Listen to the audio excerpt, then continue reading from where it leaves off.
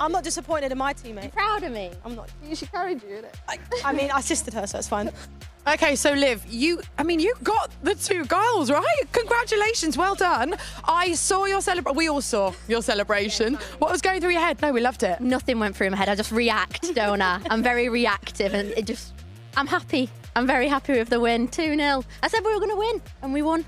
You should be happy. Sorry, but let them be delusional in the loss. We definitely played better football. Confidence made us win, you see. Yeah, we were united as well. She got mad at me like twice, not the 10 times I expected. What were you guys saying to each other at points? Because in the break, I could see you guys talking. Were you discussing tactics? I mean, to be honest, during the game, we was just saying, like, sort of like when it was in the goalkeeper's hands, we were just saying, like, right back, left back, just to aim it. Yeah. And then just kept calling for the ball, which seemed to work. But we didn't really have any tactics going into it. We just went with 4-4-2, the basic formation that everyone seems to use. It's quite good defensively and attacking. So that's what we went for, and it seemed to work. We scored 2 goals. We didn't go defensive when we went 2 goals up. We tried to get more, but unfortunately. Kept it fun. I think we played it like normal football. I was screaming at you like I do in my Sunday League matches. You're really proud of yourself, aren't you, Liv? Yeah, of course I am. Of course I am. Well, congratulations, commiserations, but well done to all of you. That was really fun to watch. Kyle, Rachel, back to you guys. Well, thanks, Nicole, so much, and congratulations once again to Liv and Lisa there. They obviously became champions of our Women's Showcase FIFA event. Commiserations again to Footheader and Rosie Committer as well. And thank you so much to Samantha Miller and to Brandon Smith for casting that one for us. It's great to have those 2 as a pairing as well. Guys, quick thought on that. I mean, we have to talk about Liv's celebrations. Yeah. She loved the fact that she scored a couple of those goals. I mean, she told everyone and their uncle about it, so you can't be too upset. But I loved it. Like, it shows what it means, it shows what it meant to her, and I'm hoping to see more of those type of celebrations today. And Aga, look at Rosie there. You saw Rosie and then Liv. Look, she's giving all the trash talk. Lisa getting excited, and they really did try and think about their formations and who they were going to have in their squads. And we saw that, didn't we? At halftime, they were talking and analysing tactics, and that's what you're going to do in 2v2 FIFA. Yeah, you got to be transparent to each other and discuss a couple of things and celebrate. Of course, I actually love the scenes here. Yeah, super exciting match. You can see that she's a 5-time world record holder, can't you, Liv? And how she kind of goes about her business, whatever she turns her hand or feet to, can't you, Aga? Well, that's just the presence. I like it. Right, let's have a look at what's coming up very shortly. Once again, though, congratulations to Lisa and Liv. But the ePremier League action does continue with these games. Chelsea taking on West Ham, Liverpool taking on Everton, a Merseyside derby just there. Southampton taking on Crystal Palace, and Tottenham Hotspur taking on Aston Villa. All of that action is yet to come, so make sure you do stick around. Tom, any of those matches you're looking forward to? I think I was going to say Group B, but Group D is standing out to me right now. I mean, Tottenham have a lot to do. They've got to try and work their way back, but so do Villa. Villa had a solid first leg. Obviously, second leg, Watford did step up. So it'll be interesting to see the dynamic of how those 2 bounce back, whether they want to play cautious or whether they want to just go out and attack. Let's see what happens, but we will see it all unfold in front of us here at the ePremier League. So make sure you stick around. There's plenty more action to come.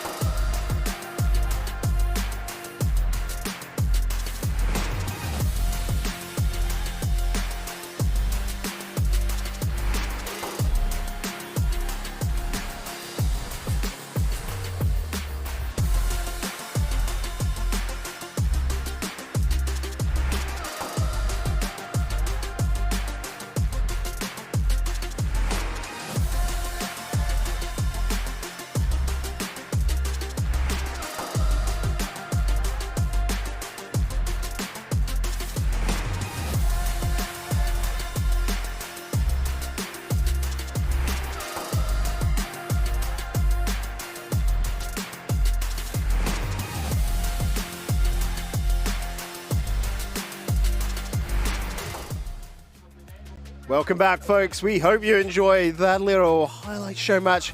But let's get back into the thick of it. It's Group B. It's Digital Bacon / Corey Dyer, of course. Team of friends. One of my friends here, George. Well, we're going to be bringing you all the action in Group B starting now for round 2 with a Merseyside derby. It's Liverpool versus Everton. It's a Merseyside derby. It's one that, well, honestly, nobody needs to be told how much this means, how much it will mean to the players. I mean, it will definitely mean a lot to Tex. It will definitely mean a lot to Diogo. I know those are both Liverpool fans. Don't know if the Everton players are Everton fans, but nonetheless, it should mean a lot to them because it's a massive, massive event. And who's going to take it? That's the big question right now. Sitting atop Group B is Liverpool, of course, both Diego and Tex there getting the win earlier today against Leicester City. But as we look at Everton in that draw previously, George, do you think they've got the skills to be able to topple the giants that are Liverpool? I feel like they're really good at defending, and that's one of the things that I don't think Leicester brought to the table as much. I feel like they were able to break down Leicester. But I guess that comes to the thing, you know, it's Tex and Diogo. They're both such good players. They can break down any team. I don't want to say, you know, I don't want to be like it's going to be one-sided, but I do feel like Tex and Diogo are the favourites coming into this one. We will have to see, though, because I thought Callum was really impressive in that first game for Everton against Burnley. I also felt that Jazz was good, but he didn't get many chances going forward. So that's the weird thing, because I look back towards that Everton-Burnley match, and I think Jas was in more control than Josh. Just Jas couldn't get it past that, you know, the last quarter. Yeah. That was the difficulty. As soon as he got to the box, it seemed to fizzle out, yet Josh on the opposite end was not in control, and then suddenly opportunity, and he looked dangerous. Yeah. Yeah, the thing is, I mean, for Josh, definitely. For Callum, definitely. I felt like he just looked incredible. You can see him there on camera. He's going to be starting off for us. I thought he looked great. I thought he looked really good going forward. Really good at defending. I feel like, you know, he's a bit. What's the word? I don't know what the word is. I don't know. I can't think of the brain. But looking at that, Tex trying to get the chair of comfort, of course, nursing an injury at the moment, and this is going to be a big decider. Tex already shown us that he can open a match, get that first leg underway, and, well, get a lead. But Callum, in that draw, I'm thinking, how does he respond to this? Does he step it on up? Does he try and get a little bit more aggressive in the first opening portion against Tex, you know, try and catch him off guard? Or does he see how Tex plays here today? I feel like he needs to stick to his game plan. I feel like changing your game style for which opponent you're going up against is a bit difficult in FIFA. I feel like you've just got to stick to your guns and hope that your game plan is better than the opponent's game plan and put it into action. The question is, will Tex be able to, you know, put up the goods? Will he be able to win his game? You know, we've seen it in the past. We've seen so many people go up against him and they've said, you know, what do I need to do to beat him? I don't think there is anything that you can really target with Tex. I feel like you've just got to go at him with your specific game plan and try and defend as well as possible against him. Don't let him get the lead. Well, we've had a chair swap now as well over there for Liverpool. See if Tex fancies that, if it's good enough to hold his grace. He is the king after all. He is the king. But either way, we should be getting underway with the action very shortly. And yeah, I feel like it's going to be a close one for sure. Callum, obviously, we saw him in the previous game. He looked really, really good. I do feel like Tex is obviously a completely different opponent, though, coming up against Tex rather than Brad, was it? He was coming up against in the end. I feel like it's going to be hard for him, but I feel like he has what it takes, Callum. He's got a really good coach. He's got a great background staff helping him out. He's a really good player. Yeah, I'm interested. I think it'll be a close game. Because, like I said, Everton are that dark horse for me. Yeah, and as we can see behind them, the rest of the Semper team who are working alongside Everton here, a phenomenal org trying to raise on up and support their players. And I think that could be the difference maker right there. Having what almost looks like a cheer squad behind him, you know, ready to try and keep the player in high spirits, whereas on the opposite end, well, it just feels like another day at the office, don't it? It really does. You know, for the Liverpool boys, they're just chilling. Yeah. They've got each other. That's all they need. But for Everton, obviously, they've got the background staff. They've got Jambu sitting there. I'm not too sure of all the names of all the people that are there. But Rams on the far right, I know, ready with a camera to take a couple of cheeky snaps. But yeah, I feel like it's good to have a good support staff, around you. I feel like it's good to have a team of people that are gonna, help you improve, not just tactically, but it's also mentally and stuff like that. You got to think about the mental game, whether you can keep your confidence up, whether you can keep your mental going, or whether because some players do end up tilting at these events. It happens. It does. To the best of us. Yeah. In these earlier portions, we don't expect it so much, but it's going to be more so when we get to that round 5, maybe even round 4, depending on how things turn up, where do or die. You've got to get those 3 points to make it on through. And not only that, but we know with each position within the group stage, you get more money. Even if you're not going on through to tomorrow, the difference between, 3rd and 4th in a group is thousands of pounds. Yeah. That's a big, big change in money. It's a big, big change in money. One thing I do want to say, Tex is very, very close to this money. We see it with like CSGO and like first-person shooters and stuff like that. We don't tend to see. Well, you can see there; it's very close up. You He's don't tend in to see the it with screen FIFA. right now. That's it. He really is. He's in the game. EA Sports, it's in the game. Then again, we say that on the opposite end. Looking at Callum, pretty much just as close as we head onto the pitch, repping the home colours. Repping their teams. Tex for Liverpool, Callum for Everton. It's a Merseyside derby and we are underway. Which one of these two teams is going to own Liverpool at the end of the day? Which one of these two teams is going to own Merseyside? Is it going to be blue or is it going to be running red? That is the question. Early chance for Callum to put the ball into the middle, but Hullet is relentless trying to get that ball into the box, but Varane does well. Well, a break has already been called. Have to just see what this one's all about. Tex wants a new chair. This one is not good. I require the third. Maybe third time the charm. But I think it's probably something more to do with the monitor by his reactions there. But we'll have to see as obviously no changes being made. It is very early days. There's only been one real chance. Seems to be a little bit maybe. Oh, okay. It's being tilted around a bit. He's trying to get it positioned properly, I think. But at least we're not just looking at his hair now. Yes, that's very. I mean, we are now. Damn it! But at least we have, we've got a nice long countdown timer in these games. You get plenty of time to make your changes and stuff like that. I think you only get around 40 seconds in normal online games, so plenty of time to get anything that feels wrong out of the way. Either way, it's still Callum's ball. It's still Everton's ball. Nice little throw in, but an even nicer pick up there for Sancho. Back towards Hullet. Found by St. Maximin. Sancho out on the wing, looking to run it downfield. Gain so much ground. Low driven pass on in towards St. Maximin with a shot. It's going to be a goal, and it's going to be Tex taking the charge. Tex takes the early lead. It's his first chance of the game, and he takes it. He does not care how cruel it is. It's early doors, and he will most certainly take that. An early Merseyside derby goal. Callum looked so in control for that first little portion. He looked threatening, but as soon as Tex picks up the goal, finally, he is instantly on it. That's a maximum card, man. It's ridiculous. It's a fantasy card, so it gets upgraded based on whether it gets wins in real life, whether he gets goals. If he gets all three, he gets 99 dribbling and 99 pace. It's a ridiculous item, man. Reiner, not going to find anything there with Ronaldo for Callum. Hullet is going to be able to get that to St. Maximin on the opposite end. Good little touch in there, but Hullet to pick it back up. De Bruyne, options on the wing.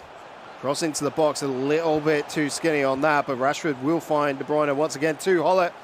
Little step in, back to De Bruyne. You can see waiting for that opportunity. Really is. De Bruyne still on the charge though, still coming forward and trying to break down this defence, trying to get goal number 2 is Tex. And he definitely has what it takes. Sancho on the overlap, looking to try and break down this defence, spread it a little bit, make it a little bit wider, try and get some holes in the middle. Finds Ronaldo, but it's taken a deflection. It will go out for a corner though. Tex is looking just relentless in this one so far. wanting more than just a single goal, wanting to make a statement. But we'll have to keep on searching. It's with Ronaldo, Saint-Maximin. Back to Ronaldo, to net. Tex for Liverpool, already 2-0 up. This is getting dangerous here for Callum. 2 goals in very short succession. He looks over to his coach and stuff. I'm pretty sure they must be saying stuff to him here. You've got to try and put a stop to this goals. You've got to try and stop the goals from going in. He can't hear them though. He's got his AirPods in. That's the issue. Maybe he's only got it in one ear. Maybe he's can't smart. see the opposite side. Maybe he's smart. There you go. 18 minutes in though, 2-0 to Liverpool. A 2-0 start to this Merseyside derby, and we're only in the first leg. We're only in the first 20 minutes here. It's so early on, and Tex is pursuing a third. Saint-Maximin is coming forward with the ball. Hullet made a great run, but chose not to take it.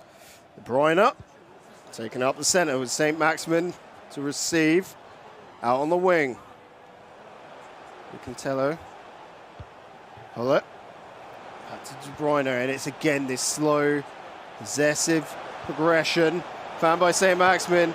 Oh, that was a cheeky idea to send it back to Ronaldo. It's not dispossessed until it gets out for the second chance. But so far, well, I think so good is an understatement for Liverpool. Yeah, it's been great for Tex, to be fair. He's been so good going forward. He's been finding chance after chance. He even found another chance there with Saint-Maximin. Unfortunately, the pass was blocked, but he might get another one here. Sancho on the ball. João Cancelo with a great interception. Saint-Maximin will get there, though, to recover the possession, and he'll give it back to the midfield so they can look to break down this defence. As Sancho now in the box, gives it to Ronaldo. Surely that's 3. No. The opportunity's gone. He's messed up. He has left the opportunity. That surely should have been a third goal. I think he was looking for disrespect there. He wanted a weld in. Wasn't happy with a simple tap in. On the opposite end, could pay the price. Callum, not going to be able to find anything there, though. I don't know. I feel like... I don't know. First time, I feel like maybe the moment passed. He didn't really realise that it was going to fall to him that simply. Maybe at the back post, goes to the front post, and Maximin falls to Marcus Rashford. And Tex has a third goal. He has a third goal. It's the third goal for Liverpool.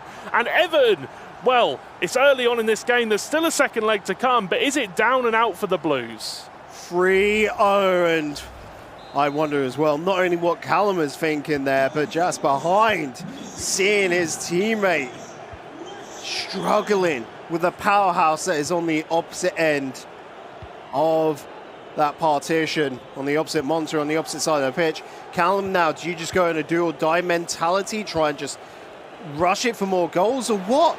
This is a great opportunity with Saint-Maximin, the shot put on, but that was easily blocked out by Schmeichel. Yeah, a little bit of goalkeeper movement came out just to make sure he had all the angles covered. Yeah, so it's a masterclass from Tex so far, showing Callum how to play the game, showing him just what, you know, a top FIFA player is like. Well, we were saying last year was a disappointment for Tex. You know, coming into that joint 9th to 16th position, he knows he can do better, and he's proven it today. Beautiful reverse elastico from Ronaldo, giving out wide to Hullet, back to Sancho, back to Hullet now, and the build-up play is beautiful. Saint-Maximin almost found Sancho in the box. De Bruyne re-picks up possession. Saint-Maximin once more, and this has got to be demoralising for Callum. Goes to the shot from a very strange angle, but, you know, Callum will live on to tell the tale. Hullet as well. Space is in front to move into. Vieira back to Hullet. But now on the wing, back towards Cancelo. They will be put out for a throw and Hullet to take. And what can Callum make from this? What can he make? He's got to make something from it. He's got to get it soon. It's 40 minutes into the game and he's 3 goals down. If this goes into the second leg at 3 goals down, I don't know. It doesn't matter who it would be going up against Diogo, but it's going to be difficult for them. It's going to be nigh on impossible. It's like three goals is a very big lead. But, you know, it's the ePremier League. These are the top players. I feel like if anybody can do it, Jazz can. And if it's ever going to be done on a singular day, it would be today, where miracles can happen. And well, are we in for a bit of a surprise here? Another goal coming in from Tex would be far from a surprise, especially with how he's been attacking so far. Saint-Maximin on the ball, looking for the opportunity to put it in towards centre, put in the shot. Not going to be found this time. It's out of bounds. It's out for a corner. It's a corner. It's the last chance before the full-time whistle. And it's Ronaldo! How has he found that in at the near post? Oh, my word. It's a 4-0 lead for Tex now. Tex is playing on a different plane of existence. Look at this. Oh, look at this replay. That... soul destroying, soul crushing, whatever you want to call it. Callum, you got to be using this half-time break to really figure it on out. You can see earphones taken out. Converse with the coach, with your teammate, come up with a plan, because right now a goal is needed bad to just get that hope back. Wow. Well, we went from having very, very close games. We had a 2-1, you know, we had some really close games. We had a 1-1, a 0-0 second leg. Straight into it after the break, 4-0. It's absolutely crazy. Tex obviously coming up huge for Liverpool here, and it's demoralising for Callum. It really is. It's a demoralising situation. He's got to try to find his head. He's got to try to find some sort of, you know, something, a ledge to grab onto to kind of stabilise here. Diogo in the background there is just straight chilling. He's like, right, thanks, Tex. You've carried for 2. I don't mind that. He just gets to go into the next game and, you know, just breeze on through. But, like you said, you've got Jas in the wings. Could make something happen. But I think it all comes down to the second leg and whether Callum can steer this ship back on track. Yeah, he needs to get a goal for me. He needs to get a goal because, you know, Jas is a incredible player, and I would put him definitely up there with some of the best players in the world. But 4 is too much to ask for. Yeah, I said 3 was a lot. 4 is a lot. You know, and the problem is, you know what Tex is like. He will continue to go. He will continue. He doesn't, you know, he's not. He won't care. He won't think, oh, you know, I feel a bit bad. He'll just keep going, and it looks like he wants to do that. Ronaldo on the ball in the box, twist and turn, and finds a Maximin. 5 goals for Tex, 0 for Everton, and this is absolutely outrageous from the GOAT. I mean, we came in thinking Merseyside derby. This is looking more like a Merseyside buffet. And Tex, well, he's a hungry lad. He keeps going up for seconds, thirds, fourths, fifths. Will he ever feel sustained? I don't know. I don't know, to be honest with you. This is crazy. This is absolutely crazy. Has this been done before? I can't think of it. This is just on a whole different level. And this was a Tex that you got to think we were questioning back in that very first series of the day. Like, well, it felt way too cautious. Yeah. This is no caution has been thrown to the wind. This is just straight out aggression. It's a Merseyside derby. Yeah. All the rules are thrown into the air. Everything that you thought you knew is thrown up into the air. This is a typical grudge match. Tex is, well, he's doing what his name says. He's showing off his techers, really, isn't he? Oh, couldn't agree more. Vieira on the ball. Callum looking for opportunities. Oh, just the tackle, not going to be able to recover from it with Mahrez, and so back to the drawing board.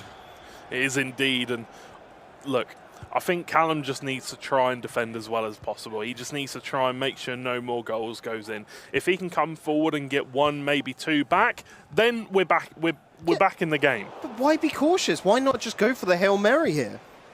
You are right. But there's always that chance that maybe Jas can pull out a miracle and get a few goals. But he's coming up against Diogo. Diogo is also one of the best players in the world. You know, this Liverpool team, this Liverpool lineup is stacked. And we're not surprised about their capabilities and skills coming in today. Like we said, one of the favourites of this entire tournament. And this is the proof of the pudding. That one just going to whistle wide, and I mean, we all thought that was number 6. Yeah, we really did. It was a green time shot outside of the foot. Don't get me wrong, it was a really good shot, but just ends up wide of the post. But what does this do for Tex? What does this do for, like, the Man City team? What kind of message does this send to Ryan? I'm thinking Man City, they're going, I'm just glad we're facing them last today. You know, get as much, like, data, consume it all, so that when it comes to that fated last match of the day, they're best prepared for the beast that is in front of them. Ronaldo, though, unfortunately not going to slay the beast. Yeah, 70 minutes into this game, and in honest truth, it has been a bit of a one-sided affair, but there is always a chance for Callum to bounce back and try and get himself a goal. 71 minutes into this game, there is still time for him to find a couple of chances. Tex has been absolutely outrageous. This is looking like prime icon moments Tex right now. Let's see, De Bruyne with a chance, going to play it into the middle. St. Maximin looks for Ronaldo, but cannot find him. He was offside anyway. Ooh. No hassle. The pause has been called. And Callum just looking for routes upfield, but Tex is really covering off a lot of good areas, leaving a player singular on his own, which would be an easy follow-up cancel. But the problem is, that's a great ball in behind St. Maximin, and that's what we saw needs an option, Callum do so often. That's the problem. When you're coming up against Tex defensively, he doesn't allow you to have those options. He's so good at closing people out and forcing people down these avenues, and then there's nothing there for him. It's really good defending, but maybe the AI just wasn't in the correct position at the correct time. But going back to what I was just saying, Callum, in his previous game, we did see him use the manual run when you click in both analog sticks quite often, and he was using it well, but we haven't seen him use it much here. Not that he's had much of a chance to, but I'd like to see him try and use it more here in this game because he's been doing it really well so far. Opportunity for Tex once again with Rashford on the ball. Slow progression into the box, waiting for a chance to pass it on in towards centre. Lots of players around, but none to be found. Vieira gets the little step in. Sancho coming forward, Mahrez coming forward. Vieira just about regains possession after a block, but Hullet, he's just so good at intercepting the ball. De Bruyne looking like he's going to play it down the wing to St. Maximin, and he does just that. Offside trap going to come out from Callum just to push those defenders up a bit more. They are dropping quite deep quite early on, which means that Tex is pretty much allowed to hold on to the ball for as long as he wants because the defence is all the way back there. The midfielders are going to sit just in front of them. The attackers aren't going to press too much, so he can do just this. Yeah, and Tex is just winding down the clock now, just taking a sit back. Straight chilling, enjoying life. Yeah, I mean, if you're a Liverpool fan, you're enjoying life. If you're one of the players, you're enjoying life. A 5-0 lead going into the second leg. A clean sheet as well, another clean sheet. Tex yet to concede a goal in over 180 minutes of play. Blimey. Well, ladies and gentlemen at home, I can tell you, George definitely has a big smile on his face. 5-0. That is more than a statement. That is putting forward a whole campaign, a plan for the future, a warning to everyone else not to get in Tex's way. That's a warning shot to the entire Not even the group, everyone. Everybody in the entire tournament. He's saying, this is Tex. I am Tex. This is my prime time, and I am coming to take that trophy. You got to be thinking there in the other groups, like, are they now going for the strats of not coming first? Second, actively going for first purely to try and dodge Tex now. Yeah, I mean, I think Tex is about to get himself an interview because that was an absolutely incredible game. Well played to the man. For Callum, you've got more games coming up. Just try to keep your head. It's a hard game. You're coming up against one of the best in the business, if not the best in the business. You've just got to try and keep your head. On the opposite end, though, Jas versus Diogo. What do you have to say, Jas, here? Do you just use this as an acceptance of what's currently going on and just look, we go games and we use this to practice, get ready for the rest of the day? This is probably already an expected loss in their books. If you're a realistic player, you're probably thinking Liverpool might be too far, but we can learn from them. Yeah, very true indeed. But yeah, I think he's got to work with it, and he's got to just do his best. He's got to try his best and try and get some goals back. It's gonna, I don't know. I feel like you've just got to try to claw some goals back for your team. Maybe try and get the goal difference back. And as we take a moment, just ponder, take it all in. You can see the interview getting set on up. This, after, like we said, a little bit of a touchy moment, a super close series up against Leicester, Liverpool got to be feeling good. And as we head on into this break, just straight getting ready for even more domination. But Everton fans, maybe prepare that copium. Jas could be your redeemer. We'll see you on the other side of this break.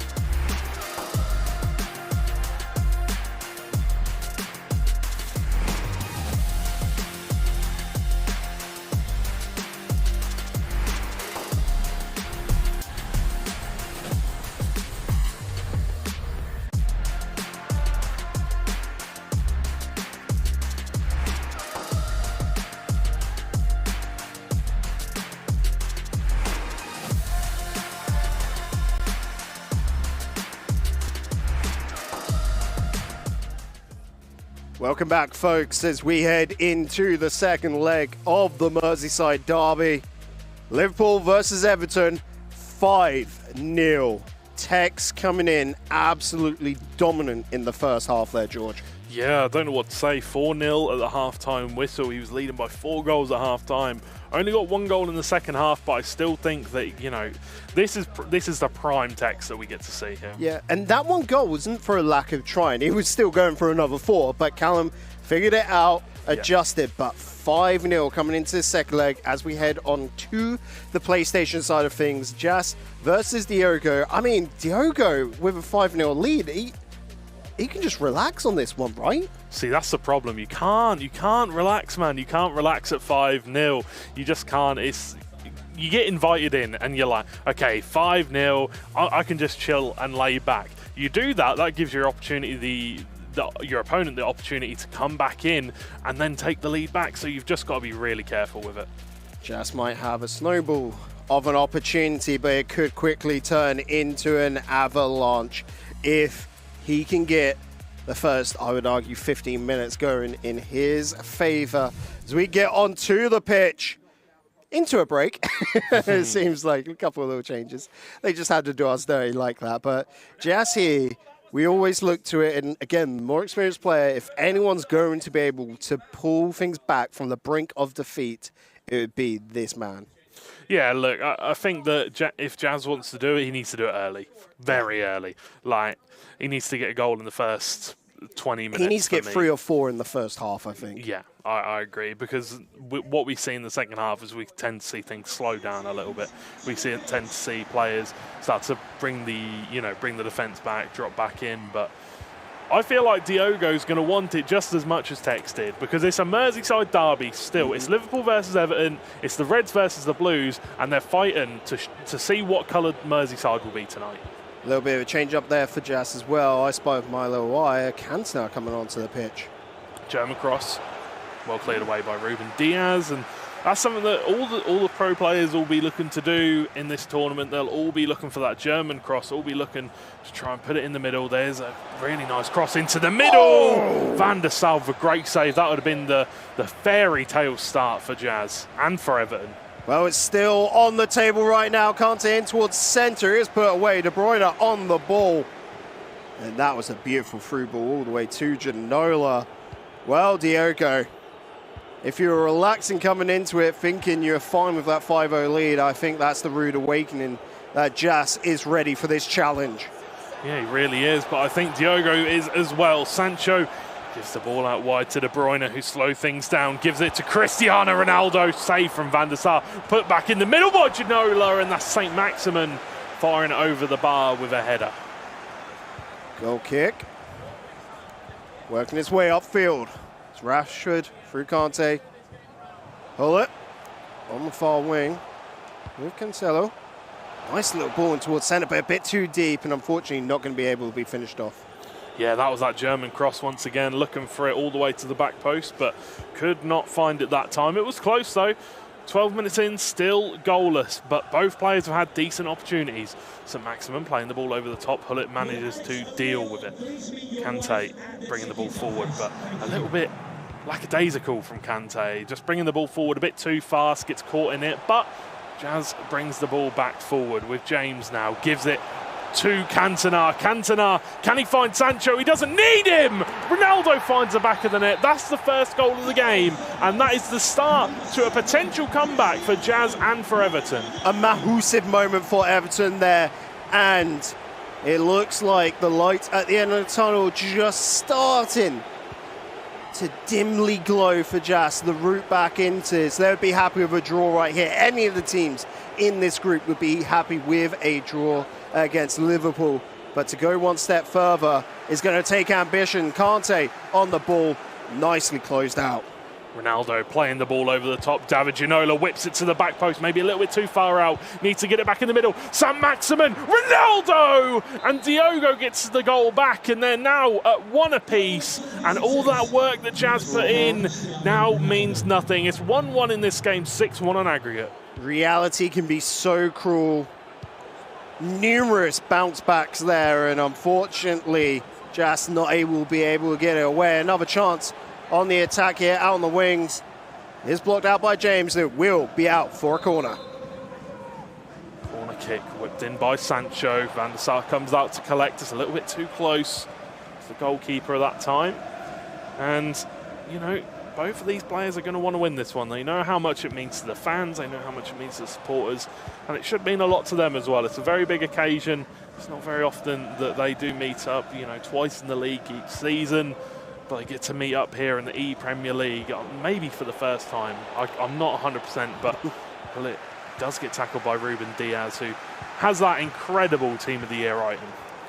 It's such a nuts card. By this point in the year as well, you know, we're in March now, coming soon into April, you have such a wide selection of different cards to choose from that it feels weird that we've only got, you know, like the meta and it's all very samey teams, but that's why we're seeing, like, you know, Cancer come out right now for Jazz, because there are a few options which you can just spice things up with, can't you? Yeah, obviously we're limited to just the Premier League, because it is the ePremier League, of course. But yeah, I do agree. Chance though, Ronaldo coming in, great save from Van der Sar, going to come down and he will catch it this time, the Dutchman. That catch seemed a little bit sus, I'd have to say. Like, the punch into a catch, like, I mean, Van Sar's just that. Not broken. If you're on the opposite end, you consider it broken. It's just a phenomenal card. It is. It's one of the top cards. Obviously, you got Yashin as well up there with the goalkeeper icons. Team of the Year, Donnarumma. There are so many amazing goalkeepers, but I think Van der Sar is probably the only one that really is going to get used in this, unless you go for Schmeichel. Either way, Ronaldo on the ball. Great interception by Hullet, but can't retain possession. And it's still with Diogo here. Diogo still got possession of the ball. Ronaldo is going to be offside. And you have to respect Diogo here. You can see the fire that Jas is bringing, and is just trying to tame it. Understanding that they've already essentially got the win, it's being able to weather the storm that is coming at them, because it looks like torrential rain out there. Jas is at every single moment attack. He is not resting for a single moment. Yeah, definitely. He's coming forward. He's trying to get that. He's trying to bring it back in this game, and he's trying his hardest. But Diogo is just able to deal with it. You know, he's defending really well. Coming forward, he's doing well as well. Could be a potential chance to play the ball over the top there. No, goes for option through St. Maximin. Sancho now. Got a man at the back post. Finds Ronaldo, hits the post, and goes out for a goal kick. Another very close opportunity for Diogo. Again, that comes down to Jas. Unfortunately, getting a little bit overextended, a little bit too far downfield, and these quick counters coming on out. Jas on the ball once again, though. Looking for a pass on in towards Hullet in the centre with Ronaldo. Doing a little bit of roulette. Beautiful pickup! And that is going to be the second for Everton. That is going to be another goal for Jas. And, you know, although it's still a mountain to climb, does he have time? He's got one half. He can't concede any more goals, and he needs to get 4 back. But there we go. I'm pretty sure Jas was one of the people that said his favourite skill move was roulette, and he scored that goal basically off of the roulette. So I'm sure he'll be happy with that. But yeah, he needs to solid up that defence. He needs to try and keep Diogo quiet, and then, you know, there's a tiny opportunity, there's a tiny glimmer, but there is a glimmer. 4 goals to get the draw. I think 5 is asking too much, but 4, again, it's a dim light, but it is still there. We've seen a phenomenal first half from Jas, and Diogo, it feels like a weird mental position that he's in, where he wants to play defensive, but I always feel like he's bored. He wants to get into the attack, and that's what's costing him. Yeah, it's very true. It's really true. I feel like the problem is, you know, you've got a massive lead. Your teammates saying, right, I've done the job here, just see it out. And you're like, oh, but I want to play the game. Yeah. I want to come forward. I want to play the game. But obviously it's hard to defend against Jas. There is a chance, though. Ronaldo through the middle, so strong. And he gets the goal. And that might just be the nail in the coffin from Diogo. Ronaldo with another fantastic goal, bringing us level to 2-2. Diogo doesn't just want to play a game, he wants to win it.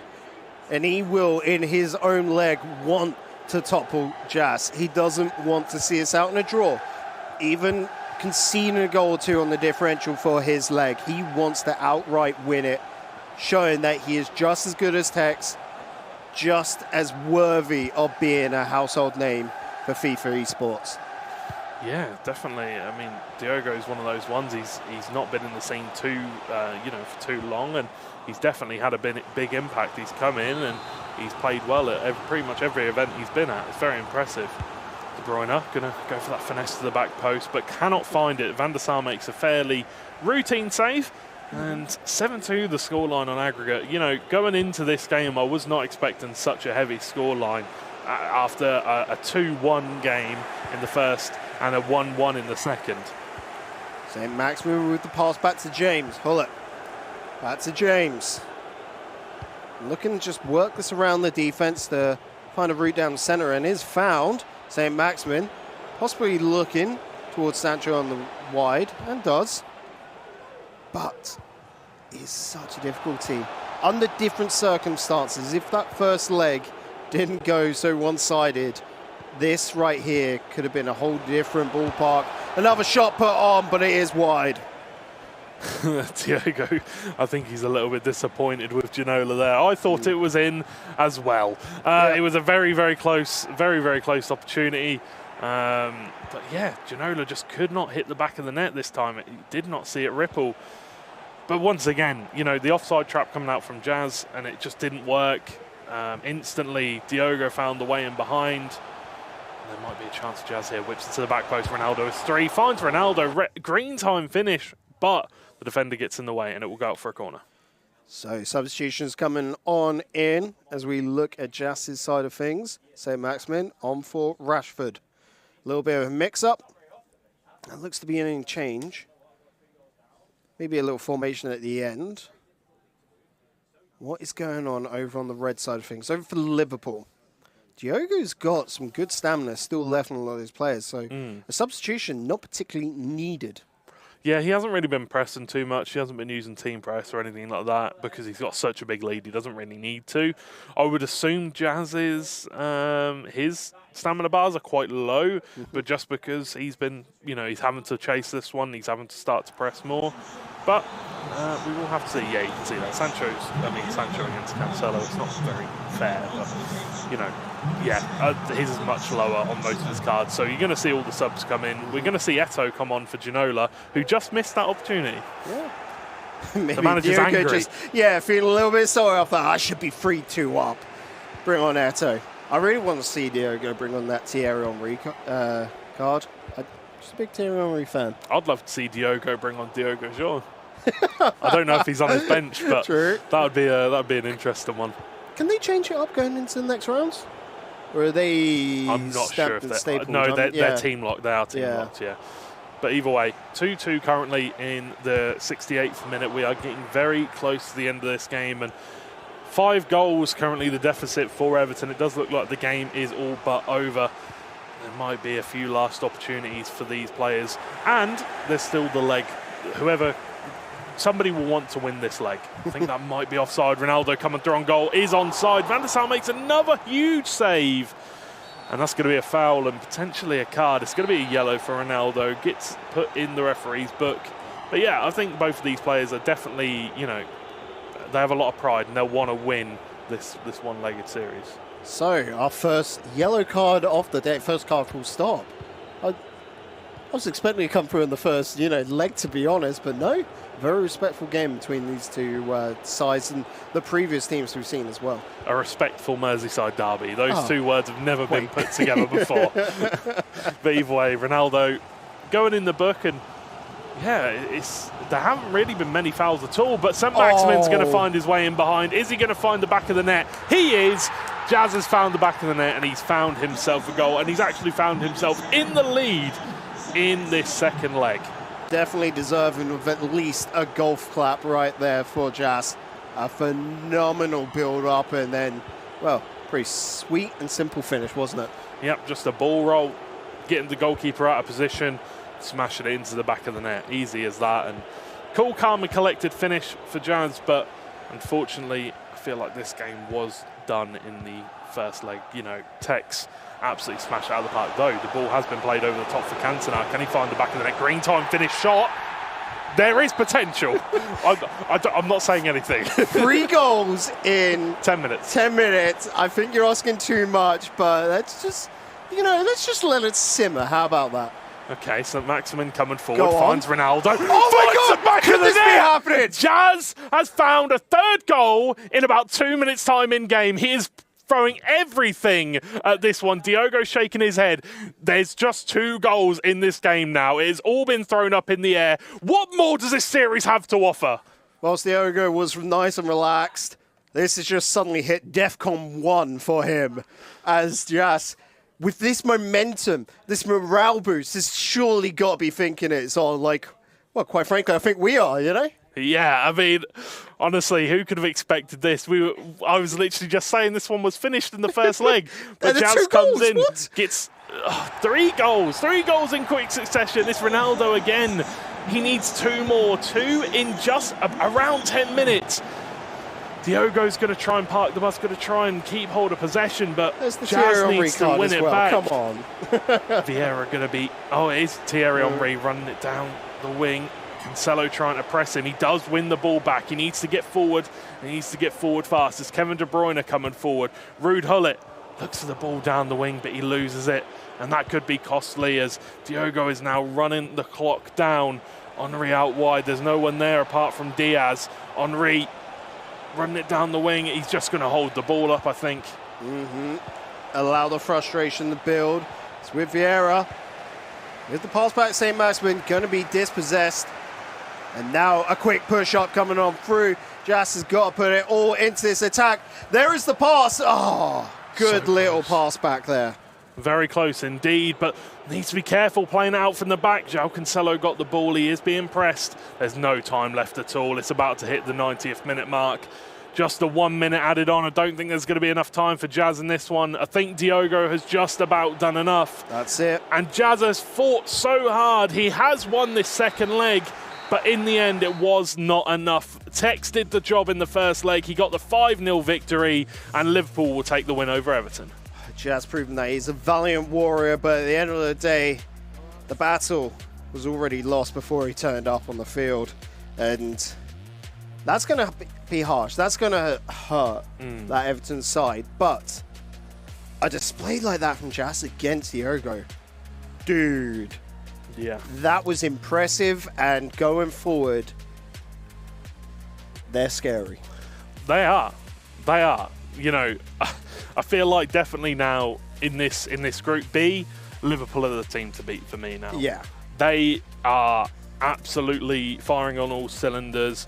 They're working well together. Although Diogo did lose that second leg 5-2, he still played absolutely fantastically. And as you can see, the final result, 7-5 to Liverpool. That is one of the Merseyside derbies that will go down in history. Liverpool going to pick up the win. And although Jazz fought so valiantly, he just couldn't get it done in the end. And that's part in thanks to Tex. You know, 5-0 victory in his first leg. He absolutely smashed it out. So with that, Liverpool secure themselves with 6 points, currently half of the way there today, and looking pretty good whilst doing it. Burnley versus Everton earlier was a draw, so Burnley currently sitting in second, and well, they get a little bit of a rest here in round 2. We're going to be seeing the debut of Manchester City as they face up against Leicester City next here on the Group B stream. Painter and Cosmin facing off against Ryan and Hughesy. I'm excited for this one. George, what say you? I'm very excited for this one. I'm excited to see Man City finally get underway. I'm sure Man City are going to want to come out here and say, you know, you've been saying that Liverpool are the team to beat. That's wrong. We're the team to beat. They need to come out here. They need to make that statement. But Painter and Cosmin, they played so well in that game versus Liverpool. It was only a 2-1 victory in the end for Liverpool. I feel like if any team is going to beat Man City, it could be them. Well, all the players rocked up this morning at the venue at 9 a.m. Man City have done their waiting. They're sick and tired of it. They will look to dismantle Leicester City after the break, but can they do it? Well, you're going to have to tune in and find out. We'll see you on the other side.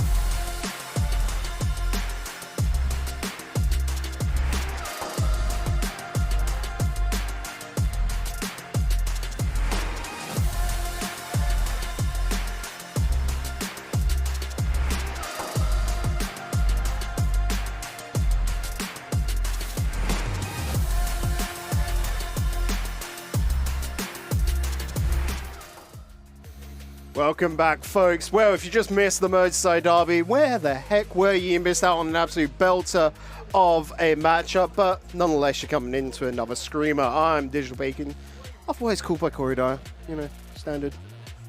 Which way do we use? Our gamer tag or? I think you use your name.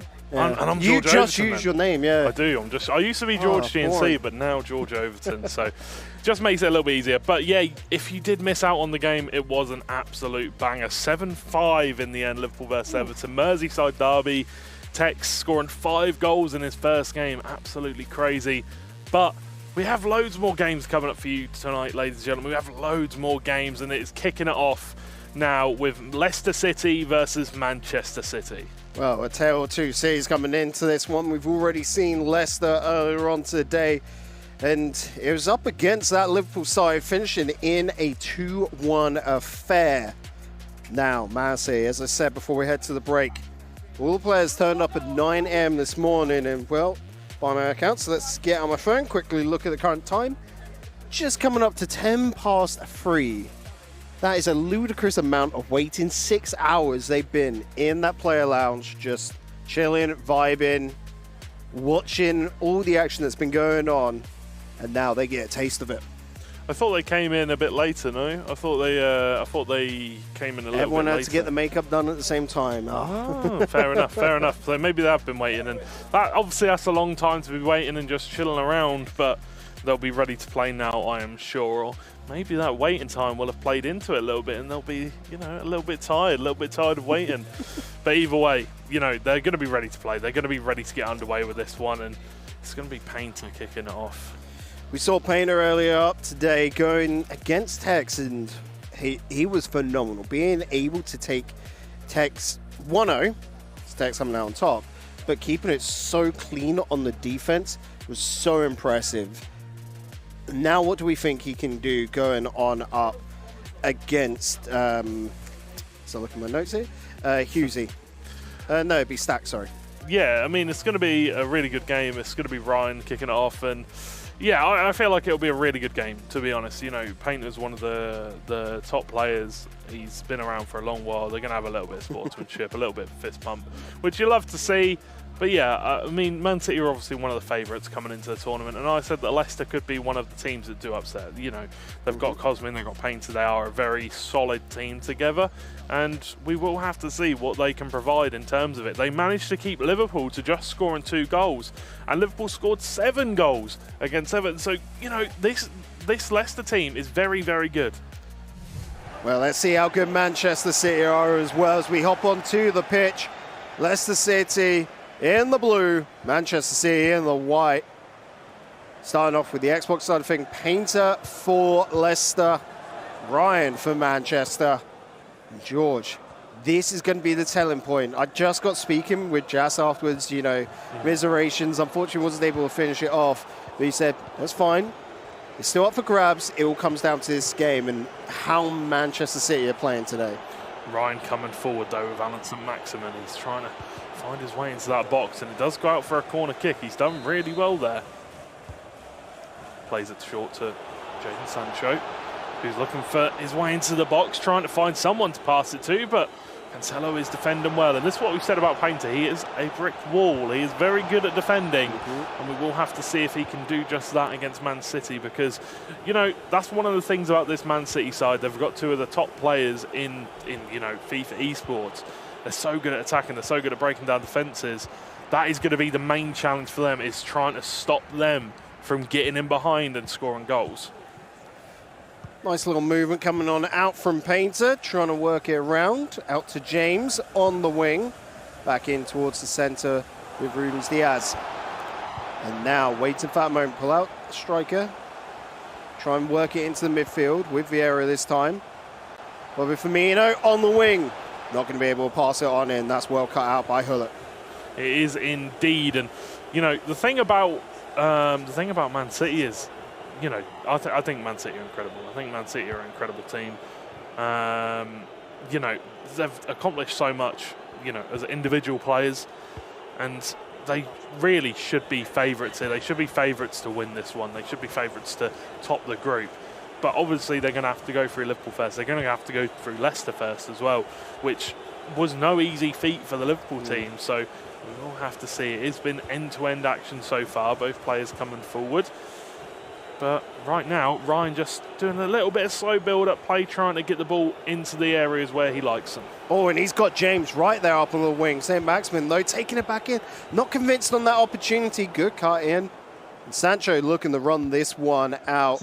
Painter and Ryan sort of almost playing with each other, like two lions circling.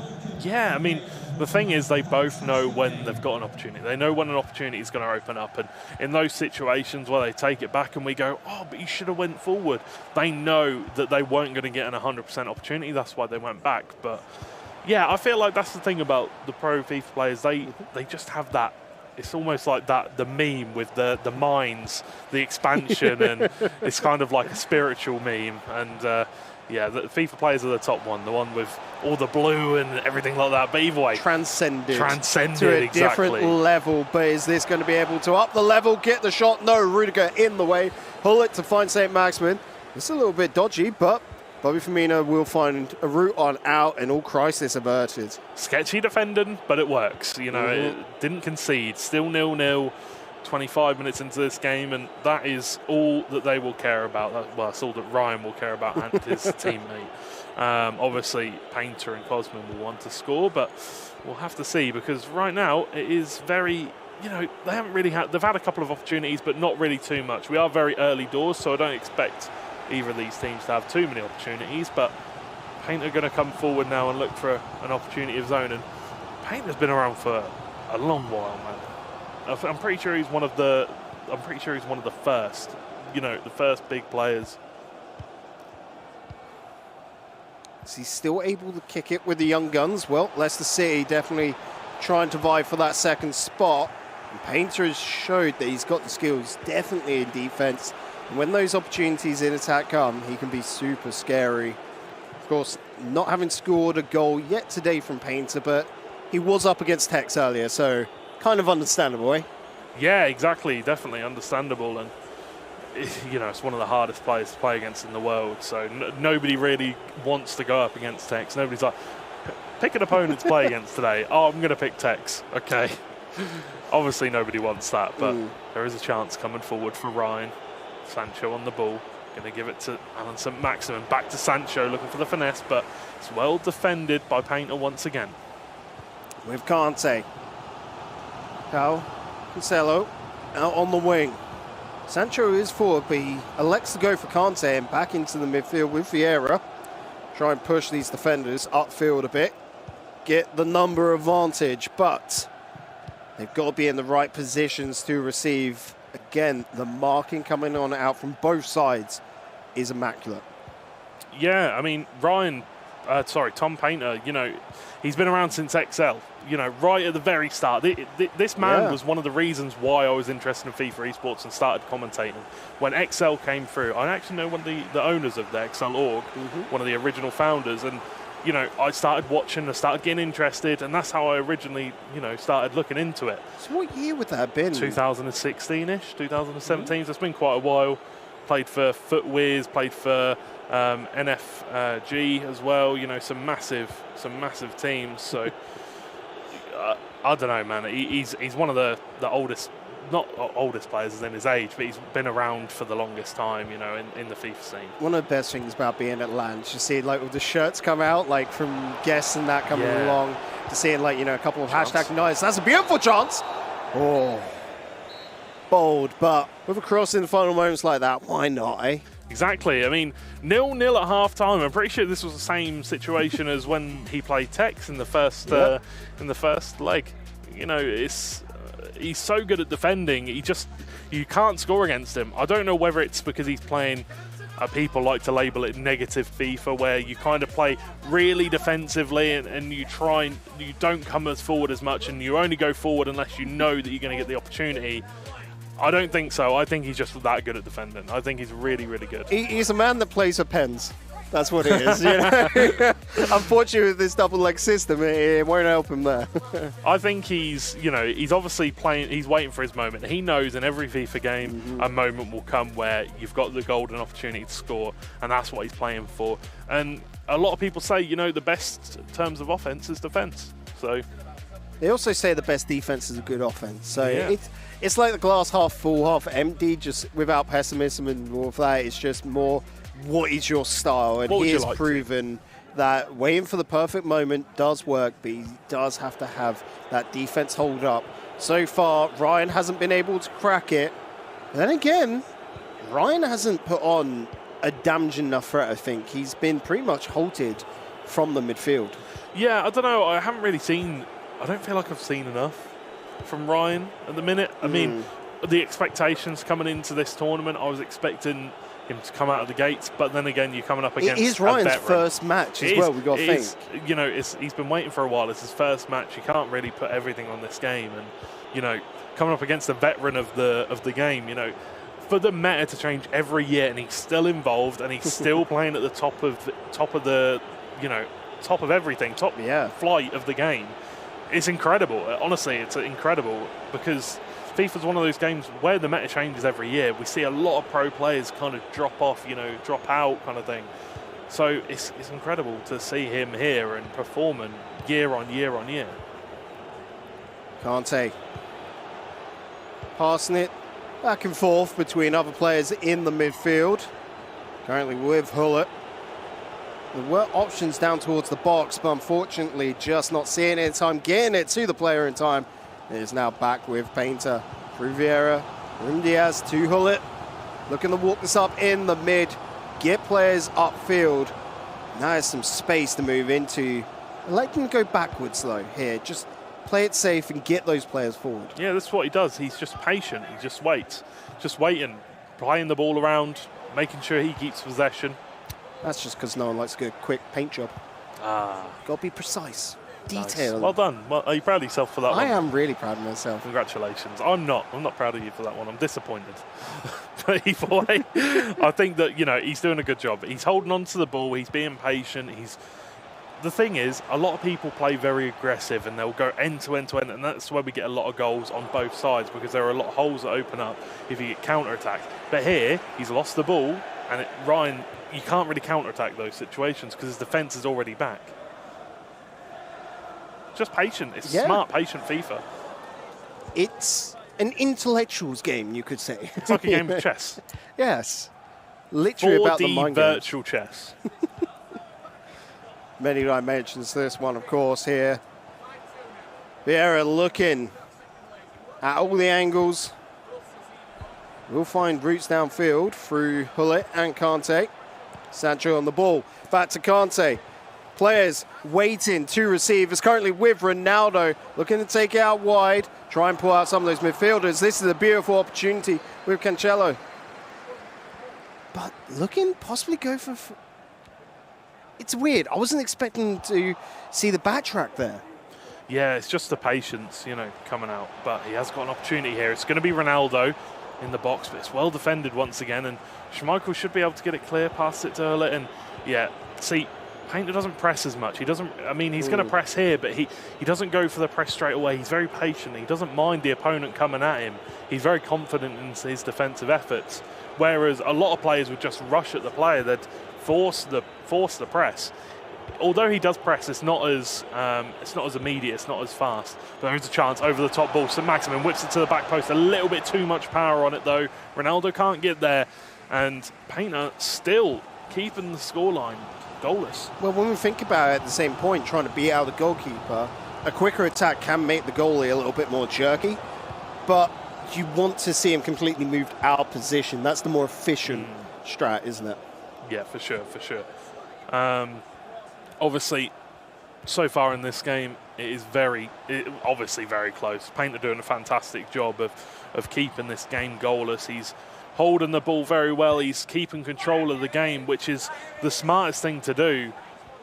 And Kante just controlling the game through Hullet as well. It's a great game for him. Sancho on the ball though. Ronaldo. It's going to be Rashford. And this is probably one of the best games Painter has ever played. He's so smart and technical, holding onto the ball, and he's done so well. He's taken the goal, and he's potentially taken the game away from Ryan here. It's just such a smart, clinical... What can you really say about it? A work of art. He is living up to his name, a swish and a flick with the brush and into the back of the net. via Rashford. Painter. I was thinking here, we are getting dangerously close to a 0-0 affair, but I would love to see at least one. The chance though here now, we could get another. Yeah, I mean, I said, you know, you get that one chance. In every FIFA game, there's always that one chance, that one golden opportunity, and that's the one. He was waiting for it and he found it, and Rashford is the man to put it in the back of the net. The question is, does Ryan have enough time to get this back to level pegging? Well, 13 odd minutes left to go, and Ryan is now going to have to press.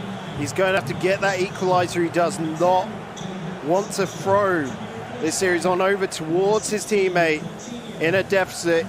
Keep it even, Stevens. Do his duty. Problem is right now it's Painter on the ball. Painter's really frustrated Ryan here. He's really frustrated him in the way that he's playing. It's just playing in this way gives such a negative impact for your opponent. He can't really do anything.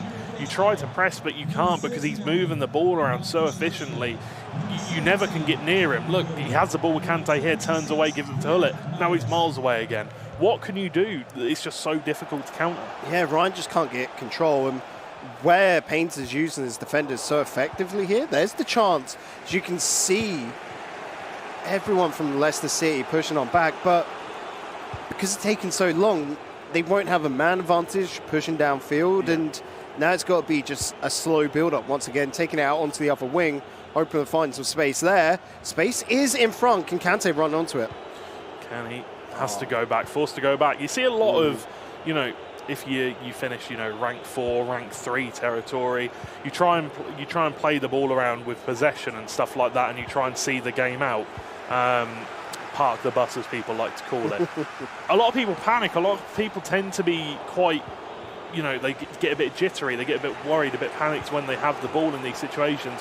But Painter does it that much that he is so comfortable. He doesn't mind. And as soon as he loses the ball, he's fine with it because he knows exactly what's going to happen, and he knows exactly what to do. He's played it that much. And it's just, wow, it's just, yeah, very smart FIFA from him. One final opportunity here for Ryan. Has to make good on it. Cannot allow it to backtrack, cannot allow it into Painter's hands. He dribbles it up, found by Hullet. De Bruyne with the shot. It was a bold move, but it was saved.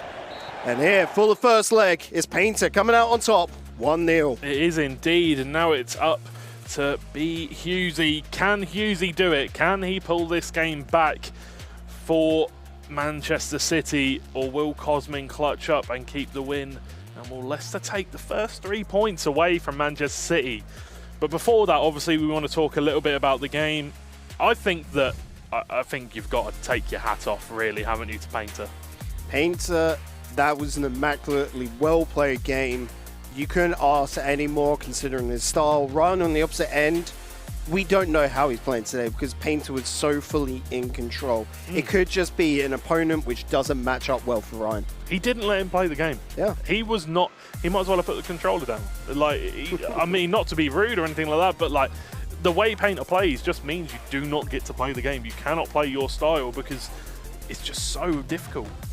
It's only 1-0. The door is still open. Guys, we're going to head on over to the break, but after that, we've seen Cosmin go up against B. Hughesy. You're not going to want to miss it. The second leg of Leicester City versus Manchester City is coming up.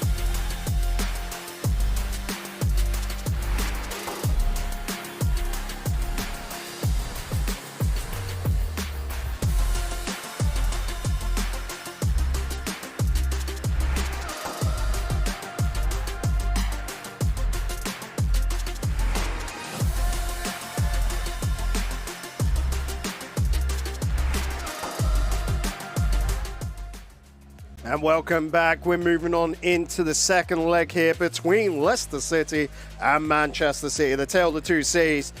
Well, the first half there, the first chapter, if you will, ending 1-0 in Leicester City's favour. Painter stepping away, feeling pretty good, but it's this man, Cosmin, having to take his place and hold onto that lead, George. Yeah, he's got to step up here. He's got to step up and take these points for his team. As, you know, I feel like Leicester are probably the third favourites for me. I feel like Everton are the dark horses, the ones that are kind of, they'll go under the radar, you know, I feel like they're a good team, but yeah, I feel like Leicester are definitely the team I would expect to be third, but I feel like if they pull a massive upset on Manchester City here, that could really, really be good for them. I don't know, with Jazz's performance earlier, I don't think Everton will be flying under the radar anytime soon now. They have made their names heard. But here for Manchester City, B. Hughesy turning on up, 17 years old, a youngster really in the world of FIFA, going up against this man Cosmin. A lot more experience and a bit of an aura that he's carrying himself about with. We got to see him play up against Diogo earlier. That match ending 1-1. Definitely showing that he can kick it with the best. Yeah, he can. He's a very good player.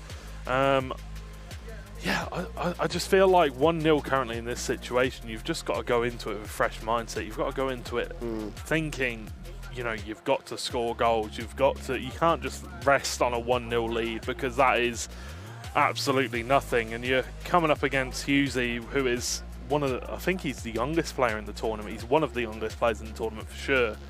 And, you know, this is a lot of pressure for a young man on his shoulders, but we've seen it so many times before with young players. We've seen it with Tex.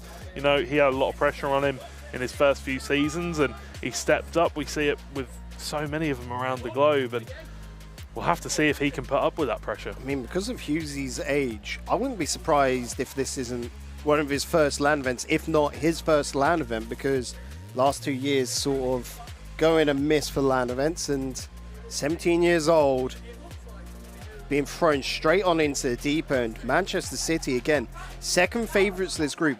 With that name as well, you would expect them to push on through into the top 8, into the playoffs. But do they have the capabilities, especially with the crosshairs that are currently on their back? Yeah. I think that Leicester can pick up this win. I feel like Manchester City, you know, obviously they're the top.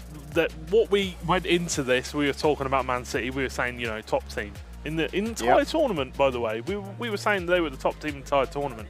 Coming into this, Painter's obviously done his job. He's done well, and now it's Cosmin's turn to do his job.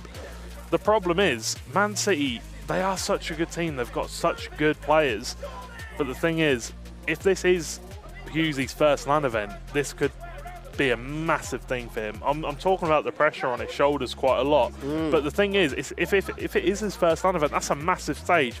Lighten, you know, makeup done. It's a lot of stuff. It's a lot of stuff for a young man. It's an experience that you go back to your mates at school and you're like, yeah, this is what happened, and no one would believe you. Yeah. Like, because again, for a lot of players turning up, you know, like we joke about the makeup. It's nothing crazy. It's just that you're not so shiny, right, for the cameras and that. And yeah, players don't realize before they get onto stage, till they get to LAN events, that that's just how it's all done. As we start going on through the settings, you can see being just set on up. Looking at this, of course, can't see which side of things it's on. Probably Cosmin. Let's get on to the pitch. So we take this, of course. Man City in the white. Let's see again, the home colours are blue. Let's see who is going to pick this one up. It's just a 1-0 lead currently, and we're looking from Hughesy's point of view currently. He is the home team, but yeah, St. Maximin obviously playing in most of these teams and one of the top players in the world. Well, one of the top players on FIFA right now. His fantasy item is ridiculous, and I was saying earlier, if he gets all 3 upgrades, he's going to have 99 pace and 99 dribbling, and it's going to be an absolutely nuts card. Anybody that, you know, wants him, anybody that's, playing competitively will want that item. Well, in their everyone's team. already playing him, and he could get even better. It's just unfair. It is. It is. Absolutely crazy chance. And Maximin there almost gets the overhead kick Cosman out of his seat. A very close chance 6 minutes in, and this is going to be a very hotly contested 90 minutes of footballing action. Usually already getting a taste of the attack coming his way. Let's see what he can do. Send it off wide to James, looking for inroads. Does find De Bruyne. Ronaldo quickly to Sancho. The through ball to St. Maximin. Going to put the shot. It connects. Is it back in the net? And it is Man City back in the action. They tie things up against Leicester. It's Hughesy, man. He is one of the biggest young talents in the world right now. He is absolutely incredible, and he has come into this game right from the start and got himself a goal. Wow, what a fantastic start to the game for him, and all that pressure we was talking about, I'm sure that is lifted off of him right now and straight through the roof, because getting that first goal will be a huge relief. It's exciting for everyone involved right now. None more so than this lad. And of course, fans at home. Let's see what else can be found on this pitch. Massive long ball downfield. Ronaldo going to be able to carry this even further. Going for the step on in the pass. Oh, Van der Sar to get in the way. He's got eyes like a hawk. How did he see that pass? The pass was onside as well. Absolutely crazy. Hughesy. Oh my word. A great start to the game for him. Getting two big chances. That one, unfortunately for him, didn't end up in the back of the net, but Cosman needs to stabilise here. He needs to try and find a way to calm things down. Maybe try and slow the play down. Listen to his teammate, maybe. Obviously, he's got the headphones in. He's listening to some music. Well, I wonder what music he's listening to. Drum and bass? Maybe. I say guesses in chat. Why not? Yeah, guesses in Twitch chat. You guys decide. And then if we have a little chat with him later, I'll even ask him.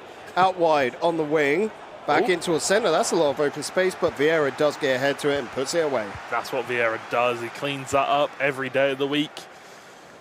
21 minutes in, Man City currently leading 1-0 in this second leg. Hughesy coming straight into this one, and he's just playing really, really well, asserting his dominance. And Cosman, obviously it's early days, so Cosman's still got a chance to come back into this one. He's still got plenty of time to, bring this one back into the favour of Leicester, but currently 1-1 on aggregate, but he's slowly building up here.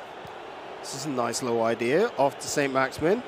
That way Sancho quick back in towards centre with Vieira, looking to pass this around, get that opportunity, but Ruben Diaz to just spoil the party. But either way, Cosman's playing the ball around quite fast. That's what he likes to do coming forward. Chance though, Ronaldo on the ball.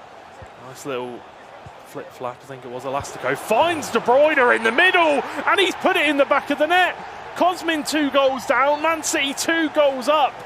1 goal on aggregate, and B. Hughesy has come straight in here and blown the roof off of this place. Absolutely fantastic start for this young man. We knew the potential of this player, but to actually see it unfold on the pitch is something else. And now Cosman, he said how he held himself, that calm, confident aura about him.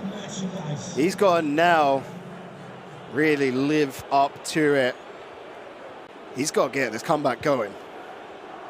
He really does. He needs to do it sooner rather than later as well. Although it is only a 1-goal lead on aggregate, he needs to get back into it. Sancho plays it to Clarets! And Cosman has his goal. It is Leicester back in it. It is level pegging now on aggregate. And B. Hughesy, he got 2 goals. He's done a really good job here so far, but Cosman has fired back. And is that something they expected to happen, or did he expect this one to be fairly easy for him? And look at that item from Hullet. Oh my word, 94 prime icon moments. Beautiful, beautiful item. But an even more stunning game we've got on our hands here. 2 apiece on aggregate. So far, B. Hughesy has been louder in this match, but that was a roaring goal right there to bring Cosman back into it. It's level peggings. Let's see what more can be done. I mean, after the 2 goals going in like succession, we didn't expect Cosmin to get the goal back so soon. Play. Sancho, though, coming forward. Great balls being played. Pass, Sancho! Van der Sar makes an incredible save. So quick off his line. Sees out for a corner. Danger Maximin, is still there, Rashford, though. the danger is there. Rashford's on the ball. Lovely little scoop turn, ball roll. That is cleared away, and B. Hughes, he can now look to counter-attack. Needs to be patient on the build-up, though. Look at that possession right there. B. Hughes has been near enough fully in control. Apart from that last little passage, and of course the goal beforehand. Cosmin, you got to be careful on these quick build-ups. Does get in the way there. A little pass and play between Sancho, Hullet, Rashford, out to Michelo. On the wing, back to Sancho. Hullet in the centre, looking to just pass his way upfield, find that opening. It looks like it's all getting closed on down.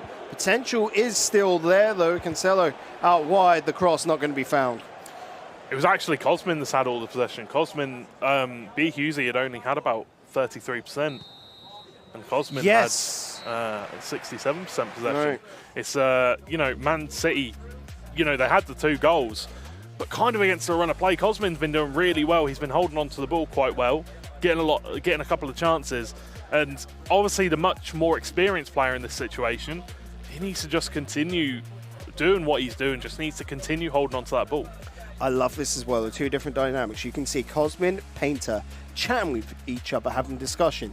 On the opposite end, from Man City, it's just talking. Not at B. Hughes, of course, but just giving that opinion, like, you're already doing a stellar job, this is what I think you could add. Yeah. I feel like the thing that's going to be difficult for Hughesy is he is in a situation where he's got himself 2 goals and he's going to want to continue to come forward. But the one thing that I feel like he hasn't done so far is hold on to that possession very well. But that could be in counterpart fact to Cosmin doing a fantastic job at pressing and holding on to the ball himself. But either way, we're going to get into this second half where it's currently all level 2-2. 2 goals apiece, 2-1 on aggregate to Manchester City currently. In the first game, Painter won 1-0 against Ryan and looked really good doing it, held the ball for pretty much most of the game, and Ryan never really had too much to do, couldn't really do much apart from defend. And here in this game, B. Hughesy came out of the gates, got himself 2 early goals, and Cosmin is now looking to bounce back. St. Maximin on the ball, cross across. Ronaldo does connect, but Van der Sar is too good for that. Disallows, pushes it back to the back post to James, and then James, of course, getting it out. Back to him, keeping it on the wings. Incredible stuff. Reece James, obviously, one of these players in this team that has such a really good item, honestly.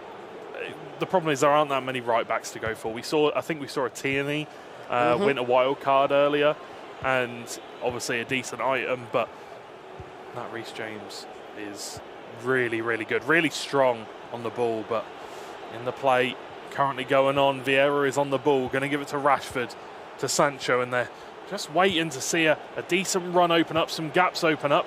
Finds Hullet out wide, Ronaldo in the middle, went for the fake shot to try and juke him out, but manages to defend well there in that situation, Hughesy. Very quick counter-attack coming out from Hughesy. Just going to be picked up here. Ronaldo trying to just hustle his way on through. Unfortunately, not to happen. Yeah, it's difficult for Hughesy right now. He's not getting too much of the ball. He's coming forward. He's trying to get anything possible, but I feel like this is something that Cosmin and Painter are doing really well. They're just holding the ball. They're kind of restricting their opponent from doing stuff, and this must be their game plan because they're doing it absolutely perfectly right now. Hughesy, sure, he got the 2 goals, but then all of a sudden Cosmin just said, right, no more. Yeah. I'm done now. Shutting up shop. And we haven't really seen anything else from Hughesy since. It's all kind of been going the way of Cosmin. We'll have to see if Hughesy can come forward here. They want to build and breed frustration. Yeah. That's it. Wait for that moment of over-aggression and then capitalise. But here, Hughesy is knocking on the door, George. Yeah, he is. He's got to. He's got to be starting. He's got to play aggressive here because if you're Manchester City, you don't really want to be dropping points here. No. I mean, well, same for Leicester as well. A win here could be the difference maker. It could definitely be. Vieira, though, gives the ball to St. Maximin, looking for Ronaldo in the middle. Cosmin wanted that pass to connect. That would have surely been a goal, but a good interception from Ruben Diaz, I think it was. And, yeah, I mean, I think every game is must-win for Man City. The expectations on the team, and that could be something that is a detriment to them. You know, the expectations. I know expectations is difficult, but, you know, Leicester playing absolutely fantastically. St. Maximin not going to be able to find teammate. Unfortunately, cut short. Ronaldo on the ball, back pass to Varane. Knocking it about with James. Vieira to get a touch and put it forward to Ronaldo on the wing. What can Cosmin do with this right now? That's a big switch on over to Cancelo. Back to Vieira. You can see it's just that slow build up, waiting for the opportune moment to strike. He is a Viper. Could this be it on the wings? Looking for that pass on in. Not happy with this moment. That was a mistake Cosmin made early, though. He came forward too fast and gave Hughesley the chance to counter-attack. But now he's learned from that mistake instantly. Painter must have spoke to him. Chanso, Hullet in the middle. Hullet with an absolute rocket into the back of the net on the volley. And that is the lead being taken by Leicester City. And that will be Cosmin taking the lead against Hughesley. What a goal. You have to remember, Hughesley got the first 2 goals of this game. For Cosmin to claw his way back on in to now put it level peggings. Level pegging. I mean, 1 goal up on aggregate, of course. Cosmin could be considering that all done and dusted, but I don't think that's going to be the way it all unfolds here. Still got a good chunk of time on our hands. Cosmin will still want to control this game. He'll still want to be playing the same, making sure that Hughesley can't get any opportunity. He's going to hold on to the ball, continue the same, and you can see right there, teammates. It's so important. There is a little bit of talking going on between Hughesley and his teammates. You can see they're having a little chat, but there's a lot of discussion going on between the Leicester players. So we just got a glimpse there. 4-Man City bringing in Coutinho. What will that add to him up there in the cam position? Coutinho's really good at threading the needle. His passing is phenomenal, and dribbling as well. Really good at dribbling. Coming onto the ball, you can expect him to really take the ball up in these midfield areas, come forward, start breaking down this defence, hopefully, spreading it a bit more, spreading the ball out wide a little bit more reliably, hopefully. Well, as we get back onto the pitch, 77 minutes gone by. Final, 15? If we're lucky, probably more like 14. Closing in on 13 now. B. Hughesley has to get one just to tie it up on aggregate, get that 1 point and draw. Cosmin, I think he's going to be looking for another. He's got to be. He's got to be looking for another. He's got to continue the same mindset. For the last 10 minutes, you've just got to keep your head in the game. You've just got to stay in the game. You can't lose focus here. If you lose focus, that's when Hughesley is going to punish you because he's so good at that counter-attack. Hullet to Vieira in the centre. Looking for routes, looking for avenues to move down. Nice little pass to St. Maximin. Back to Vieira and Hullet in the centre. You can see he does have players open, but it's just whether he can see the pass afterwards. Ronaldo putting it out wide to Sancho. This could be the opening he was looking for. The pass down towards the centre, but Ruben Diaz to get in the way. Phenomenal defending from Hughesley.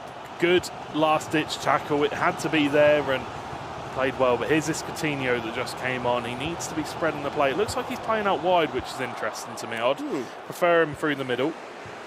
I think he's playing 4-2-4 now, Hughesley. He's definitely throwing everything forward. Rashford on the ball, plenty of players in the middle, and he's just got to hold on to it here. I don't think he minds. Kill time in the corner, that's it. Exactly, just hold on to the ball. It's a smart decision. You're coming up against one of the teams to beat, one of the top teams. Just need to be careful. Does play out from the back well. Look, Man City are one of the top teams. That's the team to beat, in my opinion, and holding on to the ball here guarantees that they'll win it, and that's just the right decision to make. I feel like the difference between this Leicester team and this Man City team is the experience. And Cosmin, you can hear the excitement. That was a big, big win for Leicester. Manchester City, whilst it was a beautiful start for B. Hughesy, we're talking about experience, and this is going to be a massive step, a massive lesson for this youngster.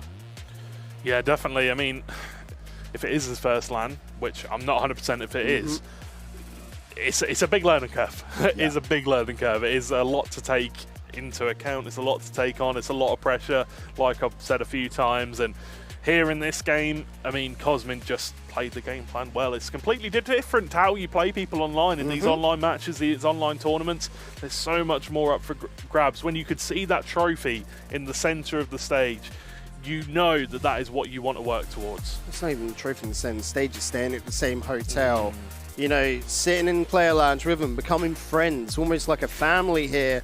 And then that all has to change as soon as you're on opposite ends of the screen in that pod.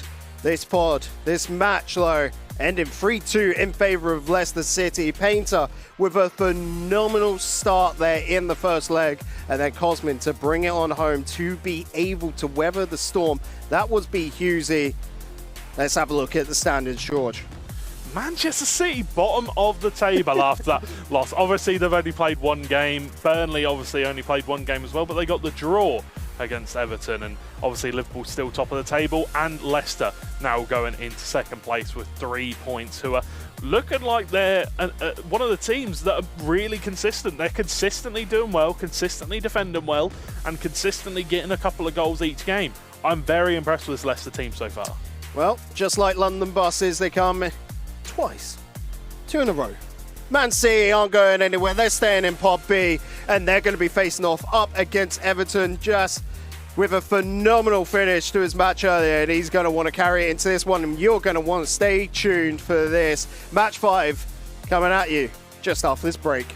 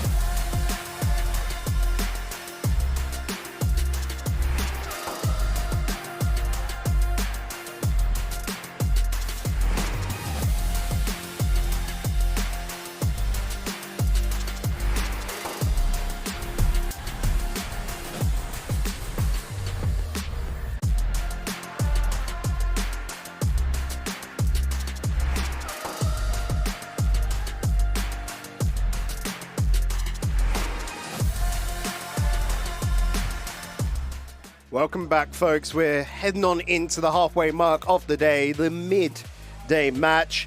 And, well, Everton versus Man City here, George. This is going to be a big one for the redemption run of these two teams. Yeah, obviously City coming into this, we were expecting them to have a lot of things. We were expecting them to be the top team in the entire tournament.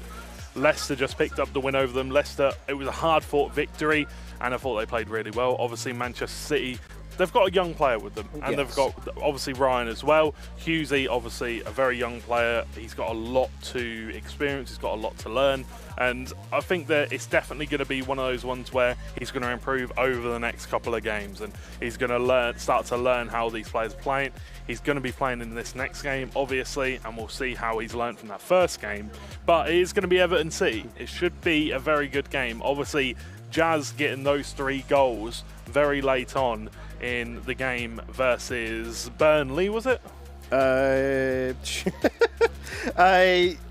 Yes. Yeah, it was a game versus Burnley. No, it was a game versus Liverpool. Sorry, it was a game versus Liverpool. Anyway, they were 7-2. Yeah, we were talking down. to Jazz afterwards, and he was like, we just got to go and win it. That's it. Like, they knew this was a difficult group. They knew it was the group of death, but they know they're still in for the running right here, and they are looking to these other matches. Of course, they haven't faced up against Man City yet. They're also looking at Everton and Burnley and how they're going to play, because they have already played Liverpool, and Burnley's still yet to play Liverpool today. Man City's still yet to play Liverpool today as our final match. But here and now, Man City need to get a comeback, and this is harsh. Us as casters outside, we're just talking. Man City coming straight into their second match off the back of a loss. They've got to pull themselves back up quickly, don't they? Yeah, they do. Obviously, we saw Ryan playing against Painter, and he didn't really get to do much. He didn't really get to show much. So we're going to have to see if he can do anything here against Callum. I feel like it'll be a completely different game against Callum here. Well, in a similar note, Callum against Tex earlier in that Liverpool versus Everton match, and Callum conceding 5-0 in the first game. He's got to pull himself back up in this game as well. So for these two players, not only these two teams, it is the redemption story right now to start off their day. Of course, Man City only just recently getting us started back in the last series at the end of round 2. But Everton here have had a nice chunk of time to go away from that Liverpool match, rest, talk over the game plan. Okay, where did things go wrong? Where did Tex, exploit our weaknesses? How do we patch that up and then work it into attack? Yeah, I feel like right now we haven't really seen the most that either of these two players have to offer. We haven't really seen their true potential, and hopefully we get to see that here as they will be getting into the game very shortly. But yeah, I feel like we've got to see a little bit more from both of these players, and hopefully we see that here. So both teams playing in their away kits for this one. Everton in the black with the orange strip, Manchester City all whites. And here we go, Callum versus Ryan. Who is going to get, I think the opening goal is going to be the big statement here. Both players are going to be wanting to hunt for it. Yeah, definitely. Ryan's one of the top players in the tournament, though, and he's definitely going to be hunting it right from the off. As we get into it, we are going to see which players these two players are using in their team. We get there eventually. But yeah, Kante, obviously we're going to see him there, whether it's going to be a higher item version or whether it's going to be his flashback item. We are yet to see. Sancho, João Cancelo, so we're seeing quite a few similar faces. There's Diaz as well, which has been on every team unless we've seen the substitution, I guess, of Rudiger in that place. Mara's seen a fair bit of as well, which is nice. On the wing this time. I think we've seen 2, maybe 3 players using that Mahrez card. He's a really good player, like in game. He's got the 5-star weak foot, 5-star skill moves on his, I think it's on his flashback item. Right. So he's definitely a usable item for these players. Obviously Sancho, 5-star as well. Rashford, I think Rashford's 5-star, 3-star, 5-star skill moves, 3-star weak foot. So a lot of these players have 5-star skill moves, which is really, really important. Yeah, that freestyle on the week for Russia as well doesn't feel like it is actually freestyle. Like, it's just there, like, you just putting that down or what? Like, what does that say on that one? Well, it's tough because obviously the players will force it onto his stronger foot, and with the green time finish, which they usually get, it helps. But the 5-star skill is so important because you need that to do the reverse elastico, the normal elastico, and that is, in my opinion, the most meta skill move this year. But either way, currently end-to-end stuff, both teams just kind of going back and forth, back and forth. Ryan getting a bit of possession here, but Callum takes the ball away from him, and he can now look for attack of his own. And yeah, I think hopefully Callum hasn't gotten too demoralised after that game from Tex, because everybody has off games. With the support of the team behind them as well, I think, yeah, he would have pulled himself back up with the help of the coach, of course, the whole team around them. Looking into this one, it's been 50-50 so far. Good chances so far for both sides, but no goals created yet. Berto Firmino, back to Kante. St. Maximin to Hullet. Going to send this out wide on the wing with James. Bring it back on into the centre. And it is all about crafting the opportunity. Yeah, it really is. You've just got to keep playing with that ball. You've got to push it around, try and get some room in the middle. You've got to spread the play. As you can see, the width of the defence when they're defending is not very much, and that should be offside. Maybe it is onside. Ronaldo through on goal. Ball roll round the keeper, and Callum gets the first goal for Everton versus Manchester City. Questions were there. Were his spirits down? Was he deflated? Demoralised after that 5-0 smacking from Tex? But that right there is the statement that he is not down and out. Everton still have a chance to make on through to tomorrow. They just got to make good on these last 2 matches. And Callum is a changed man. He is indeed. He's coming into this game and he's saying, I lost 5-0 in that last game. I've had my embarrassing game over. I'm coming back now. I'm going to do my best. Ronaldo coming forward, though, for Ryan. Does get tackled, and Callum can come forward again. Maybe here Callum can look to be on the other end of that 5-0. Who knows? But obviously 30 minutes into this game, both teams have had their fair share of possession, have had their fair share of opportunities. And for Callum now, I think he needs to take... I think a lot of these players need to take a page out of Painter's book in way of controlling the game, holding that possession. Ronaldo with a chance, so heads it down. Schmeichel will come out to collect it. Obviously, I kid. Everybody's got their play styles. I'm just a big fan of it's fine being a Painter fanboy. You know, there's going to be tons say that in chat as well. No, you wouldn't, would you? But that's because he's an incredible player, as well as Painter, I hear. But on the pitch now, it comes down to Ryan. A lot of weight on the shoulders of this Manchester City side, and still need to see the opening goal from him. Ooh, well defended. Well defended indeed. Kante coming through and defending that one really well with I think it was the second man press that probably pulled him onto it, but the ball's going to come out.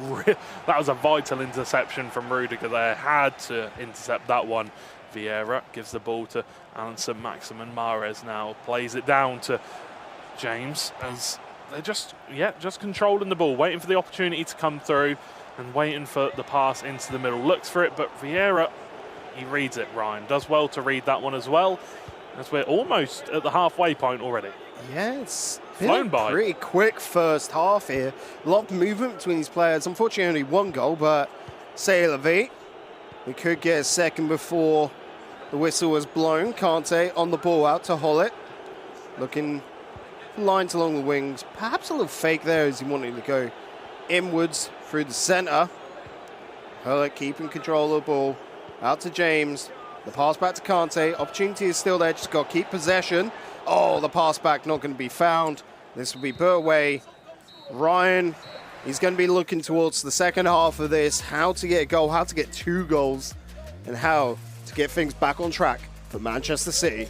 Yeah, a bit of a slow start to this tournament so far for Ryan. You know, obviously we expect big things from him. He's one of the best players around, and so far just unable to really grab that game and put his mark on it. But Callum doing a good job. I think he's a little bit behind on possession, but that doesn't matter. He found the first goal. That is all that matters in this situation. You get the lead, you keep on pushing forward, and that's all he'll care about. That's all those boys behind him will care about as well. And we saw the possession stat come up earlier, whereas 41% to 59%. And you're there going in the first half, that's an absolutely fine because you don't have as many passages of play. Yeah. The possession stat really comes into question about the 70-minute mark, doesn't it? Where you get a good overarching view of how the game's been played. Yeah, definitely. I feel like right now it's both players are having their chances going forward, and obviously they're being put on the back foot trying to defend as well. But I feel like the only difference is Callum took his opportunity and he scored it. And Ryan, I think, yet to have that 100%, that 100% chance. Well, Ryan hasn't scored a goal yet, and I think that's the monkey on his shoulder he needs to get rid of, right? Yeah. As soon as he can get that opening goal, he will start just throwing them on in. He won't stop. There'll just be goals thrown at you left, right, and centre. But it's that first one which is the most difficult, especially when you've got Callum there denying them. And goal droughts happen. They happen in sports in real life. They happen in esports. Some players do have bad runs of form. Well, Jazz, who we saw earlier up against Burnley, couldn't get a single goal. Goes up against Liverpool, gets 5. Exactly. It's exactly that. And that's, what other... you can't use any other analogy better than that. It's just... Because it's relevant. Exactly. It is perfectly relevant. Recent as well. Yeah, and... there is a chance coming forward. Ronaldo gives the ball in the middle, looks for Sancho, but unfortunately just a little bit off balance in that situation. Couldn't control the ball, but comes straight down the other end, Ryan. And this is the thing. He hasn't scored a goal in about 140 minutes here. And if he doesn't score in this game, will that start to have an impact on his play? And I think that's a free kick going the way of Callum there. Time, short pass to Vieira. Rudiger to send it down towards the mid. Not going to be able to get the interception. And it was close there. Cam playing a little bit risky, but he is trying to pull out those midfielders from Man City. They pick up here by De Bruyne, but playing it conservative. Conservative start, and to the second half, you need to just work your way into things. You don't want to rush into things and give your opponent counter-attacking opportunities. We saw it in the last game with Cosmin. He kind of rushed into the game and gave paid the price, a couple of opportunities. And he did, and he had to fight back.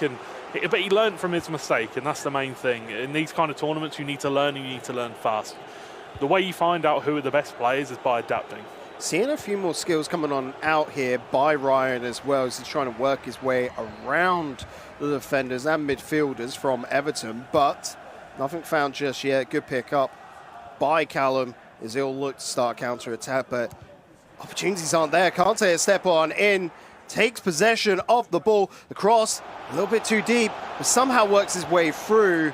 I don't think there was the touch in the end. No, so it will be a goal kick. Rudiger did really well there to get on that ball. If not, Ronaldo would have put it in the middle. So Maximum was there and he could have buried it. And that would have been 1-1 and that would have been the game's turned around. But yeah, so far, obviously, really well played from Callum defensively. He's doing really well on the defensive side of things. Ryan, he's coming forward. He's trying to break down that defence, but he's yet to have that breakthrough. So you will see Eto'o step onto the pitch for Everton. And both players, of course, having a good old swig of water. Stay hydrated, chat. Posture check. Exactly. Posture check, stay hydrated, stretch. Oh. You got to do it. It's got to be done. You got to do them. If not, you'll get cramps in your back, You'll have a dry mouth, and nobody wants that. Nobody wants that. What I do want to see is more FIFA action, and lo and behold, here it is. We get back onto the pitch. 65 minutes on in. 1-0 in favour to Everton. Is still the first leg. Still so much left to go in this matchup. So much time left to go. Plenty of time for these, for us to find out who's going to be picking up these 3 points or maybe even 1 point apiece. Who knows? But yeah, so far Everton, deservedly winning the game. They had their opportunity. They took the opportunity. Let's see if Ryan can get one here. João Cancelo run it down this left-hand side. Can he find anyone in the middle? Anything at all? Forced to go all the way back to Rudiger. Kante now finds De Bruyne in the middle. Green time, finesse. But Van der Sar, you know, he's experienced. He knows that was coming. Van der Sar has definitely been a difference maker for the players that have picked him today. But you don't want to be putting your goalkeeper in that position. Beautiful chance for the opportunity, and Van der Sar does come on through, but picking that up in the midfield, well done by Ryan. But Hullet just, he is a tank, a brick house, nothing's getting past him. Yeah, literally, he's an absolute brick. You can't get through him. He's so tall, so strong, fast, amazing dribbling, passing. Man's got everything. But something I did want to say is Ryan actually has Schmeichel in goal and Callum has Van der Sar. So this is what we're seeing here. We're seeing the cost of not having Van der Sar in goal. Eto, though, in attack. Let's see what they can do. Taking it all the way down the wing. The low cross. Defense getting in the way. Ronaldo has picked this one up. Perhaps a foul? No. Get up. Got the ball. Got the ball. It's a fair tackle, but 78 minutes into this game, Everton still holding the lead. Manchester City yet to bite back. And Ryan trying his damnedest. He's trying his best to get back into this one. De Bruyne on the ball, coming forward. Ronaldo now. It's a lucky little bit of play, and Rashford gets there, and he fires it into the back of the net. Ryan gets his goal. He's not going to celebrate. He knows he needs to do better, but he brings it back to one apiece. The successful sequence coming on out there from Ryan gets the opening goal for him. Wasn't able to find a goal in that matchup against Leicester, but here, up against Everton, he finds one. Still time for a second, though. Is that going to be the floodgates opening for Ryan, potentially? Because that was almost 180 minutes of FIFA where he hadn't scored, but he's finally got his goal. Let's see if he can get another one before the full-time whistle is blown. Lucky little, it was a little bit of a bounce in the box, and Ronaldo came out on top, but, you know, you take those. In these tournaments, in these kind of situations, you take those. Vieira back towards Hullet in the centre. Marcelo out wide on the wings. Beautiful pass on in, but Hullet was tripping on over a player. Is that Rudiger there? That was close. No. It was Rudiger. It was. that was very close, to be honest. That was, you know, he can't move. It's not going to be a foul, but either way, Vieira on the ball for the build-up play for Ryan. Kante. And yeah, I mean, Ryan's just got his goal, so I'm pretty sure he's going to be happy going into the second leg at, you know, at a level pegging, but looking for the over-top ball, almost finds it. Last chance is going to go the way of Ryan. He needs to take it. St. Maximin on the ball. St. Maximin still on the ball. Raylan Tannen. De Bruyne is the onside. De Bruyne gets the goal. Ryan takes the lead, and that is a 2-1 lead. Man City going to pick up the win. We questioned it. Will that opening goal open the floodgates as well? And there is your answer. The second coming on through. Man City to take it 2-1 in the first leg. Going into that second leg, well, we saw what Jas could do earlier. He's got to do it again, but, I mean, Hughesy is a different beast, it seems, today. You can see Callum's disappointed. It might even be looking to see if it was offside or not, because that was, it was definitely close. It was fingertips. But either way, for Ryan, he will take it. We said, can he get that goal? Can he get another goal? Can he potentially take the win? And, yeah, he's definitely looking whether it's offside or not. But either way, Ryan picks up the win. He had the better possession stats. You know, I feel like he was always there in the game. He was always coming forward, trying to break down the defence. And in the end, I feel like he did deserve it. Oh, yeah, and you'd love to see a player really step on up. As you said, Manchester City were a threatening force coming into this tournament. The opening game, going up against Leicester, people will probably be questioning it. But here, up against Everton, you can see it. You can indeed, and it's going to be Hughesy going up against Jas, and it's kind of like the old guard coming up against the new guard now. One of the youngest players coming into the tournament against one of the veteran players in this tournament. We are going to have it coming up after this break, where we'll have leg 2 of Everton versus Manchester City.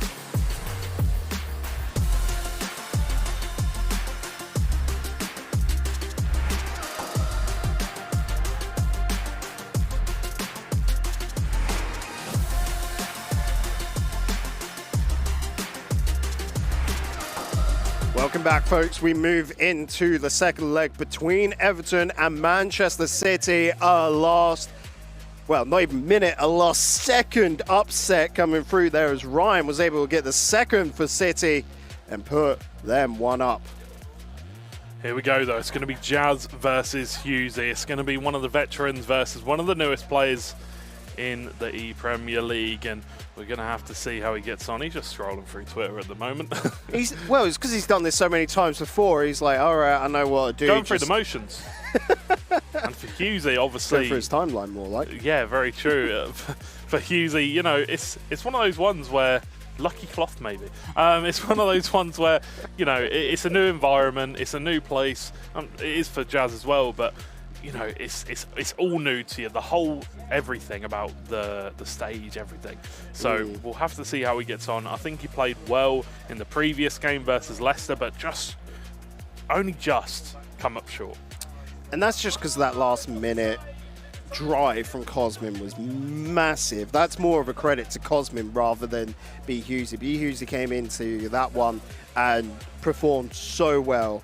But here, when we're looking at Jazz, that performance going up against Diogo was incredible. But can he bring that same amount of energy? Does he still have enough energy left in the tank to be able to take on this young gun?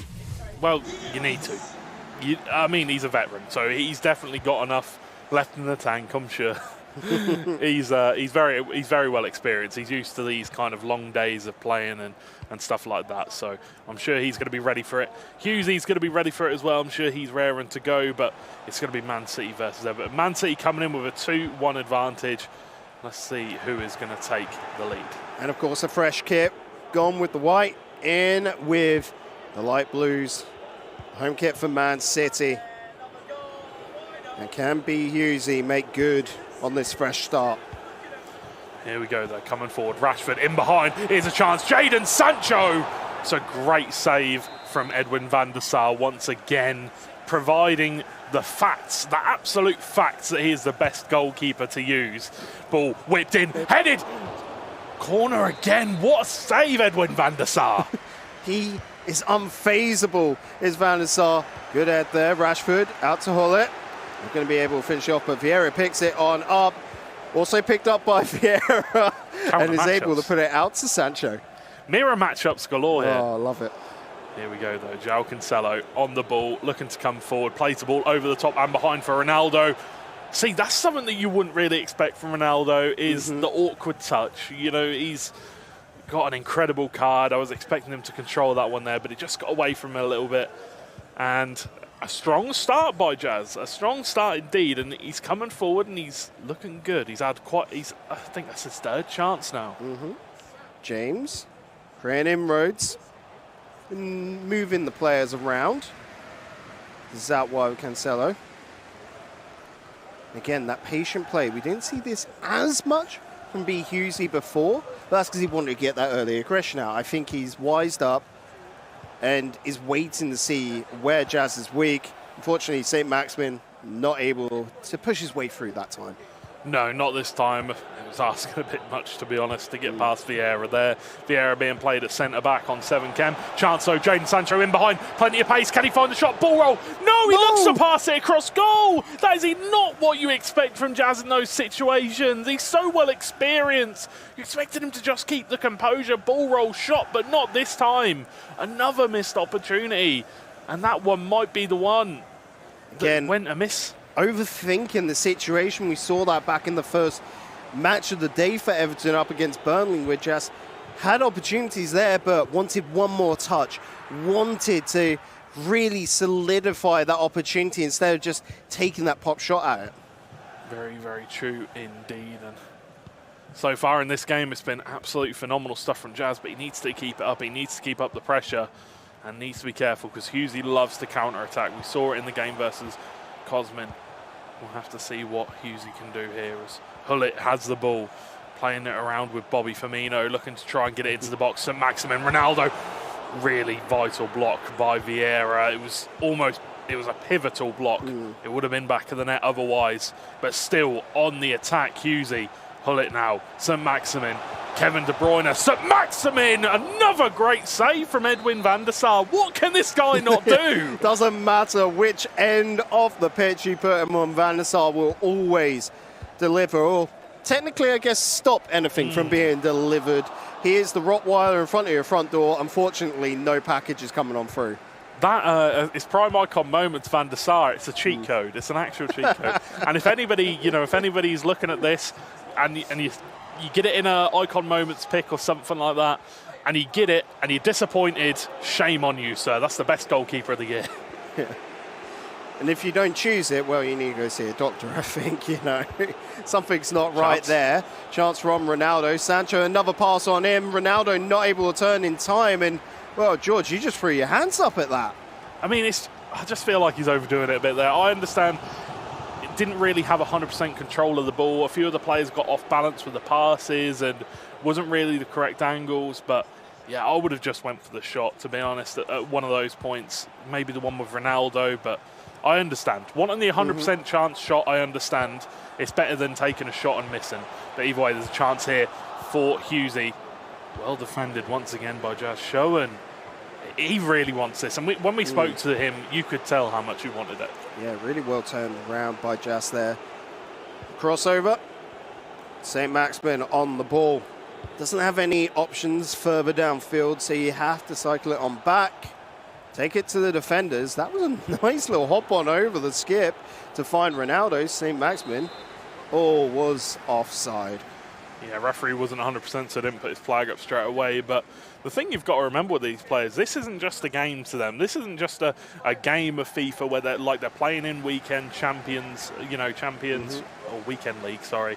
And there's money up for grabs. There's prize money. This is their job for these players. This is their career. It. This is a lot for these players. And some people might think, oh, yeah, they're playing a video game, but this is massive for them. This is a lot of money up for grabs. It's a lot of reputation up for grabs as well. It's very, very important indeed. Ronaldo with the pass, but intercepted by Jorginho. That Team of the Year item, absolutely incredible card. I think he got something like a 26 or 27 shot increase. Rashford coming forward, though, with the ball. He's so fast on the ball at bringing it forward. St. Max, ball roll, gets past Diaz, maybe look for the pass in the middle. Reverse Elastico finds Ronaldo in the middle, who still somehow has the ball. Hullet will say, enough of that. I will take the ball. Well, Sancho. Oh, good. Good tackle from Hullet, but doesn't last so long in the hands of Jazz. Hughesy again, the slow down, a much more well thought out game. Not going straight for skills. The first half comes to a close. George, what can we take away from that one? Well, Jazz is coming forward, and he's coming forward a lot. He is aggressive. You see him coming forward. He's had quite a few opportunities, and Hughesy's defending quite well as well, but I feel like right now in this game, although it is still 0-0, I feel like definitely Jazz is probably the better of the two players right now. Maybe it's because of the experience factor. Maybe it's just because he wants it more. I'm not too sure, but Hughesy obviously working as hard as he can to try and get the ball back and trying to get these opportunities of attack. But right now there are just no holes opening up for him. Quickly back onto the pitch, still 0-0 here in the second leg. 2-1 on aggregate in favour of Man City. It's all down to that man on the left, Jazz, to turn things around for Everton. But Hughesy, I mean, he won't be happy leaving this on 0-0. He won't be happy with a 1-0. He wants to dominate this game because, straightforward, he's trying to make a name for himself, and really, he kicked it off well in the last matchup for City. But this has got to be stepped up to the next level. A close turn there by Rashford, but well defended once again by Hughesy and by Vieira, to be fair. But ball played out wide, a lovely switch, and João Cancelo's got so much space to run here, but immediately closed down. That's the thing, the pace on all these items, is so difficult to capitalise on any of these opportunities of space. It's why I love playing in silver only matches, where you're just you have to pick. You can get pace, but you're as fragile as a stick, you know? Even this year, though, silver items, you know, there's so many good ones. You know, I think there's a De Bruyne, a Pogba one, there is a Royce one, a Reinier one, and they've all got like 87 pace or something. It's nuts. Like, for silver cards, they look like, you know, regular 88 rated cards. Well, we just saw there, Just was able to get in, Hughes was able to get into the box, but not really able to do much more with it. That backline defense is just so strong for both sides. And then, well, when you can beat the backline defense, you've got a Van der Sar to deal with. João Cancelo, Bobby Firmino, St. Maximin playing the ball over the top towards Sancho. Lovely little ball roll, and just to get it past Ronaldo. Another great save by Robin van der Sar. There's a reason why he is an icon, and he's proven it here. He's playing absolutely fantastically. Roberto Firmino on the ball. Maybe going to look for the finesse. He's not being pressured much, but blocked straight into the path of Hullet. Does retain possession though, Hughesy. And he can slowly build up this attack once again. Not able to find anything though, that's the question there. Good interception by Vieira. Jorginho, first time we've seen him today actually. Yeah, it is. He's been on the bench for a few players, but this is definitely one of the first times we've seen him. St. Maximin, ball whipped into the middle. Ronaldo, van der Sar does not mind. He is putting his life on the line there and protecting his goal at all costs. Rashford, though, for a goal. Reverse Elastico, finds Ronaldo! And Jazz has done it. He's found a way back into this game, and Everton have tied it up with Manchester City. With it all tied up now, the pressure is on Hughes. Jazz, we've seen before, when given one goal, he will move on. He will find 2, 3, 4, heck, even 5. Hughes, what is going through his head right now is he needs to be able to reclaim this one. Well, this is hard. This is hard right now for Manchester City and for those two players, because if you lose this game, you're 0-2. That is scary for a team that was supposed to be one of the best teams coming into this tournament. Everton go on and win this, though, and they're sitting on 4 points. That draw up against Burnley earlier, 1 goal for either side. And that was such a close series. Burnley, again, like we were saying, were the wild cards in this group. But Everton, having more trust through their experience in themselves, they could just sneak this. That quiet confidence, being able to back yourself up, really showing here for Everton. Yeah, definitely. I think Jazz just showing that he's just got that desire, that burning passion of FIFA, and he wants to get back in this game, and he wants to win this game, and you can see that here. But the question is, does Hughesy have what it takes to take it away from him? Does he have what it takes to really put, well, if Man City win this here, that puts Everton out of the tournament pretty much. I mean, unless there was some ridiculously low probability scenario. But either way, just needs to win here. It's do or die for Everton. Yeah, it would turn into a sort of like 4-point case where there's another draw going on as well. And, you know, it all comes down to the goal differential. But Everton, if they can win this now, they're truly cemented back into it. After that, it'd be Man City having to look to win 2 of their games and then be in an even more difficult position. But as it currently stands, it looks like Everton, well, I think would be okay with a draw here, but they want that win nonetheless. And the thing is, if they do lose here, they still have to play Liverpool. Yeah. And you need to win 2 games. And to put that much pressure on these 2 players is, that's scary. That would be scary amounts of pressure, because, wow, that is a very difficult opponent to come up against, especially when you need to win. But it spurs some players on, so you never know. And as you can see here, Jazz just holding on to the ball, passing it around, waiting for that golden opportunity to arise.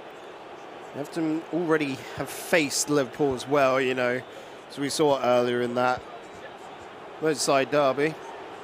It was a good series. If you missed it, if you're only tuning in now, do yourself a favour, after the broadcast, go look back over the VOD. Oh, it was a spectacle to behold, definitely one to remember for the day. But, as you said, Man City still the face against Liverpool. That is the titan in this group, no doubt about it. And, well, Everton already having that match gone. It's the expected loss. they're feeling pretty good considering that matchup, and they looked good in it.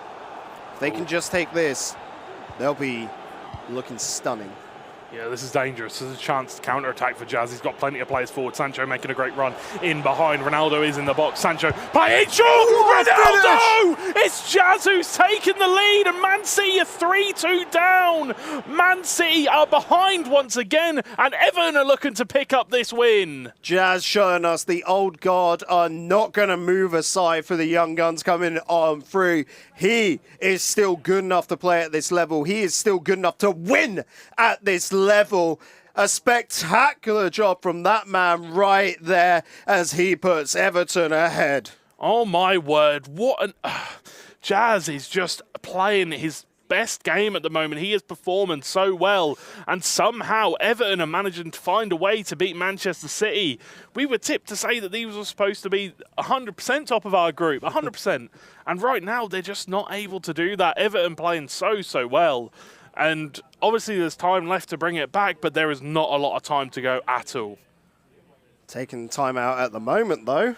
I'm wondering what changes are coming on through. It looks there for B. Hughesy. He's all set on in, and just, I think, just letting this one stew. Yeah, just doesn't need to make any changes. He's in the driving seat right now, but if he can just get into B. Hughesy's head, why not? Take a breather as well. Just take a minute, realise that you've just scored that goal, calm yourselves down, you know. 5 minutes. B. Hughesy has got time for 2 plays. I think 3 might be pushing it, you know, to try and reclaim. It's got to make good. I think bring it back to the draw. Taking the win, it's probably asking too much at this point, but a draw still on the table. Draw is still on the table for Man City, but Jazz has been defending really well as well. And I'll be completely honest, I don't think we've seen too many opportunities from Hughesy, but there is one here. Roberto Firmino coming forward, Ronaldo on the ball, Ronaldo with a shot. Great save from Van der Sar again. Didn't have enough power to beat the Dutchman, didn't have enough power to beat his safe hands, and coming forward Jazz, and it does look like Everton are going to pick the win against Manchester City. They'll celebrate, they'll give each other a hug as that. They definitely have to work for that one. They knew it was going to be a difficult job to make top 2. They knew it'd be a trial by fire, and they are taking each and every step. Well, it looks like they're striding, quite frankly, right now, as Everton will be moving up to 4 points to their name, still with one more match left in the group stage. But that has just given them the spark that they needed to start the fire to push on through to that top 2 finish. Yeah, definitely, and I think you've got to give a big shout to the coach and staff of Everton as well to for keeping their heads in it after that game versus Liverpool, as that was that was a hard one for them, with Jazz getting the goals back and obviously Callum losing 5-0, and big shout out to the coach and staff and everyone that helps them through that. But honestly, commiserations to the Manchester City players right now, because it must be. It wouldn't surprise me if it was taking it quite hard, usually, on himself, because when you're a young player and something like that happens, you do get quite disappointed in yourself, and you can tell. You do blame yourself a lot, and it happens, but, you know, that's why you're in a team for it, and you've got to pick your teammates up. Well, they've only played 2 matches, City. When you look over towards Everton, having played 3, and they're currently sitting on 4 points, City are still in the running. They know it's going to be a difficult job, but nonetheless, at the end of the day, the best team comes out on top, and in this one matchup, Everton were the better team. But there's still so much more matches left to go. Like we said, this is only the halfway mark. This is only halfway through round 3, George. Exactly. We are at the halfway point. Whoa, we're halfway there. But, yeah, you know, I mean, I didn't want to, but I had to do it. Why not? And, you know, we've got so many more fantastic games coming up for you, ladies and gentlemen, tonight, and I can't wait to get into them all with you. But as you can see there, Everton picking up the win over Manchester City. Manchester City currently 0-2. Everton currently, you know, doing pretty well. You know, we spoke to Jazz. He said that they need to win these next 2 games, and so far, this was the hardest hurdle for them. They're doing it. So as we look at the stands currently, You can see Everton already playing 3 of their matches. Everyone else sitting on 2, bar Burnley, who have only played once so far today. And, well, that's going to change sometime soon. As the next match coming up on your screens is going to be Liverpool versus Burnley here in Group B of the ePremier League finals. It's the group stages, and this one is going to be a screamer. We'll see you on the other side.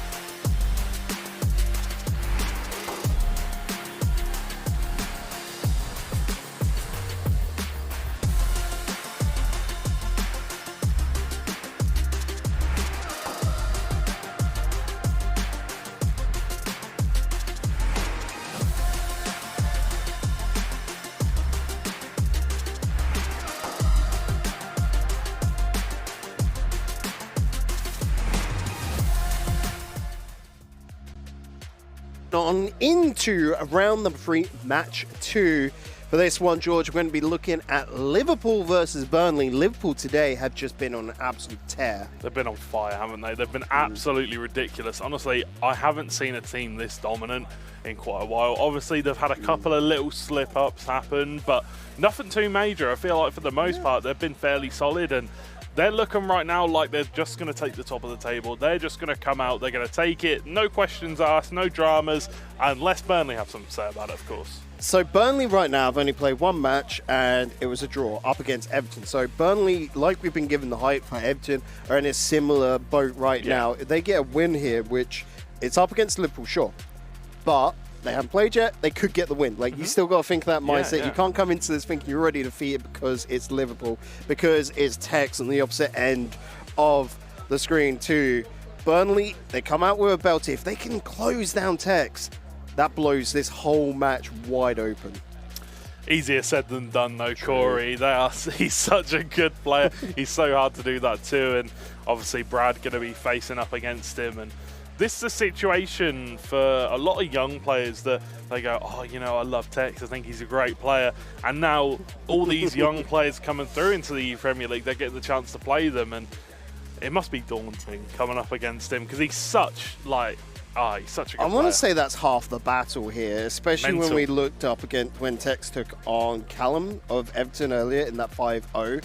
It was 4-0 in the first half and then just 1-0 in the second. And that was because Callum had got over the fear factor there and had got his head into the game.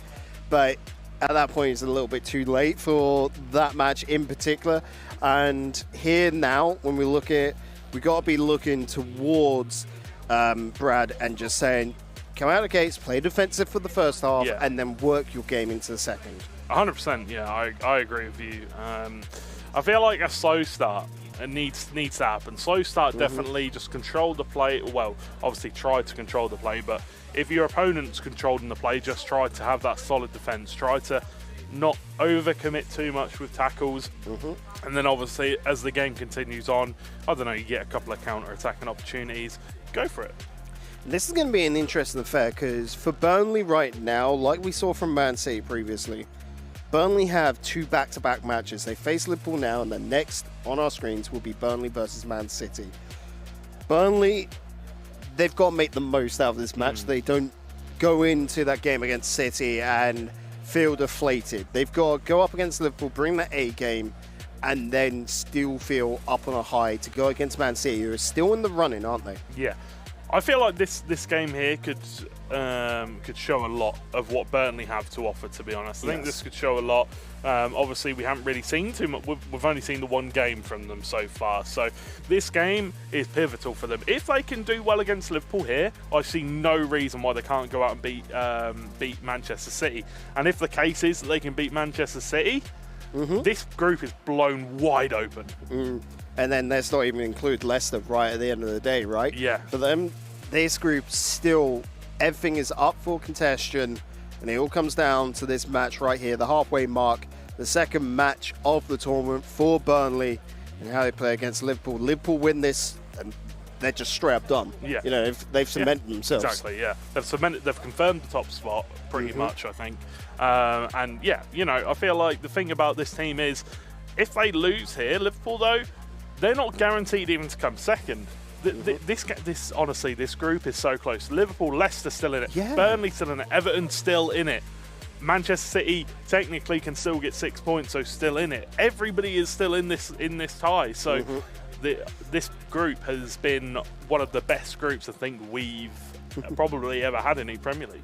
Well, that then goes into the play of what happens if Liverpool win it, because Liverpool versus Man City is the last match of the day. If Liverpool get the win here and they're cemented top spot, do they relax that last City, which then is best for City to just near enough come back into it, because Liverpool don't have anything more left to prove. They're cemented, they can relax a little bit. I don't think that's going to be the case, because both Tex and Diogo will want to be a team that completely goes out of the group stages with the 12 points and cements themselves into that playoff bracket like yo, we're here to win everything. We're not dropping a single series. Well, you can see it in his face. In terms of mentality, they don't care who they're against. They will want to beat everybody. They're you can see it in the way they go about themselves. They're very prideful. They want to win every single game, and we'll see this here. Whether they, obviously we'll see in this game what happens, but if they go out and win this game, then I think that they could potentially go on just a win streak throughout the whole tournament. But obviously it depends what Burnley can do, because we really haven't seen that much from them. So, of course, Liverpool in the home kit, Burnley in their away kit. So we're underway. Liverpool going left to right, Burnley right to left. Tex versus Brad. And it is Brad on the ball. Good little passing play down, but that was a heavy tackle coming on out there from Liverpool. Yeah, Brad's starting off early and fast though, so definitely going against what we thought was going to happen in a slow start, but completely depends on how his play style is and what he's comfortable with. But Tex automatically slowing things down, holding on to the ball, plays the ball over the top though for Jadon Sancho, who is in a little bit of trouble. Manages to find Ronaldo though, and this dangerous opportunity. Kante cuts out. He called his bluff. He thought he was going to go for the shot, but no, went for the pass. Sancho on the ball. Back pass to Varane, putting it out wide to James. Nice little passing place to send it down the wing. Maxman not going to be able to keep a hold of that. It'll be a throw in for Liverpool. Will be indeed, and Tex can regain possession of the ball. Kevin De Bruyne going to pick it up, and yeah, I think what we can see from Tex here is he's just waiting. He's just holding on the play, and he's just waiting to see what happens. And he had that opportunity, and maybe if he'd have shot, it would have been a chance, but all played over the top, took a deflection, and we'll go back into possession of Tex. Good opening portion for Brad here up against Tex.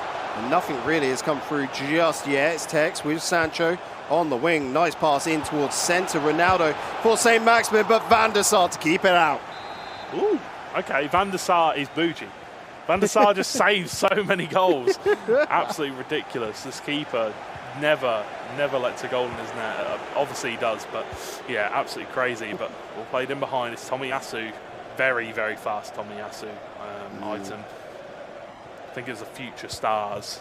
So, as well, Tex with the Schmeichel goalkeeper as well. So, again, it's a little bit of difference, confidence in his own defence, not to require the Van der Sar.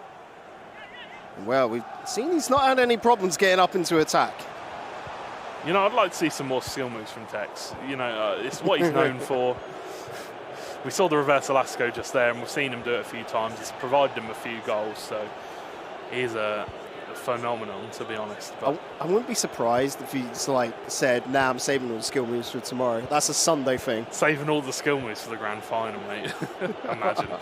Mahrez coming forward, though. The pass will be deflected, and so far in this game, it has been fairly close, to be fair. Fairly close contest. Both players getting an opportunity each. Obviously, Tex coming forward. I think he's been more decisive going forward. He's been very direct with his play and knows exactly what he wants. Sancho, though, however, coming down this wing here for Brad, for Burnley. Great tackle by Tex once again. Really, really good defensively. I mean, Brad is finding routes downfield. He's cutting through the defense like a pair of scissors. But the issue is getting that shot on net. Not convincing just yet. Mahrez, massive through ball, but of course, way offside. I was about to say, surely that's offside. The camera was so quick, I was like, oh. But yeah, 25 minutes in so far. Honestly, Liverpool versus Burnley has been a decent game so far. And what we saw from the Burnley game to start with, it was 1-1 in the first leg between Brad and... I'm not too sure. Callum. Brad and Callum. And then obviously in this game so far, it's been, been fairly similar.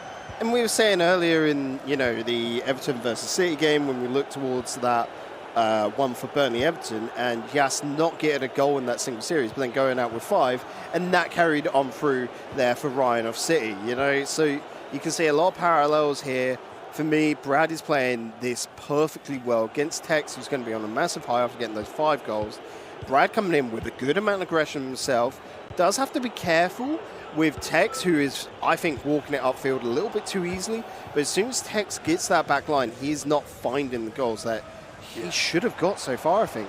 Yeah, definitely. I mean, look, he passed the ball across goal. The shot was on. Brad called his bluff.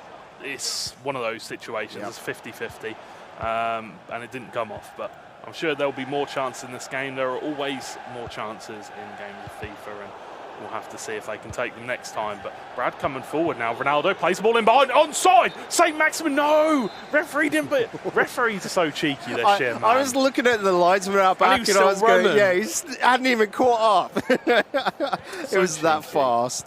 So back to Ruben Diaz. Ronaldo trying to get onto it, but unfortunately not to be. Hullet out wide towards Sancho, back to Hullet. Sancho is there, of course, lingering about. He's got tons of space to walk into. Looking for the pass to St. Maximin. St. Maximin blocked out by defenders. Sancho is there for another bite of the cherry. But with that tackle, that foul, it's our first penalty. It's our first penalty of the day. We haven't seen one yet. Ronaldo stepping up to the plate. Sent the wrong way. Tex takes the lead. 1-0. Ronaldo going to be burying that penalty. 1-0 to Tex. And again, it doesn't matter how you get it. Penalty, a bit more in the favour of the penalty taker. But I'm looking at Brad over there. I think he's okay with that. It's only one goal. He's got the strength to still pull this back. I was surprised it was a penalty, to be fair, but either way, Tex buried it. That's all that matters. 1-0 lead for Liverpool. Burnley, Brad needs to come back from this one. He needs to try and get back into it because Diogo's a very good player in the second leg. He's very good at what he does, and Josh going to be going up against him. It's going to be a close contest, and honestly, I think most of these matches today have been close contests within, like, obviously a couple of matches, but so far in this game, Tex has been doing really well on the possession side of things, but really yet to put his stamp of authority on it. Ruben Diaz out to Tomiyasu. De Bruyne. Nothing really found, but a long wanting ball all the way down to Sancho. Well, that's an opening and a half. Looking for the pass on in. It will be ran off. It's a goal kick for Van der Sar. It is indeed. And so far in this game, there might be one more chance. I think we will hit the half-time whistle, though. Varane's going to clear it away, and there you go. That's going to be Liverpool holding the 1-0 lead at the half-time whistle against Burnley, and it's been a very close game so far, to be honest with you. So as we take a little think of that 45 minutes, Tex here, definitely the aggression is looking good, getting the ball downfield, but it's that finishing touch which he's lacking there, and the thing is, for Brad, he can't count on that to continuously be lacking. There will be more goals. So it comes down to Brad now to find goals of his own. And I think Brad, to close out the series with a tie, with a draw here for the first leg, that's got to be the goal, right? Yeah, I agree. I think that right now, for me, Brad just needs to continue what he's doing. He's had a couple of opportunities going forward, and I feel like he's got the, he knows when he's going to get an opportunity in behind. He knows when he needs to play that ball. So we are going to see him come forward more often, hopefully, and we're going to see him hopefully get some balls in behind and see if he can find those. But so far, Tex has been doing a fantastic job of stopping that from happening because we haven't really seen too many clear and obvious chances for Brad. When Brad has broke through those quick counters, there's not been an option afterwards. He's been able to get the ball downfield, but there's not been a player in the box to be able to pass to, and then he's just got to try and stall up in the corner, which eventually Tex is just going to be able to overwhelm with 2-on-1. Yeah. And that is a credit to Tex through and through, but Brad showing that if he can just link up, he's got the puzzle in front of him, but the pieces just haven't fit into place just yet. Well, that's the problem with going fast. That's the problem with going fast in these situations is, you can rush things and you can play the ball through on goal, but it doesn't matter if you haven't got anybody there with you. Chance though for Tex as soon as we kick off this game. Sancho, look, lovely elastico, plays it to in the middle to St. Maximin, and Tex has a 2-0 lead here. He gets his second goal, and that one is going to be absolutely pivotal in this game. 2-0 to Liverpool. Feisty start for Tex here in the second half. He's not going to wait around 3 minutes, and he is back on track for a win. Mahrez out of Kante. Sancho to Hullet. Back towards Varane. Taken up on the wing. But now the pressure is on Brad. How does he turn this around?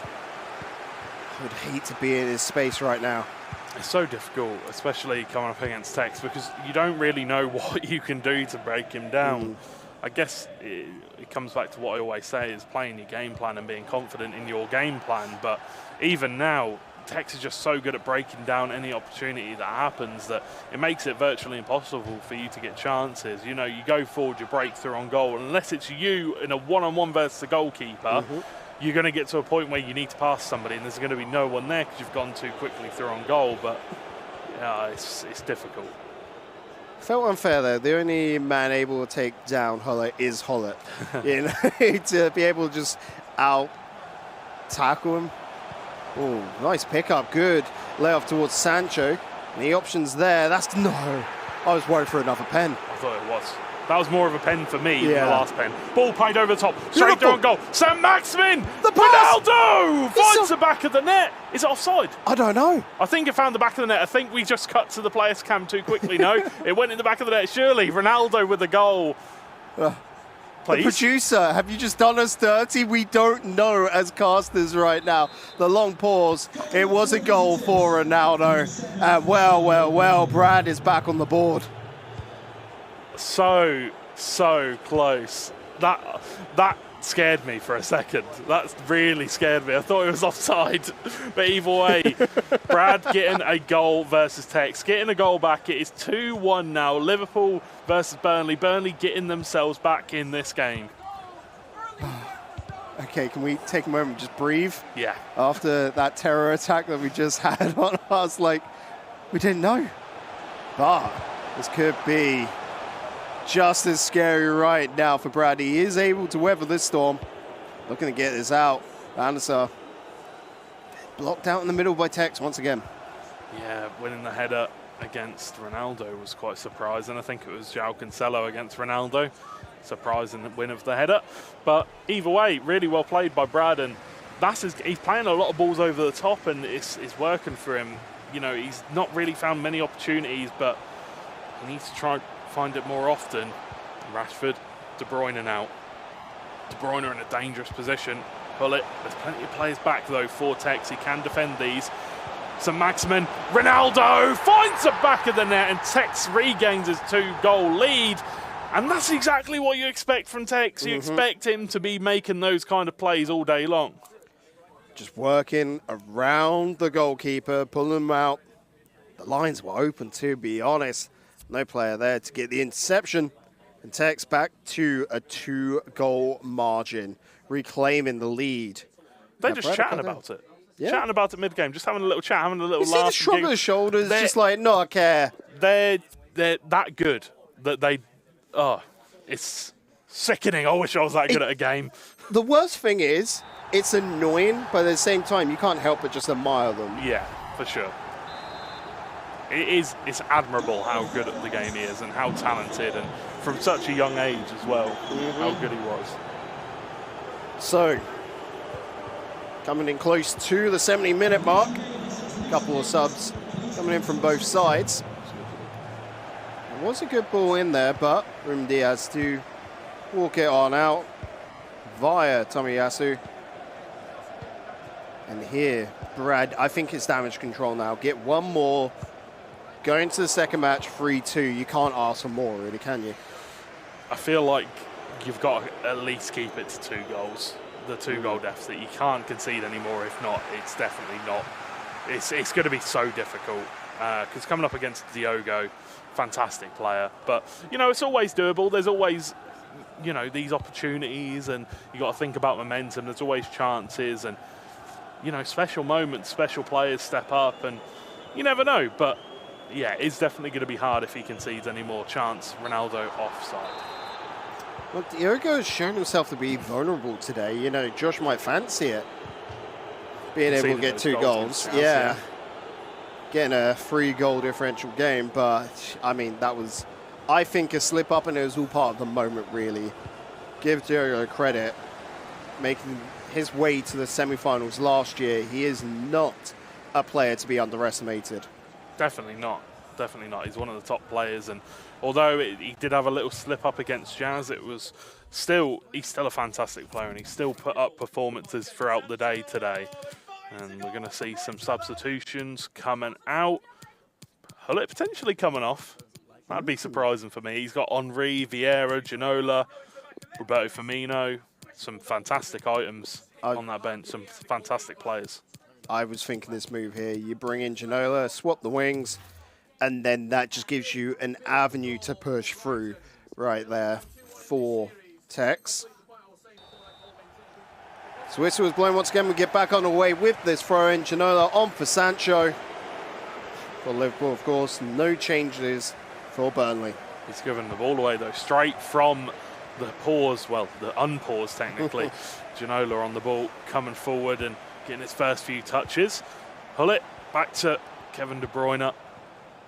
It's Alan St-Maximin to Ginola. They're coming forward now. There's plenty of players in the box. Can he find anyone, though? He's going to be forced to go back. He's twisting and turning, though, and he's managed to get the better of the defender. Ginola's still here. Ginola looking for the pass to someone. Is he going to find it? Finds Alan St-Maximin to Ronaldo, and that's just patience. Patience from Tex, and he finds the back of the net, and he gets his reward for being so patient. A game of chicken between Tex and Brad, and, well, unfortunately, it was Brad to blink first. Tex going to get the fourth to come on in, and, well, he's not sated yet. He wants to go for the fifth, dispossessed. And Brad, you've got to make good on this final chance. Get your second goal, try and close that gap, otherwise this could start running away. Ball goes out of play, and, well, Tex with a 3-goal lead currently. Now, going into the second leg, obviously, it's going to be Diogo going up against Josh. And obviously, Josh is a great player. Diogo is also a great player. I feel like Diogo just about has the edge on him. The question is, can Josh make that comeback happen? I feel like you need to come out fast. We always say you need to come out slow and, you need to try and control the play, but I feel like he needs to come out fast and he needs to get goals early. Because if not, Diogo will control the play. He needs to do what Jazz did at the end of that last game. Start throwing men forward and putting pressure on him. Oh, dangerous position for a free kick here with Ronaldo. Feel like he might go short for the pass, though. He will do that. Go short to Cancelo. Nice little roulette, but I don't think anything will come of it. Vieira with the interception, still on the ball. Forced to go back to James as the attack looks like most of the venom has been taken out of it. Still coming back, though, and Ruben Diaz will just take the ball away from him. Basically pick it up, steal it off him. That's fine. The change come through from Liverpool, where the ball's to the midfield. Keep control, and with that, final whistle, it's Tex taking down Brad 4-1. Nice little bit of sportsmanship between the two players, but yeah, Tex showing that he is just as good as he says he is, and one of the best players in the entire competition, maybe even the best player in the entire competition, who knows. That's definitely one that he'll have to prove when it does come to potentially tomorrow if they do end up qualifying. But as you can see, 4-1 to Liverpool in this first leg. And coming up, we do have the second leg between Diogo and Josh. What's your prediction for the second leg? I think Josh is going to be able to get a couple of goals and close the gap, but right now, Liverpool look unstoppable. I think they might just come out on top, and that's me taking the easy route. Burnley still in the chance here, still able to bring it back, but they are going to have to get 3 goals ahead just to bring in that draw. Guys, it's all going to unfold after this break. Don't go anywhere. More action to continue.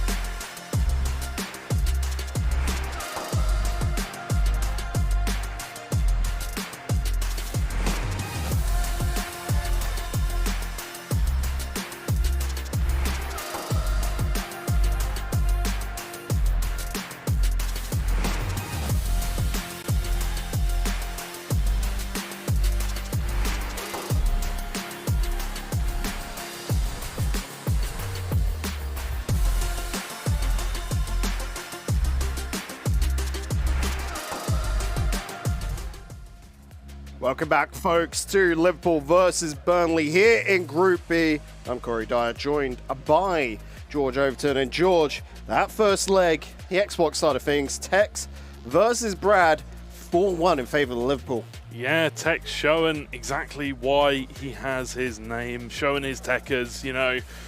He's got some serious ability, that lad. He's just so good, isn't he? He just seems to create something out of nothing, and the persistency as well, you know, the relentless attitude. When he gets that ball and he's twisting and turning with, I think it was with David Ginola towards the end of that game, and just twisting and turning, waiting, trying to find the pass into the middle. Just didn't stop. He didn't pass it back. He was like, this opportunity will come. I'm in a great opportunity here. And he played it into the middle and he found it. He found the opportunity, found the goal, and there's just something about him, man. Just a little bit of dancing, doing the twist up in the corner, you know, that's all you got to do. And eventually the opportunity will open up. But here and now, as we look towards the PlayStation 5 side of things, it will be Josh for Burnley going up against Diogo of Liverpool. What can you tell me about these two players? Well, obviously we know Diogo came second last season. Last EPL, so obviously a fantastic semi-finals, sorry, fourth. That's what I meant. Sorry, second in the second, whatever. Second in your heart. Second in my heart. And obviously, I'll be honest, I don't know a tremendous amount about Josh other than what we've seen today, but I do expect him to be a fantastic matchup here for Diogo. The question is, does Josh have what it takes to come back in this match? Does he have what it takes to bring Burnley back into it?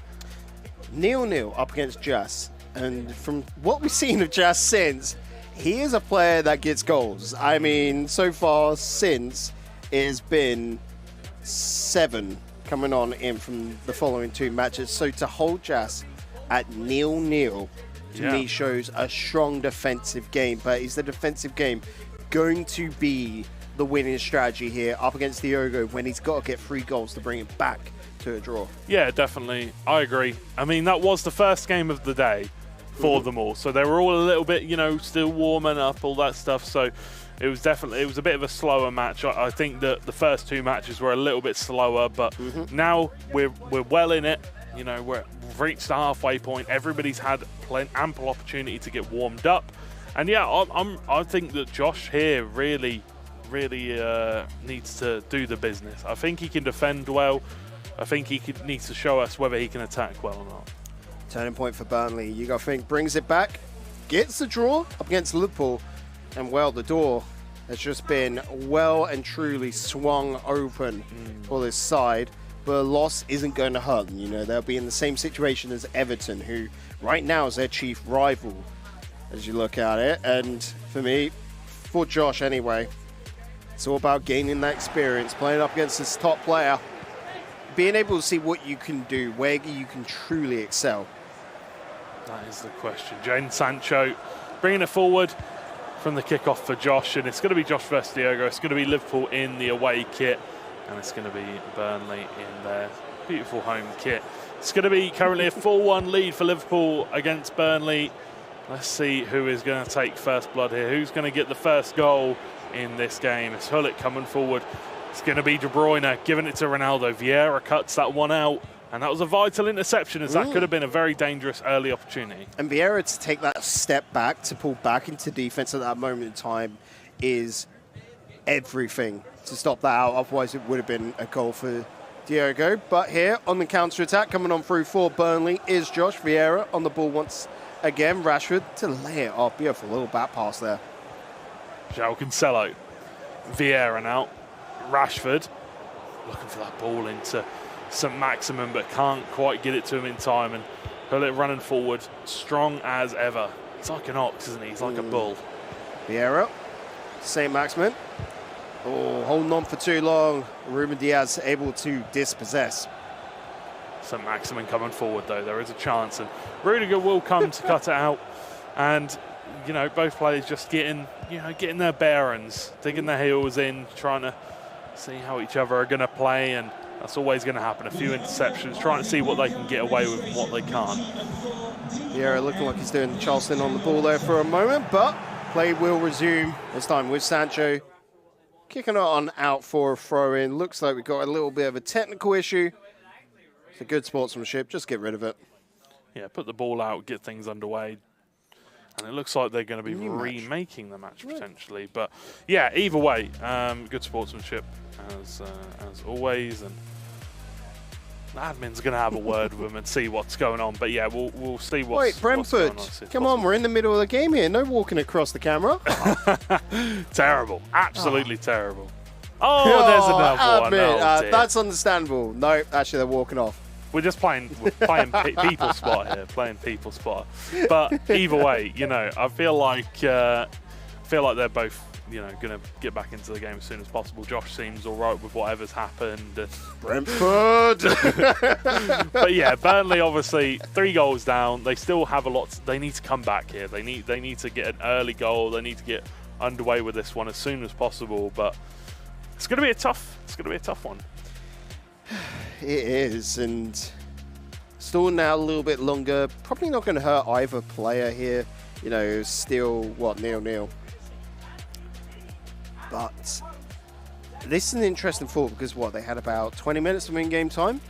We're probably not going to pick up at that 20 minutes. I mean, it should be a just fresh game, easy solution. But you've had that 20 minutes of having a look at how each other play and trying to download that information.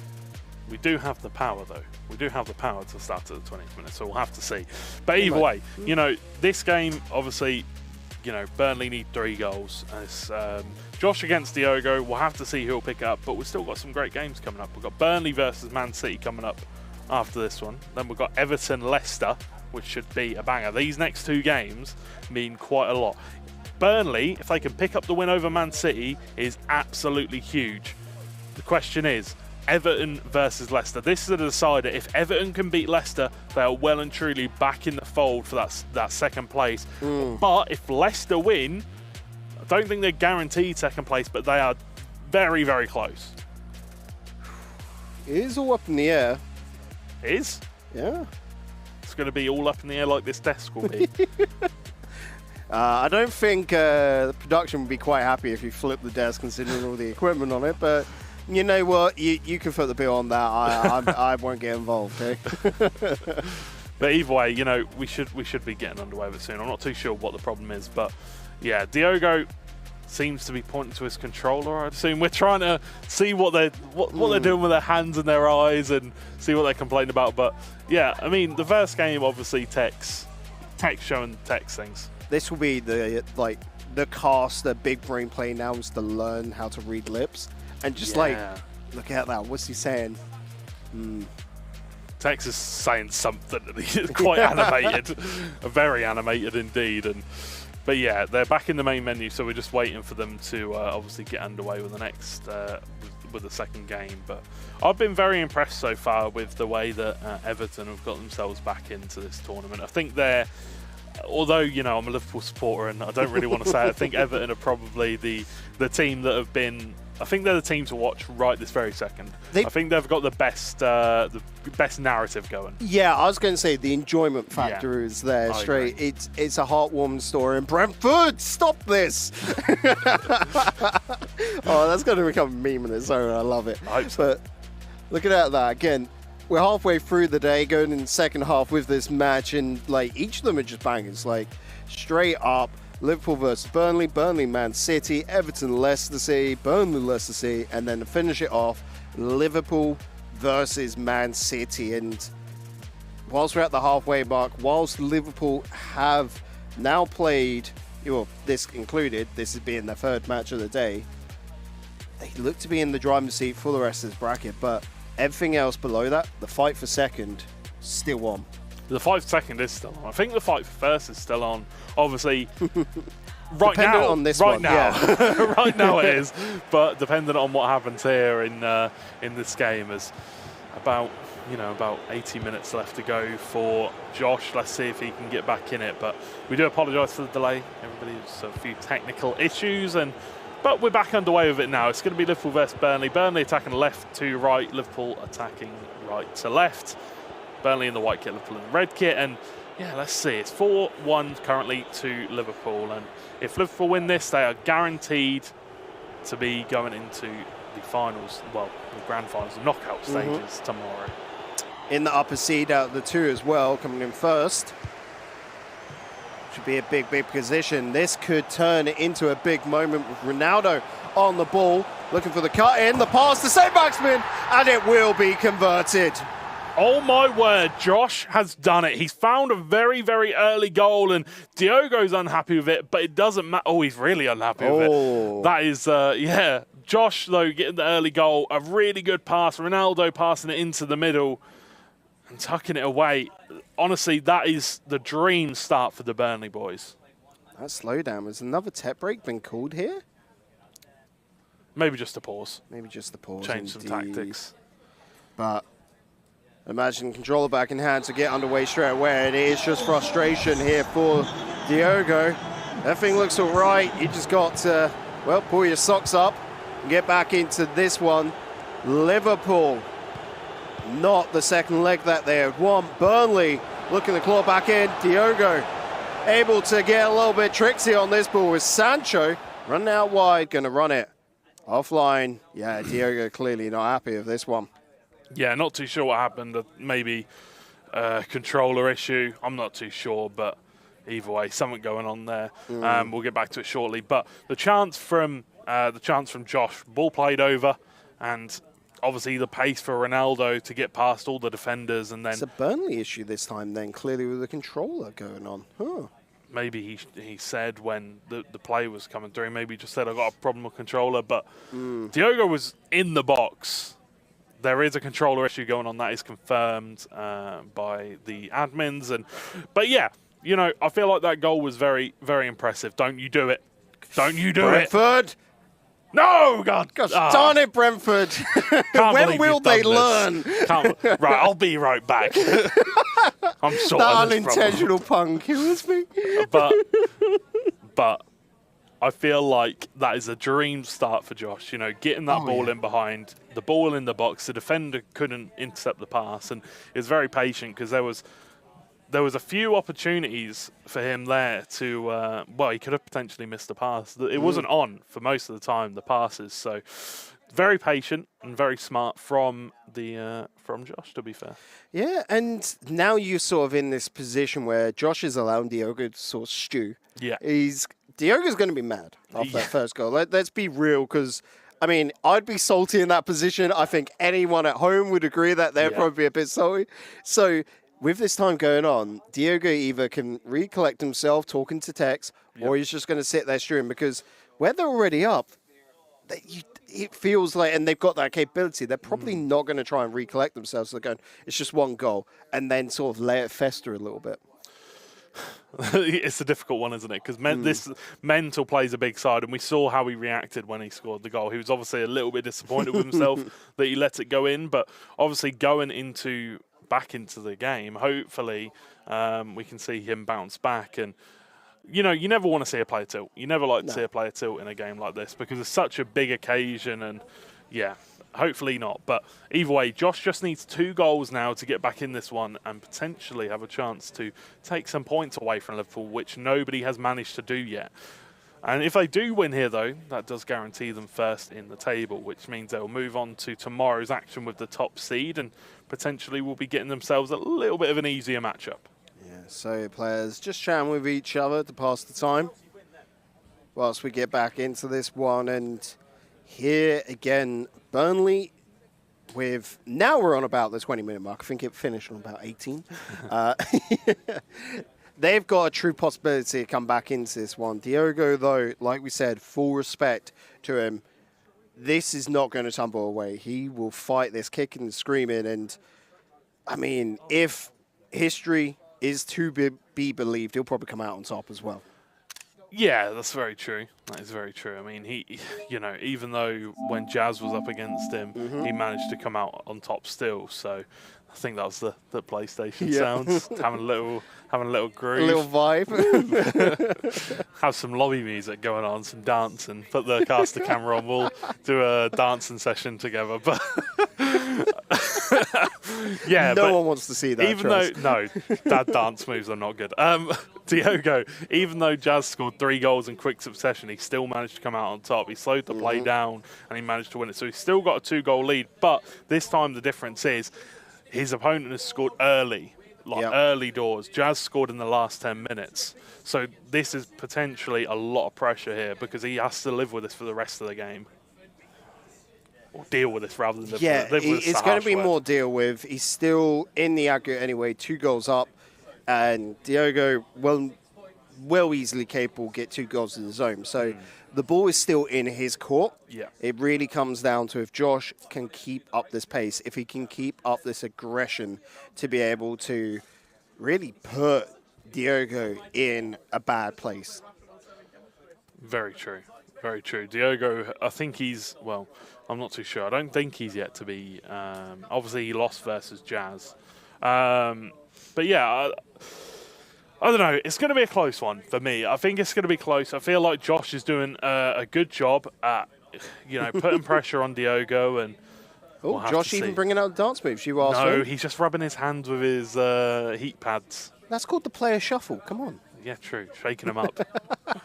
But either way, why don't we I want some of those. If we can get some of those, that would be fantastic. There are hand warmers over in the player lounge. We can sneak them. Didn't know that. I need to go get some. But, I feel like this tournament's gone really well so far. I haven't really had much of a chance to check up on the other groups. It's kind of like we're segregated away from everybody. Haven't really had much of an opportunity. That was an interesting cut across the camera. Don't know. Do not know. But either way, it's going great so far. I feel like a lot of the teams that have played so far have done really well, obviously.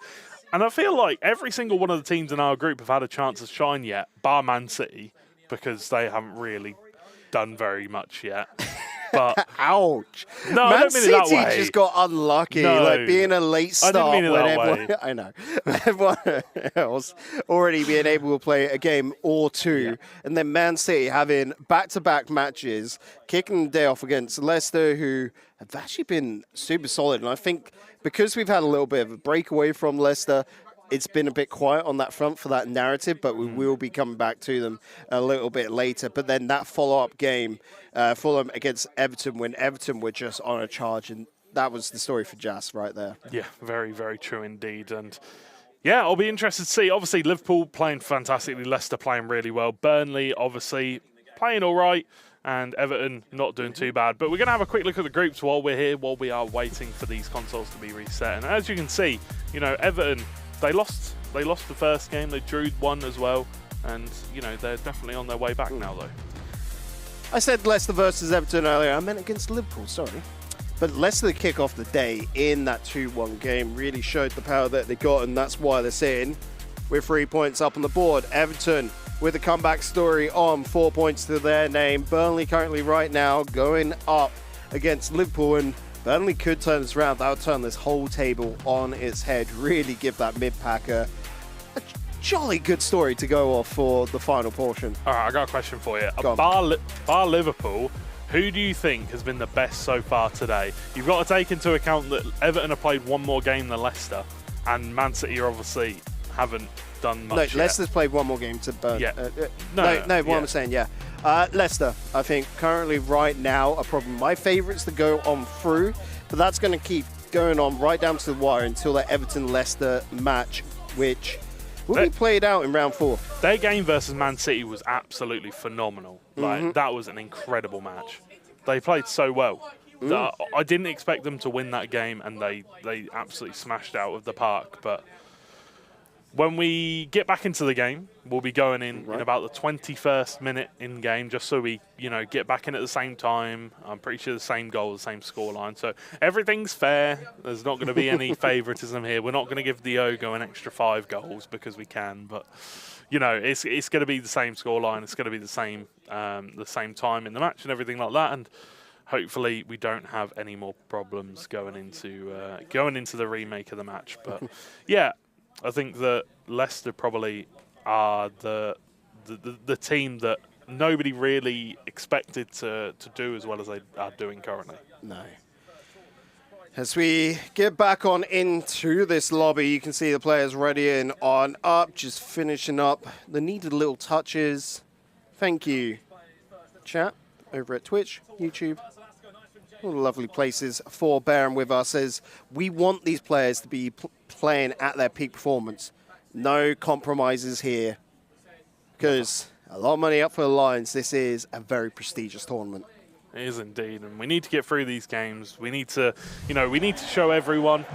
We need to give everyone a chance to get on there. And well, when we're going through 12 hours of content today, what's an extra 5 minutes, eh? Exactly. What is an extra 5 minutes? Exactly. We don't mind. I don't mind. I enjoy it. I love it.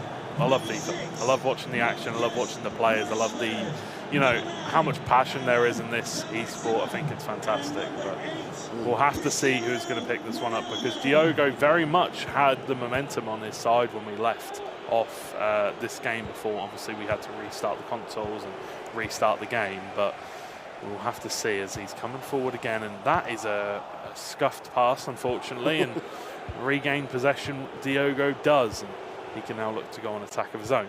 That's a weird animation of James right there, like clapping his hands as he run forward. Doesn't matter in the end of it. Tierney come back out again. I didn't notice that one earlier for Burnley. Yeah, that was the Tierney card that we talked about. We saw it in the first series. Yes. I just didn't see it here in the second. That's why. Okay. Yeah, it's a surprising one. I mean, it's a decent card. Like, he's got plenty of pace, but yeah, I guess he's just not as good as a lot of the other cards. Like João Cancelo's Team of the Year. Like, but he's got Cancelo there. It's just more in place of James, isn't it? Interesting. Very interesting. What I'm saying is there are other better cards available, but maybe it's just personal preference. Maybe he's seen something neither of us, and I'm sure a few of the cast, if we were to ask, have seen as well. Maybe there's an armchair analyst there in chat who's able to point that on out. Feel free to. But it is with Cancelo right now. Back towards the middle with Sancho. St. Maximin. That's Cancelo. A lot of possession play coming on out here. Chances forming, though, with Rashford. Vieira out towards Sancho. In front of net. The layup for St. Maximin, but not able to finish that one off. The cut-in was a good idea from Vieira, but doesn't come to fruition. Yeah, Vieira, he tried to tackle into the interception just to try and get anything on it, as the AI wasn't getting there, but it didn't do enough. And here comes Ronaldo with a finesse just wide of that post. Didn't have enough bend on it. A cheeky attempt. I dig it. Every now and then you just got to throw them in, keep defenders and goalie, of course, on their toes. We haven't seen too many of them, to be fair, today, these finesse goals that we were expecting coming into things. Especially when you've got CR7 there and pull them off. Yeah. I wouldn't say easily, because no goal is easy here, but, well, you do expect them. I mean, if you find that space like here, you get it onto that foot, the strong foot, you finesse it. It usually goes in, but Josh with some good build-up play, but Diogo with some good defending. That was very dangerous. I've seen those end up in the back of the net before for a deflection, but either way, Diogo gets away with it this time, and Josh continues to concentrate, continues to grind, as it's only a 2-goal deficit. He can really get back in this one here. Rashford on the wing, keeping good controls, is back to Hullet in the middle. Going to be able to get back. Yeah, heavy press. Hullet does pick up once again for Rashford. St. Maximin. Oh, no options there, and Tierney on the ball. The ball's going to go out of play for half-time at 1-0 to Burnley here in this second leg. And Josh, he's going the right way. Yes, but is it enough? Still got to find 2 more to just get the draw. It, to me, feels like a big ask, and that's because Diogo, right now, has got enough control about him to be able to hold it out. Maybe Josh can find 1 more, but Diogo is going to be playing this very calculated. But what do we usually say? We usually say the first half slow, controlled. Yep. Second half action, lots more shots. I would not be surprised to see Josh take this one here, because although I think Diogo's an excellent player, I think he's a fantastic player, I think that Josh has the skill set that it takes to take this one away from him, and I think that Burnley could potentially take the points away from Liverpool here. Even though Tex has, put 4-1 up on the cards going into the second leg, I still think that Josh could potentially take this one. Diogo doesn't feel as confident in this matchup. I don't know, there's just that aura about it, whereas Josh is hunting, he is looking. Diogo getting a fair amount of the ball, but again, just not being able to get the finish. That could change right now with this opportunity. Not going to come through. Van der Sar with the ball, looking to get clearance. Denied by Ruben Diaz once again. He's absolutely phenomenal at that centre-back position. And Tierney card actually winning the ball from Hullett. Okay. I take back everything I said. I said nothing. I said absolutely nothing. That Tierney item is, is pretty decent, apparently, taking the ball away from prime icon moments Hullett. But either way, Tierney coming up this left-hand side is going to play the ball into the middle to Hullett. St. Maximin, roulette, shot, no, blocked out for a corner, and it's a really well-worked opportunity. Short pass in. We pick up play instantly with Sancho. Looking to just backtrack a little bit. Get pass out. A very long back pass there. Wasn't ready for instant action, and that's handed straight on over the St. Maximin. Went for the direct drilled pass to RBA or R1X pass, and not very accurate anymore. They've been nerfed quite a few times. A lot of players, they used to spam them, and I think that they got nerfed quite hard a few patches ago. So, I know you're a PC player. Yeah. Do you use the Xbox controller or the PS? Xbox. Okay, so that's why you said instantly to RB. I'd say R1 instantly. I'm an Xbox controller. I'm an Xbox player as well, so I have an Xbox. But either way, Ronaldo come forward, roulette, looking to twist and turn, reverse elastico, finds Kevin De Bruyne, who doesn't really have much room or many options, but Rashford has the ball. Alan St. Maximin does have a bit of room, but well defended in the end by, I think it was Rudiger, and Tierney can now look to run forward. Gives the ball to Sancho, and Josh could potentially come forward here. We've seen Hullett play quite often straight in the mid, whereas here, Josh is playing out on the wing. Unfortunately, not going to be able to find the pass in towards St. Maximin in the centre. Unfortunately, that was a really good opportunity, though. He got the ball down the wing, and there was plenty of space for him, but maybe just needed to be a bit more patient, just needed to wait, twist and turn a little bit, like we saw Tex do last game. Maybe we just needed to see a little bit more of that. But either way, still 1-0 to Burnley. Still time left in this game for Josh to get back in it, but the time is ticking. James to Hullett in the centre. De Bruyne. Nice little pass to Ronaldo. That is clean. Sancho to De Bruyne once again, looking for an opportunity. The roulette to the centre. Unfortunately, Rudiger just stands strong, says, you know what, I'll pick that up. Thank you very much. Rashford on the ball, though, as Diogo has managed to retain possession for a good interception, and still just being patient, just waiting, trying to break down this defence. Maybe could have brought the left back into the action there and spread the play a little bit more. Chooses not to, though. But regains it again. Josh just can't get out of defence at the moment. He's trying his best, but can't do it. Oh, Ruben Diaz, nice little pick-up off of the tackle from Hullett. Time is ticking right here for Burnley. Still need to find 2 more goals. Looking for progression downfield with Rashford. Off to Sancho. Ronaldo on the ball. What can CR7 do here, George? Well, he's going to need to try and be patient. He's going to have to twist and turn, find something in the box. He does find St. Maximin. There is a little bit of room for him here to potentially make some creativity, but he can't find the pass. Although, sure, I feel like he should maybe try and go forward a little bit more with St. Maximin. I understand why he doesn't. I understand why he's looking for that pass, but at these moments of the game, you need to take more risks, and there could be... Oh, my word, what a tackle from Rudiger. That was inch perfect. If he didn't make that tackle, it was game over. It was definitely game over at that point. Oh, it's such a good item to have. And Hullett won an interception right there. The pause has been called. We've seen this game be played within the bounds so much today. Not wanting to take it offside. St. Maximin to Hullett. Back to Maximin. Hullett looking for the options. Found by Ronaldo. The shot was on, but Van der Sar to deny. Looking at De Bruyne to try and recycle. Let's get back towards the mid. But he's going to have to go hunting once again. He is indeed. Sancho on the ball. Nice little twist and turn. João Cancelo. And now Josh needs to come forward. He needs to throw everything at the ball. Really smart professional tackle that from Hullet. And a lot of people are saying, oh, it was a you know, not very sportsmanlike, but a professional foul, you know, you take the yellow card. Yeah, you can understand for the team that the player will take the card, and well, you hate to see actually, it. I'm there looking to go, you know. there's no card been given. Wait, huh? He didn't get a card for that. No. It's in the 90. It's in like the 85th minute. He was coming forward. Oh, I'm surprised that wasn't a yellow card. But either way, you know, it was a smart tackle. Oh yeah. And he didn't get a yellow. It's a very smart tackle. Big brain moment. What, 200 IQ plays. But with 8 minutes left to go, 9 if we had the 1 minute of extra time, we'll have to see truly now what Josh is made of.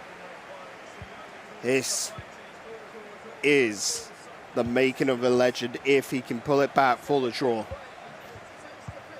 Vieira looks to the pass. Ruben Diaz cuts it out. It would have been a great pass. Oh, but he's given the ball away. Riyad Mahrez with a chance. No, he hasn't taken it. Josh needed to take that opportunity, but couldn't find the shot. Really well played from Diogo. Manages to bring it back. And now the counter-attack potentially. He needs to come forward now and fast, Josh. He's not got much time left at all. Out wide to Coutinho. Finds the ball in middle to Ronaldo. Rudiger with a block. Coutinho, though, got the ball. Hullet finds the goal. And it is time now. Josh has time. He needs to do it quick, though. Within 1. Headphones are off. Seems like it was called for a break once again. This has been, well, let's call it a blur series. Here, George. A blessing for one side so far for this match, but a curse for the other. Diogo's still hunting, still looking for a goal of his own, and it has been slowly but steadily creeping in favour of Burnley. Hullet finds the back of the net, and that is the opportunity that Josh needed. He's been looking for that all game, and he finally finds it, but he can't let up now. If not, it will all be for nothing. He needs to find one more goal, and I think he's got about 5 minutes of in-game time to do so. The thing is, Diogo's been in this exact situation, and he knows how to close it out, and we've seen him close it out. But Josh needs to just press and throw everything at him. We saw the high pressure work for Jas. I mean, not for Everton in the end, but that's just because it was too far gone. But still, to get goals, high pressure works against Diogo. But it's got to be precision as well. It's got to be making good on those chances. Otherwise, it's slippery, it's an overextension, and Diogo can counter. Here we go. Kick off once again. You can see Diogo holding on to that defensive strat, looking to just see out the final 3 minutes here. He knows what needs to be done, and he's going to run it into that corner, pull it on the ball, and you can see the stamina bars. He's got a press, though. 89 minutes. I think there's going to be +1 added time, and he can literally just hold the ball, can go back to the goalkeeper and run the clock down.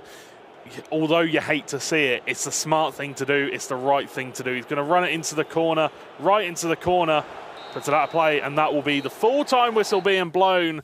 And Liverpool will just pick up the win versus Burnley. They will move on. They will take the first seeded position in this group. They will top the group, and they will move on to tomorrow's knockout stages with the top seed. Burnley. So sad. That is crushing at the end, but it really goes to show how stacked this group is. Burnley, you can go away holding your head high.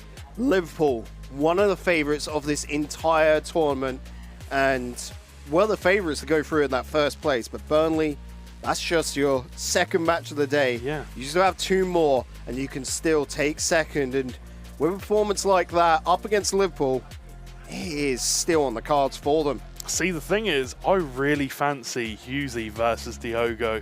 I really fancy Hughesy versus Diogo. I feel like he can... I'm not going to say I feel like he can take him, but I feel like it's a really good matchup for Hughesy.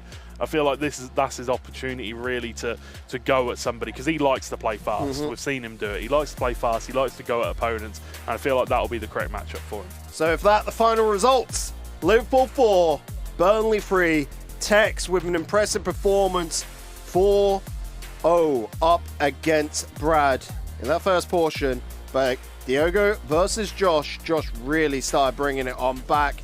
So we finish out round 3 here, George. Current standings. Current standings, Liverpool sitting at the top of the table, locked in at first. They are, well, I mean, Leicester could do it. They could do it, actually. Leicester, to be fair.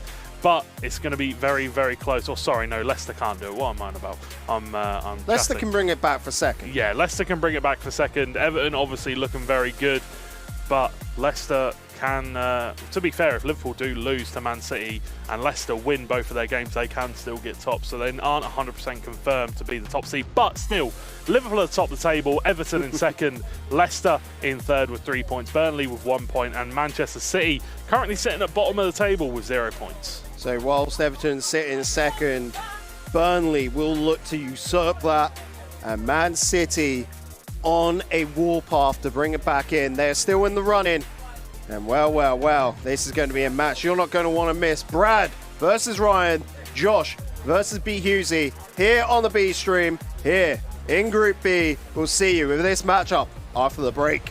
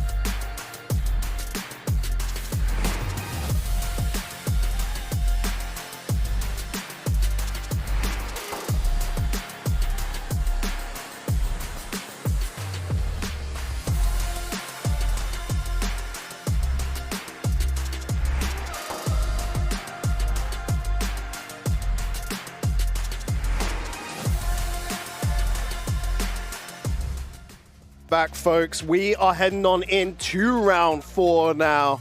It's been a long old day, but the show must go on. I'm Corey Dyer, joined by Joe. What did I say, Joe? I'm leaving. Oh, thank the Lord. Wait, what? Sorry, he's staying. George, how's it going, buddy? Oh. As we head into this one, a good day for you and the rest of the Liverpool fans, but right now, the battle is still on for second. I'm excited for this one. Burnley versus Man City. Yeah, man. I'm excited for this one as well, to be honest. Except for him obviously being called Joe. Joe who, you ask? Well, we'll let Twitch chat answer that one.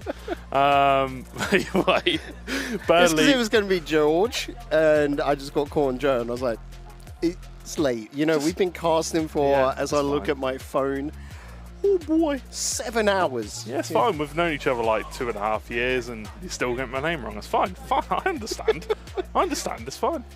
It's old age. Calm down, Mr. Underton. But either way, Burnley versus Man City, the two bottom teams in the table right now, fighting it out. Manchester City and Burnley, both on 2 games played each. Both of these teams are fighting to try and work their way up the table because they're still not down and out yet, believe it or not. Of course, Man City sitting on 0 points. 0-2. Burnley, 1 loss, 1 draw. Super close game. Again, even with the loss, a bit like Everton. You know, super close. They can turn this around naturally, though, because of that draw. Burnley in a better position right now. Yeah, exactly. They're in a decent position. I feel like they can come back, but obviously it's going to be hard, and all these teams fighting for second place are big teams. They're all really good teams as well. You know, you've got Leicester sitting there. It's going to be hard. It's going to be really hard. Everton as well, but instantly we're ready to go and getting underway. So Brad versus Ryan here in the first leg. Burnley in the home colours, and well, Man City have been favouring this away kit, haven't they? They really have been. They've been going for it quite a lot. It's quite surprising. It's like, I don't know, why don't they just play in their blue kit? I'm not sure. Ryan just digs it, I guess, you know, player choice, as long as it's one of the City kits. Who gives a damn, I say? St. Maximin, giving a damn about that. So, Cello, get that out to Sancho. Good cut in by Hullet to get the interception. I'm going to be interested to see what happens here. De Bruyne looking for the chance. Van der Sar picks it out of the air. Because Ryan really struggled against Painter, who was quite, played quite defensively. And Brad also plays quite defensively. He is quite good at holding possession. He's quite good at cutting your opportunities. The question is, can Ryan overcome it this time, or is Ryan going to struggle like he did in that last match? Because he needs to perform here. He needs to show up and play well. Because for me, in that match versus Painter, you know, it was a 1-0. He didn't really have much to do apart from defend. But up against Callum, he did take it 2-1. He did. I think for that, it was just the first match of the day for Ryan. Coming into the second one, looked a lot better. There's a couple of last-minute goals. I feel like he looked good throughout the whole match, though, and definitely deserved to pick up the win. Callum, obviously, you got to feel a bit sorry for him. He's had a hard match. He's had a hard few matches tonight. And we'll look to regain, especially for that match up against Leicester, coming up after this. But for now, Burnley versus Man City. A telling moment for Man City. This is make or break. They cannot drop this one at all. Can't even settle for a draw. It has to be an all-out win. Ryan, be Hughesy, definitely capable of it. But on the opposite end, Burnley. Well, they were the wild cards for a reason. Looking to start a build-up here with Sancho. Sancho on the ball, the young man. Not having the greatest of seasons for Manchester United in real life, but here in this tournament, he has been playing pretty well, I think it's safe to say. Oh, yeah. Ball played over the top, Kevin De Bruyne. St. Maximin still on the ball. Great shot, but you're not going to beat Van der Sar from those angles. Yeah, if that was just Schmeichel, that would have been a goal as well. But Van der Sar, a whole different beast. Decent cross, but not really there on the back post. So Sancho now to work it on out, keeping it nice and slow, allowing time for players to get downfield with Varane. Back out to Sancho. Taking it down the wing. Option there with Hullet. looking to just turn this around. Good find with Ronaldo. Sancho back on the ball. Back pass to Cancelo. Yeah, I feel like the build-up plays quite slow, but it's playing into the advantage of Brad right now. Kante looking for St. Maximin in the box, but can't quite find him. And yeah, Rashford obviously also in this game on the team of Ryan, looking like a great card. But so far this team, so far this game plan for Brad been going fairly to plan. Ram to Cancelo. Nice cross deep downfield, looking for Mraz. Does find the back pass to James. Is a healthy pass. Keeping possession of the ball, keeping this progression here for Burnley. But unfortunately, that backline defense by Ryan has been pretty stellar so far. Well, it just caught up to St. Maximin like it was easy. St. Maximin so quick, so fast. But it's a great save from Schmeichel as he gets through on goal. It was a green time finish and Schmeichel did well, but maybe could have ball rolled. But there was 2 players on him at the same time, 2 defenders on him, so it was a difficult opportunity to ball roll. It's a hindsight moment, but hasn't hurt. Still at 0-0, past the 30-minute mark. Kante out to Hullet. That's Kante in the centre and very few options. Wouldn't be surprised if he takes it back to the defenders, but there's De Bruyne waiting for it. St. Maximin on the ball. Not going to go for the pop shot, not going to go for the finesse shot there. Unfortunately, he put it into the legs of the defender. Another vital interception from Brad to regain possession, and that's what he's so good. He's so good at reading these passes. Hullet, great pass to Ronaldo. Ronaldo in with a chance. Nice little scoop turn, gets a bit of speed. Cristiano Ronaldo still in the box. Fights St. Maximin, and Brad takes the lead, and that's exactly what he deserves in this game. He has been playing fantastically.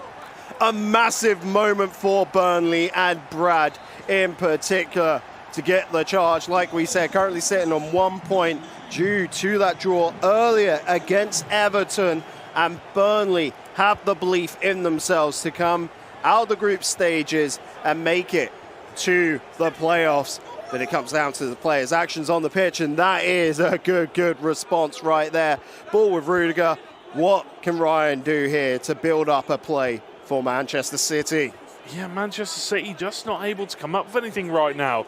But, you know, we will have to see what he can do later in this period, because there's still plenty of time in this game for Ryan to get back in this one. There's still a second leg, or sorry, there's still a second half. There's still a little bit left in this first half, and as you can see, he's had a little bit more possession, but hasn't really been able to do too much going forward. It's been really good defending coming out from Brad, and that's the thing. We went into this game, we said he wants to take that pressure onto himself. He does not mind at all. And you're not entirely wrong by saying there is a second leg as well. You know, this is a team esport, right? When we play in this current format, which I absolutely adore, but you want to do your part, your piece here. Right now, Burnley with another attack. It is cut short. St. Maximin to try and step it away.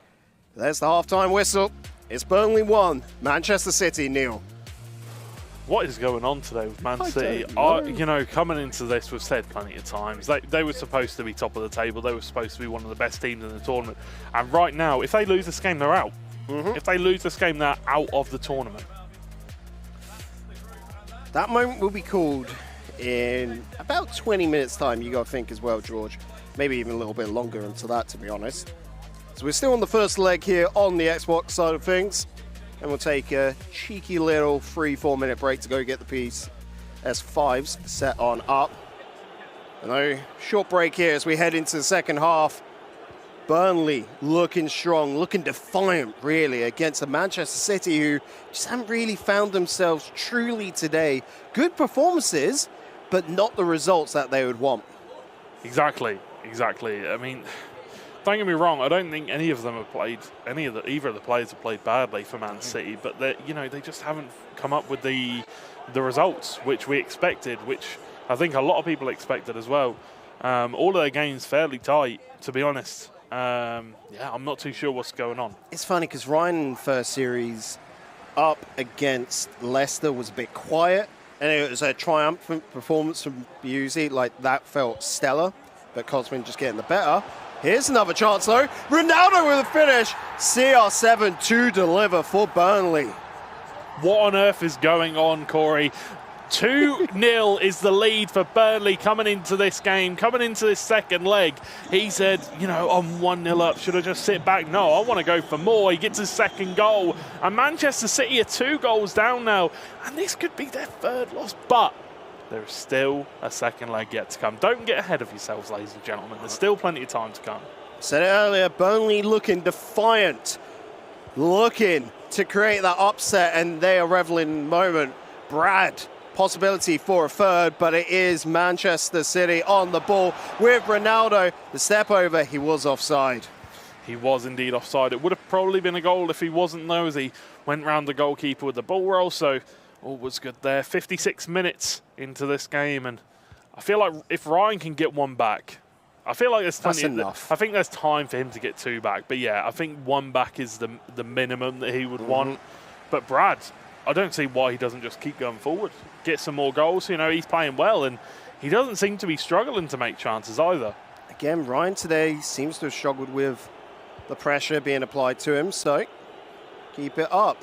Who knows, maybe this was a plan coming on in, because Brad is really coming into his own for this matchup. Rashford on the ball, looking to step it on in towards the centre. Anyone there for the pass? It is found by Kante.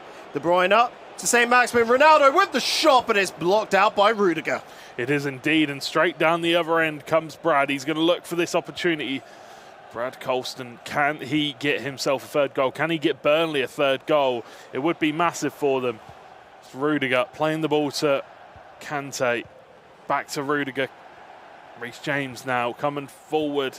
Well, it's not going to come forward. They're just going to hold on to the ball and keep possession. And a little bit of a wayward pass is going to go out for a throw-in for Ryan. And yeah, I mean, it's been a bit of a strange match, to be fair. You know, I mean, it hasn't. Brad's been playing exactly the way he wants to play. It's unexpected. Yeah, it's unexpected. That's the thing, and that's why it feels weird. But whilst Man City haven't got the results so far yet today, you do expect them to turn it around on the dime. It's push comes to shove. It's the 2 matches they have to win. And again, they were expected to come out, if not on the top of the table, 2nd. You can still see them with the chances to win it, to win it. That's the thing, isn't it? Even though they're currently 0-2, coming into this game, I still have the same expectations for them that I did at the start of the day. I still expect them to come out here and, you know, do the business. But right now, it's yet to happen. 70 minutes into this one, we will have to see what happens. But it's all down to the capabilities of the players, George. Right now, the player on the ball, Kante, passing it on out to Hollett. That's a Kante. Ryan looking to build his way into his opponent's half, but unfortunately, red. And well, has to go back to his own half, back to the defenders, and build once again. 74 minutes into this one. Burnley currently with a 2-goal lead, and that's going to be a foul, and the pause is going to come out. Just a little bit of a coming together. I don't think there was anything too cynical. They had a little cuddle on the floor. Have you seen the one where it's the Norwich player that I can't remember who he originated, but United. Ericsson went down, and they had a little tussle, and he was like was a bit angry. But then he realised it was Ericsson. He was on the floor there, and they had a little cuddle on the floor together. It was a little bit funny, but. You know, true bromance. It is a true bromance. I mean, to be honest, I don't think anybody would want to have any beef with Ericsson. He's a nice geezer. Seems like a nice guy. But either way, heavy salad. Sorry, that's so unexpected. Heavy salad. What about that? Salad. Huh? What's that all about? Heavy salad. I mean, it's the home game for Burnley. I don't know what they're cooking up. I definitely know what Brad's cooking up right now, and seems to be in favour of the flavour of victory. 2-0. They're not going to be cooking anything because you don't cook a salad, do you? No. Unless you wanted, I don't know, some wilted leaves on top. A chicken salad you would cook, yeah. It's a heavy salad, so it's got to have some sort of, on there. But either way, coming forward, Ronaldo with the ball, looking to twist and turn his way and try and find a teammate. Gets the ball back in the area. Rashford, many passes, just maybe. Shoot! Exactly. Why would you keep passing there, the opportunity? But I guess an input put in early, not expecting it to be opening. And, well, An opportunity Oh lost. my That's a word. beautiful through ball. Oh, Schmeichel. that was close. That was really close. I'm not too sure what happened. He got locked off of the ball, I think, when Schmeichel came into it, and then the defender just went back. The player stopped sprinting immediately. That surprised me. It was a bit of a weird interaction, but yeah, I agree. Just shoot was my initial thought, but then I thought maybe he's cued the pass and it's, you know, been a little bit glitchy, but. Naturally as well, it's easier said than done, right? Us as commentators, we're not there on the sticks, and in the moment the pressure is so high. That's a Calculated tackle, slide and tackle. Yellow card coming on through, but the free kick from an interesting angle. Can Hullet make anything from this now? Down to James on the wing. And Sancho going to regain possession through a nice little interception. Plays the ball up towards Marcus Rashford. Alan St. Maximin now potentially could play it out wide, but going to keep it in the middle. Lots of space for Ronaldo to run into here. Gives it to St. Maximin, back to Rashford. Plenty of space for the shots! And Burnley have a 3-goal lead against Manchester City. And we did not expect this coming into today. We did not expect this at all. Brad, take a bow, son, because this has been a spectacular performance so far, defying all odds. Ryan, you can see the repositioning, taking a sit back, probably knows the damage is done, and, well, 1 minute left. Can he just get one for the road? No, offside. Brad will just look to send this down. He's got the chance for another goal, so why wouldn't you take it, especially with the throw-in? This should be called any second now, and well, I can imagine a lot of happy Burnley fans out there, George. Definitely. Still one more play left in it? No. Oh, we got baited. We did. We definitely got baited, but a big win for Burnley against Manchester City. Definitely a massive upset. Not one that we expected at all, and this is going to be something that we're going to talk about for a long while. I feel like Manchester City in this tournament is going to be something we talk about for a while. It's going to be something that we remember for a while. A standout performance by Brad. And Josh, well, he's just got to follow up. And I think he's in a pretty comfortable position. We've seen Josh really step up today. And now Brad as well. This Burnley side looks to be able to do bits. But on the opposite end, B. Hughesy, a highly thought of player coming on through. So much potential with this lad. But now he's really got to prove it. He's got to essentially put his money where his mouth is. You know, he's got to come out with a performance. And anything less than a win, we'll see Manchester City going home. 3-0 in favour of Burnley here, George. And that second leg is going to be everything.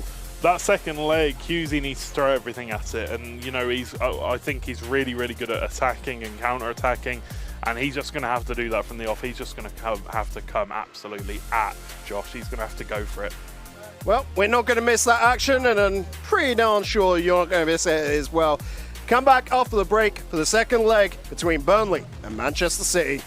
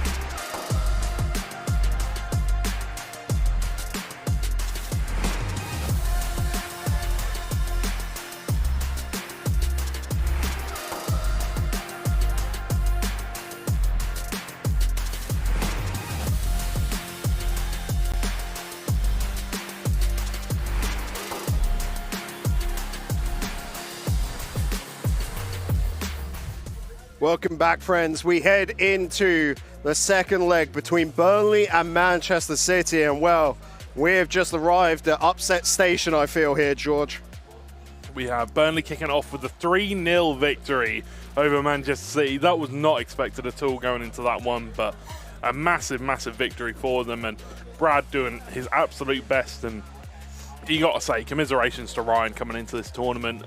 He was, the whole team was expected so much from, and maybe that was just a bit too much for them. I'm not sure. Maybe, just not their day. There is a lot of weight on this tournament, and to turn up on the day is a big, big ask. Again, if this was played tomorrow, you'd expect different results, but here and now is when it matters most. Ryan, unfortunately, having to concede 3-0 to Brad. Now, the fate of Manchester City lies upon the shoulders of one man. That man being B. Hughesley, a very, very fought-after player. But can he pull it off right now when he's needed most? Well, Man City need him right now, right this very second. He needs to come up trumps. He needs to perform, and he needs to win by a good margin right now. He needs to get 4 goals and not concede. At least. And if he doesn't concede, obviously. But, it's a massive game for him. And this could be potentially for him one of the moments where we say, this was the game where he really broke through. This is the game where he showed that he can clutch up in these situations. But that's yet to be seen. That's yet to be proven. But we'll have to see if he can do it. But on the other end of things, obviously, Josh, he's been very consistent throughout the day. I think he's played really well so far. You got to remember as well, Burnley won't be happy with a draw. They need a win themselves to try and put them in a better position over their rivals. So we can see headphones getting put on. We'll be underway any second now. And, wow, a scary, scary moment for a lot of fans out there. Burnley, success is within their grasp, or at least a good taste of it, and the potential to move on in that match against Leicester, which would be a brilliant decider later. But for now, look at the challenge in front of you, Burnley. You have Manchester City, and that man on the left-hand side, B. Hughesley, is probably going to come in with a massive, massive roar. I say that, we have to take it off because there is a little technical pause. Oh, dear. Every time. It's something to do with that booth. It's something to do with that little pod. But either way, looking at this match going into it, Josh is the man that beat Diogo 3-0. Yep. 3-0. And almost picked up the win, almost took a draw against Liverpool as a team. I mean, if we were to look at form today alone, I think I would put this in favour of Josh, but coming in, if we were to do predictions this morning before the start of the tournament, I would put this on Hughesley, right? Yeah. So that's an interesting factor, and we're only halfway in. These guys have only played 2 of their 4 matches, so there's still time to turn it on around. And then if we're putting it in favour of who wants it the most, who's more, who wants to win the most, I still feel like that goes the way of Josh. Although, both players really, really want to win, I feel like he's got something to prove here. The passion behind it. Everyone wants to win naturally, but the passion to be able to perform, to be able to excel, that's a different factor. Not just that, everybody's been talking about Hughesley. Everybody's been saying, he's going to be the next big star. He's going to, take this tournament by storm. Everything like this is going to be his breakout tournament. If he can be the guy that says, I'm the guy you should be looking at. This should be my, one of my big tournaments. Then, I feel like definitely he's going to want it. Well, Burnley stay in their home kit. So Manchester City move on over the home kit. Perhaps that's it. The away kit, just a bad luck charm for Manchester City. Maybe. Who knows? As Hullet picks up the ball, finds Sancho easily, trying to go for the step in. That's been dispossessed by Burnley. Has done indeed, and it's now going to be Sancho on the ball. Hasn't really got too many options. Might have to go back to Vieira. Just going to hold on to the ball, to be fair. Just going to wait and see what opens up for him. Tierney going to grab the ball back, and Give it to Sancho, to Alan St-Maximin with a reverse elastico. Still got hold of the ball. Ronaldo gives it to Rashford. And the 1-0 lead will go the way of Josh. And now Manchester City are 4 goals down against Burnley. Brad was able to get free. Josh wants to extend it. They're not going to rest. They want to create a dominating, unwinnable margin for Manchester City. Burnley are looking to decimate. They really are. They're being dominant here as well. I'll be honest, that first game was dominant. Really dominant from Brad. And this second game, obviously it's an early goal. We're only 16 minutes in, but this could potentially be more of the same. So much space here for Maximin to run into. The pass as well. Oh, Sancho thought he had that. If that was Schmeichel, that was going in. 100%. But either way, a great save from Edwin van der Sar. St-Maximin maybe could go for the finesse, gives it to Rashford, who doesn't choose to go for the finesse, but waiting to see Tierney come up, pop up and help him. And he is going to have to get back now as Sancho's coming forward. Lovely little Cruyff turn to get away from him. Ronaldo on the ball and will take it away fairly easily and being let off there, really, not really being punished for that. De Bruyne gets a block on the ball and it will go into the play of Hughesy. Tierney finds Vieira to Huller. Rashford. Cancelo. Rashford again, and just some nice passing plays, averaging probably close to 200 per team. Imagine. That's not a number to be snuffed at, is it? No, it really isn't. It's a decent number. And here comes Ronaldo, going to chop into that left foot, reverse elastico, but cannot find anything there. Rudiger plays out wide. Lovely little switch over to Joao Cancelo. Ruben Diaz, another switch out wide to Tierney, and maybe going to look to go down this left-hand side here. Hullet got the ball, gives it to Ronaldo, the foot birthday item. Gives it to Hullet, who is in a decent position, to Alan St-Maximin. The Sancho in the middle, cuts inside, needs to wait for him to get back onside to get the ball to him. And James does well. It's well read by Hughesy to cut out the pass. Good mark in there. Sancho to run it downfield. That's a good through ball. Out wide to De Bruyne. Can see St-Maximin in towards the centre. The passes to come on through. Not able to finish that one off, though. Unfortunate. Hughesy should have seen that coming. He got baited a little bit by the run through the middle, and Josh just takes control of the play and runs out and intercepts it.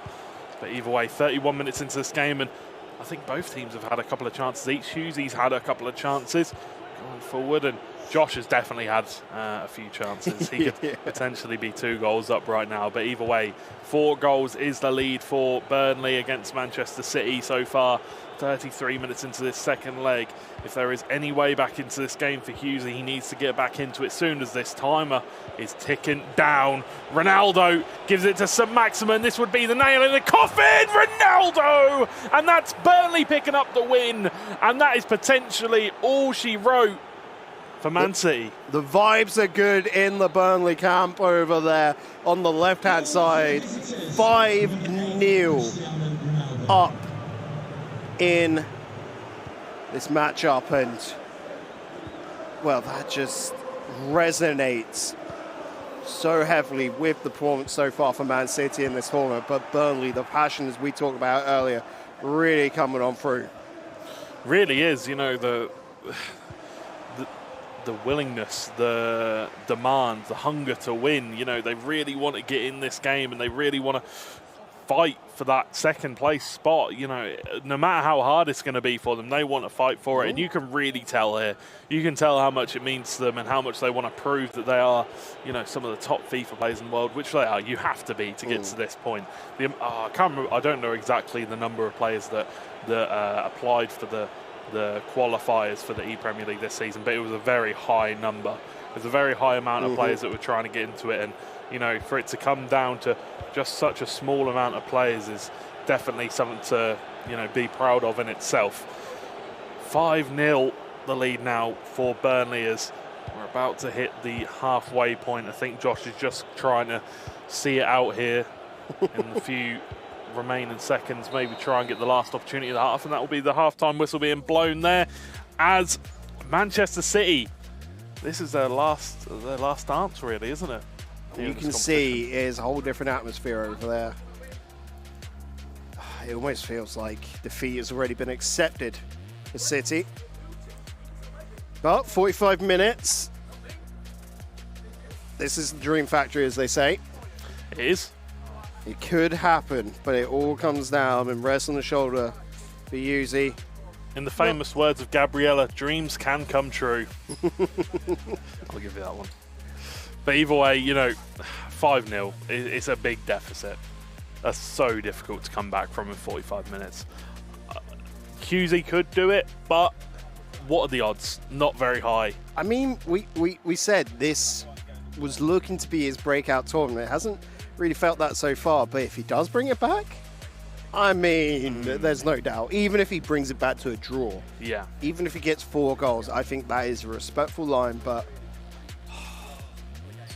so far, it's been a bit of a nightmare tournament for Manchester City so far, hasn't it? It's been a really, really difficult tournament for them. They just haven't really been able to get any run of form going. They haven't really been able to get back in these games. And there have been 1 or 2 that have been close, but other than that, it's been very difficult. I'll be interested to see how they get on versus Liverpool. Really, I will, because that it shouldn't be.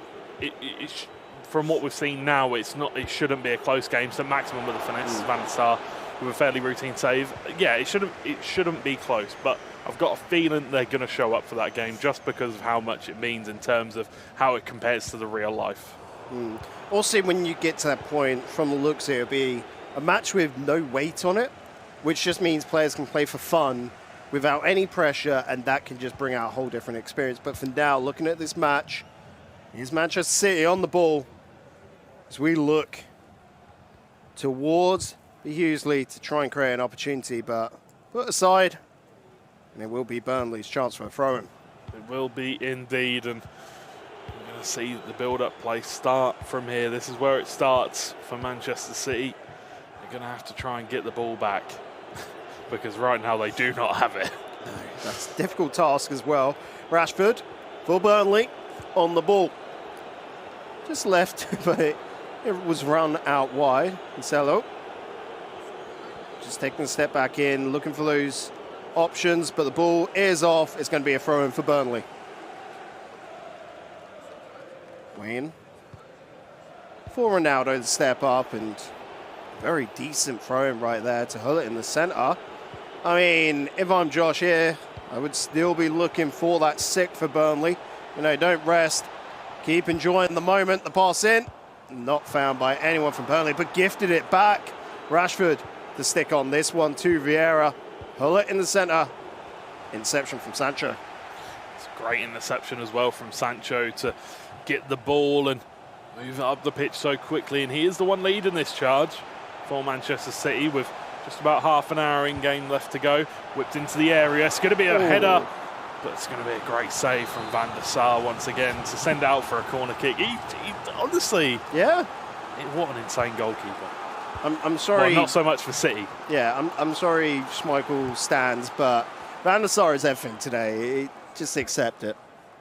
Exactly. He could throw his cap on the ball, so to speak. You know, he's playing absolutely superbly, and there is another chance for City. It's Sancho has the reverse elastico, but can't quite get the shot off. And Vieira will regain possession. Burnley will regain possession as they're just waiting now. It's just a waiting game as the 5-0 lead. There might be some consolation goals in it for Man City. There might be some goals to increase the lead for Burnley. We will have to see. Playing around with the defenders. Rudiger to put it up to Vieira. In towards the centre with Sancho. Opportunities are there. It's found by St. Maximin. A little step over, a little rotate. Unfortunately dispossessed by Cancelo and Bobby Firmino to run it on out. Roberto Firmino, one of those players that not many people use in Ultimate Team. Oh, that was a great tackle. One of those players that not many people use in Ultimate Team. It's not because he's well, I mean, he's pretty expensive, but you just don't see too many people use him. You see people tend to go for the icon CDMs or, you know, something else like the Kantes and stuff like that. I personally have never come up against him, and his card is absolutely insane. We've seen a fair bit of him here today, and of course during the qualifiers, and I would put that down more to you know, with the free range of things, you can pick him up like without any cost, right? So if he fits the role, which he does definitely, why not? Why not? Exactly that. And there is a great run in the middle from Sancho. If Ronaldo can find him, and he's just going to run it in, maybe drill it across. A little bit too late. He does find them some maximum though. Rashford will get the rebound and he will regain the ball. Cuts inside, gives it to Vieira. Played in the middle, but it's a sloppy pass, and Vieira on the other side of the field will take it, and he will regain possession for his team. Hull has been playing end-to-end stuff here today, like especially for Man City, but also for, I want to say, half the other teams, where you really utilise his all-roundedness to be everywhere on the pitch, to be able to just pull off crazy plays. But unfortunately, no crazy player come out from Man City. Time and time again, chances put on, but these finesse shots just not coming on through. I don't think we've actually seen a finesse shot be scored today. It was a green time finesse shot, and it was a decent position as well. Surprised that it didn't go in. But, it's not going to go in when Van der Sar's in goal, is it? Obviously. The goalkeeper, I'd say love to hate, because it's quite easy to poke fun of it, but at the same time, yeah. Love to hate, hate to love. I think, that's about right. Or Pope last year, to be honest. Pope was one of those keepers. Exactly. Even though everyone used him, everybody loved to hate him and hated to love him. But either way, Sancho coming forward for Manchester City. Do they have one goal in them? No, Ruben Diaz cuts out the pass this time. Rashford coming forward with the ball as we are in the final knockings of this game, as Burnley create a massive upset against Manchester City, and they will knock them out of this tournament. Is there one last goal in it maybe for Burnley just to rub the salt in the wounds? Rashford coming forward, fake shots inside, still on the ball, Elastico plays it to St Maximin, to Sancho, cuts inside, back to St Maximin, back to Sancho. Can he find the shot? Van der Sar with the save at the end of it. Well, the second half was full control by Burnley. Nothing too exciting, but just getting the job done. Perhaps a chance here, Vieira to get in the way. It will be put out by Ronaldo into that Burnley half. Perhaps a little commiseration goal for Man City, but with Burnley in the ball, not going to happen. At the end of the day, this finishes 5-0 in favour of Burnley. Manchester City will have to go away, lick their wounds. And well, that matchup against Liverpool later on today, the final match of the day, is going to be one which I expect them to try and redeem themselves with. Yeah, definitely. They've still got one more game to come, so they can't really, spend too long being upset with themselves. They've got to pick themselves back up and try against Liverpool. But yeah, I do feel like it's hard for Manchester City. They're two world-class players, and they just haven't performed today. So, final tally there, 5-0. Burnley looking big right now, but they still have another match here today. They'll be facing up against Leicester City later on. As we look towards the next match, as we look towards the current standings, you can see their big rival waiting there, currently in fourth, but because they've got a game in hand. Next on your screens, Everton versus Leicester City, and this is the decider. Who is going to challenge Burnley for that second place finish? You're not going to want to miss it. The Battle of the Blues, Everton versus Leicester City, here on the Group B stream. Match 8 will be underway after this break.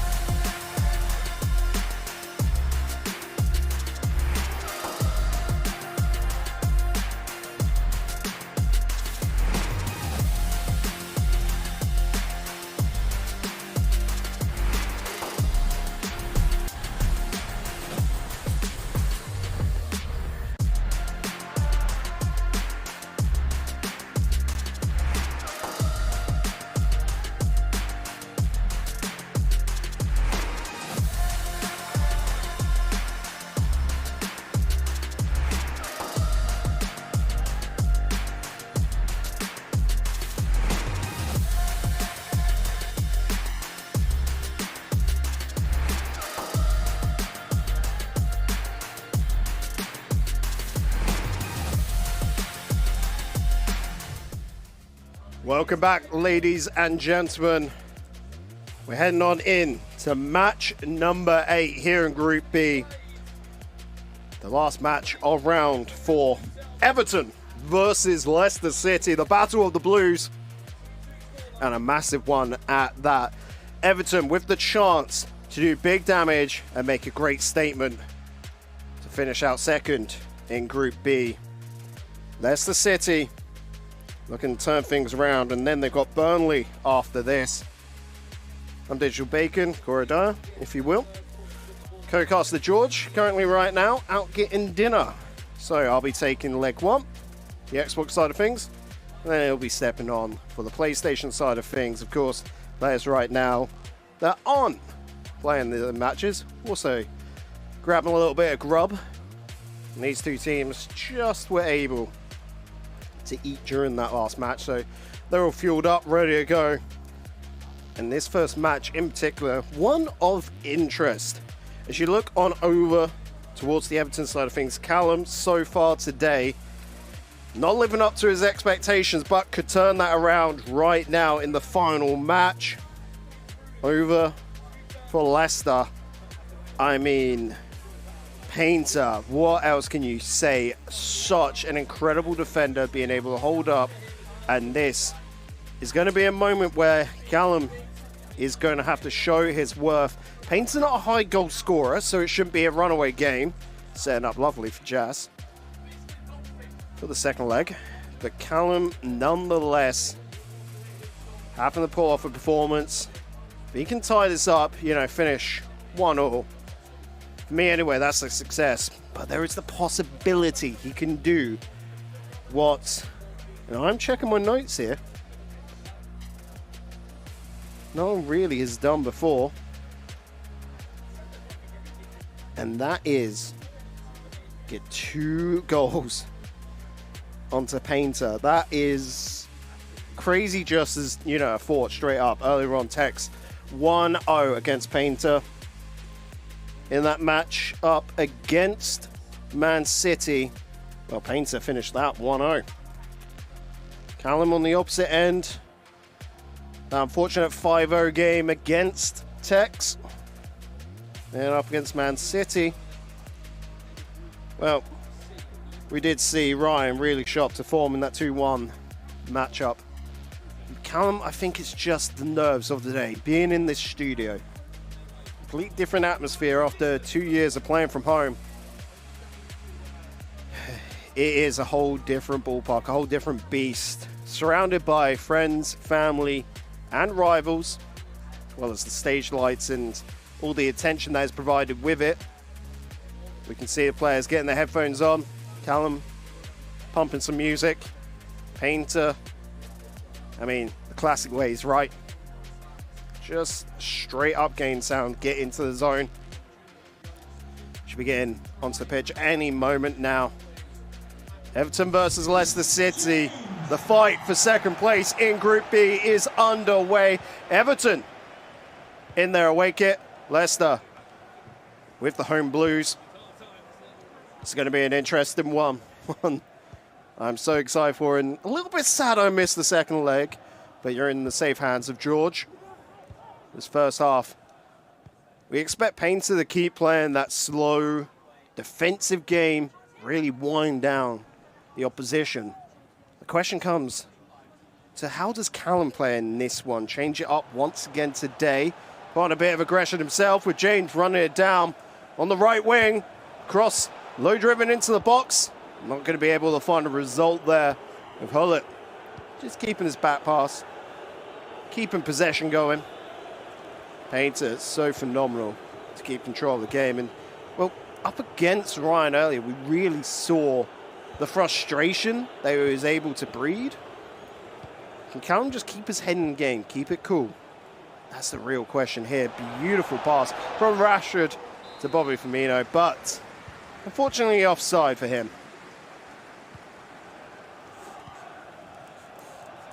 James. That's Ruben Diaz. Going to work this through in the centre. And Painter with that very far back defence. You can see Callum's judging it, calculating. Heck, he might even have a protractor out. Looking at the angles. The compass of 2. Painter is, by most accounts, the best defender in this tournament. So to be able to get one past him is an achievement of its own right. But as we say in the Dream Factory, Callum could turn it all around right here and now. He doesn't want to rely upon the performance of Jas later on in the second leg. He wants to put his teammate in the driving seat. It's Kante to Sancho. Ronaldo on the ball. It's a lovely idea. Sancho having to drive this one back out wide. Cancelo, and it was offside. Painter being caught offside.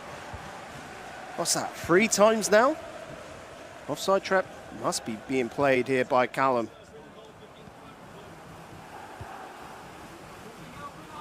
Free to go with the driven pass to Mahrez.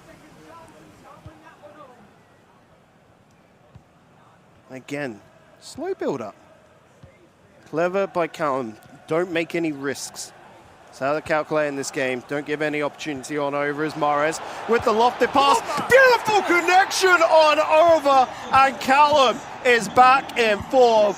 Like I said, to get a goal of Painter, well, credit to him, credit to anyone that can. This could be the rise to form for Callum. He's got one. What say we get a second? Painter on the opposite end, though, is going to be looking to tie it on up. It's been getting close with these slow build-up plays.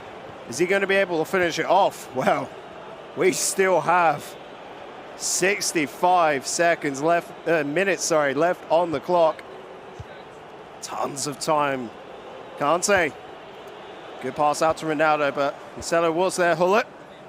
Powerful passes coming on through from Everton. So Callum really wants to start quick progression upfield here. But with that back pass from Ronaldo, just keeping control, keeping possession. That could be the answer to success. Van der Sar, easy pick up from him there.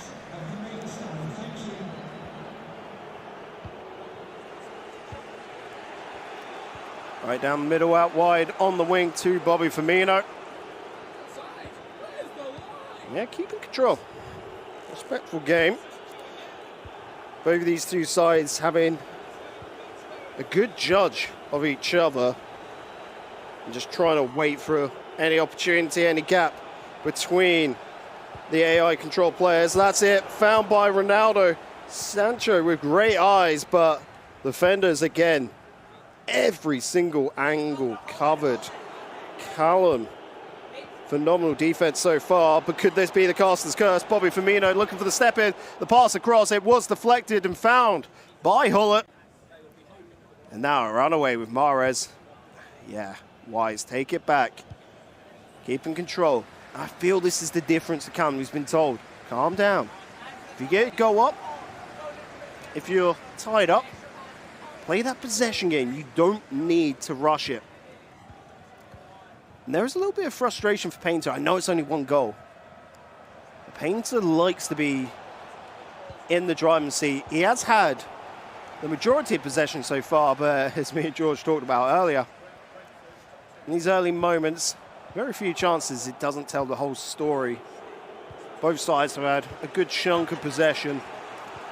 Just feels like Painter is slower to build up and thus holds on to it a little bit longer. Ruben Diaz. No real contention as Hullet looks to send it back. Painter electing to go out wide to James. I don't think he was actually going for the pass there to Diaz. I was hoping Vieira would pick it up, but nonetheless he keeps control. Trying to pull out midfielders with Sancho and Kante. Not going to be able to find Hurt on that one, unfortunately. First half comes to a close. 1-0 in favour of Everton. Callum stepping up when he's needed most. Everton, like we said, last match of the day for them. Thereby, they're around where they don't partake. is in round 5. They get home to the hotel nice and early, but will they be heading home, heading to the bar, all happy? Or is it going to be heads rather quite low? Well, so far they got to be smiling. You can see a discussion going on between players there for Everton, and just trying to keep in the zone, I feel, for Callum. Half the job down. Half to go. Leicester on the opposite end. Painter, I think the discussion is just tie it up. Don't need to do any more. If you have to. I bet you Cosmin's saying, if you're a goal down, I can bring it back. It's all about the support for each other here. The Painter will be looking for that one goal to tie it up. If you can be cheeky, get the second. Callum, I feel, for pride's sake, he'll be wanting to push this one more. Just a little bit further. See if he can get that second. Out wide with James. Picked up by Cancelo. Sancho, he does have Cancelo out wide, but he's also got Rashford on the inside. Hullet back to Rashford, looking to just work this around. Ronaldo on the ball, but it was offside. It was a late call by the ref. It will be offside nonetheless. It is now in the hands of Callum, the star player of his own, and he has been very, dare I say, turn-based, almost a strategy game here between these two players. Taking turns, full build-up, and then you'll get that interception in the box. And it is because of their strong build-up. I feel here today this has favoured Callum a lot more. Strangely, you think it's right in the ballpark of Painter. Callum, after the calm down, has looked absolutely cracking here.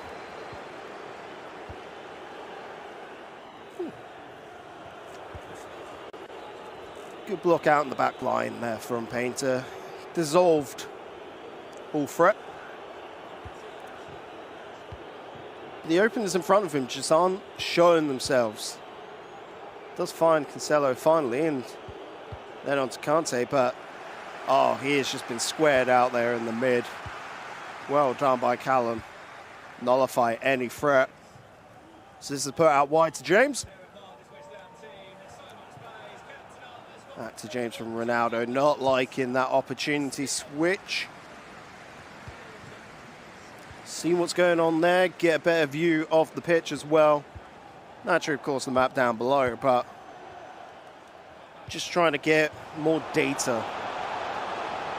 Nicely put out to Sancho on the wide, but it was offside. Potential for a sub to come on through here as we look at Everton's perspective.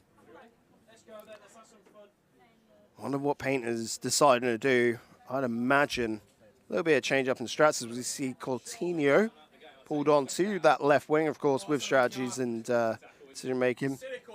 That's probably more at the attacking position as well. He'll be pulled all about where he's needed on the pitch. You just see any changes coming on through from Everton here, hovering on over Sancho. No. Oh no, we did see Eto'o, sorry. Be subbed on as we get back onto the pitch. 62 minutes. Nay, 63 minutes into this. Eto'o on for St. Maximin for Everton. Coutinho on for Rashford. St. Maximin on for Sancho for Leicester City.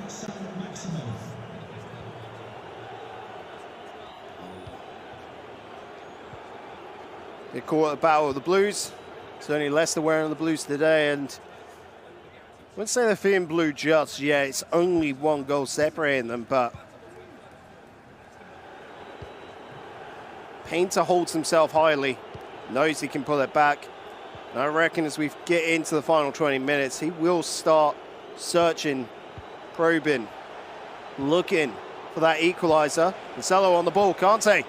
Not able to get that towards the centre, unfortunately. Eto'o just brought on, fresh pair of legs. Massive through ball downfield. As off the attempt, and well, you have to applaud the cheeky attempt at a chip, unfortunately. Goalie's not going to allow that one past, is he now? Ooh. Nice attempt there by Sancho. Just to pick up the ball. Not going to be able to, unfortunately, but confidence is building for Callum. And Painter. Would it be desperation? No. We've seen him so cool. I think it's just that want. He doesn't want to leave Jas in a bad position. He wants that goal. And then he'll be satisfied. Mahrez taking the step back. It's Callum. Now's the chance to just be a little bit cautious. He knows Painter is going to be wanting of the equaliser. Cross into the box. A little bit early, no one really there for it. Pass is coming up. Like we said, starting to see close on 200 is the average for leading teams.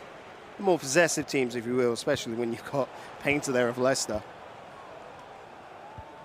A massive number at the end of the day, considering it's only 12 minutes of play. And you can crunch down numbers. Get the per minute rate, and heck, if you want to go even further, you could go to per second, but what you really want to be looking at is the amount of time in possession, and well, getting back in possession there's Callum, the shot, the opportunity just not coming on through for Painter of Leicester City. Ronaldo on the ball, the chip through ball once again, Eto with the shot, Callum is going to be put in. Everton 2-0 up in this matchup. A beautiful finish from Samuel Eto'o. Look at that, right around Van der Sar. No hope in heck to get to that one. And well, you can feel that Everton consider themselves in good stead to go on through to tomorrow. Leicester City, though, it is a battle of two legs, and it is only 2-0. Callum, if you really want to make that stamp and seal it, a third would be needed, but Painter right now will be hunting for one more to just get back into it. Ruben Diaz to James. Playing about with the defenders. You can see 3 men back. Painter is pushing them forward. He knows there's one more player left in this, and unfortunately, by passing it between the defenders, time is running out. He has to get his downfield now, but there's the interception from Vieira. It's Callum with control of the ball, and heck, he is looking for that third. Not going to come on through. Van der Sar to pick it on up, and there you have it at the end of leg 1. Everton take the lead, take the charge. 2-0 in their favour. Leicester City, who, I mean, by both myself and George's predictions, looking like the team probably favourites for second in this group. Well, that's a spanner in the works for them. It's an exciting day, of course. And it looks to go all the way down to the wire here. So at the end of leg 1, at the end of the Xbox portion of things, Everton lead 2-0. We'll be back after this break for the second leg, for the PlayStation 5 leg of things. It will be Jas versus Cosmin here in the Group B matchup.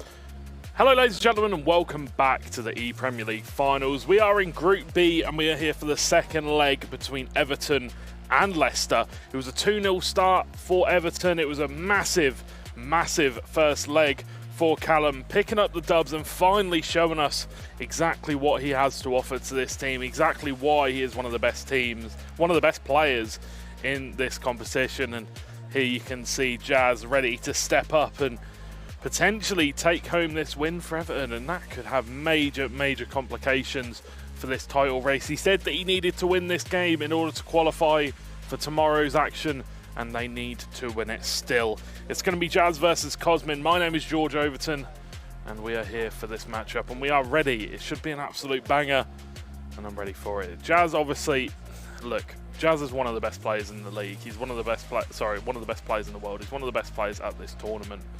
Definitely one of the best players in this group. I would say off of today's form, he's probably second, maybe third in form-wise. I'd say Tex is probably first, but Jazz just seems to have that energy to do whatever it takes whenever he wants to do it. Obviously scoring those 3 goals in about 3 minutes of in-game time. And you've got to say, Callum obviously coming up trumps in that game against Painter. As I think Painter's only ever, I think he only lost 1-0 to Tex, and obviously Callum beating him 2-0. So does that mean Callum's better than Tex? I don't know.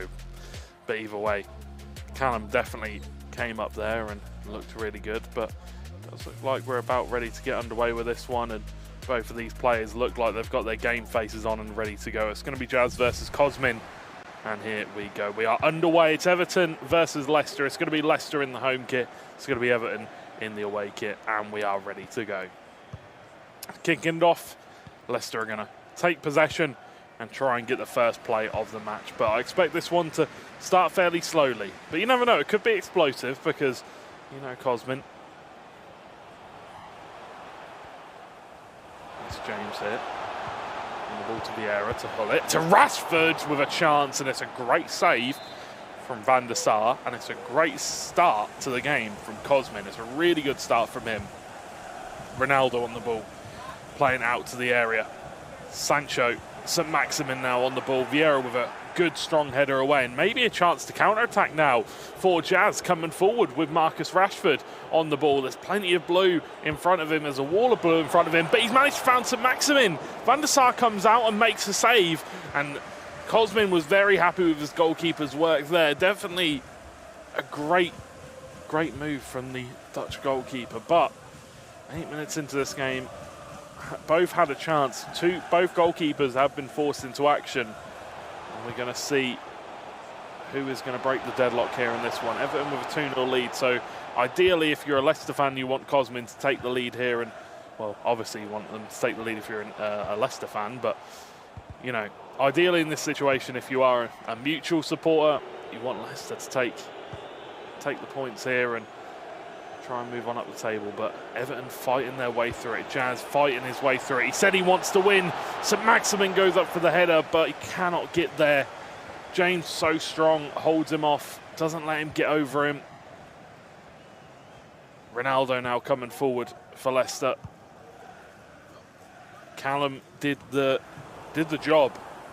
He definitely did the job for Leicester, or sorry, for Everton in that first leg. But the question is, can Jazz hold on to it? Can Jazz keep on improving on that scoreline? Or is Cosmin going to come back? Is he going to bounce back and look for some goals of his own? That's the question that everybody is asking, and only time will tell.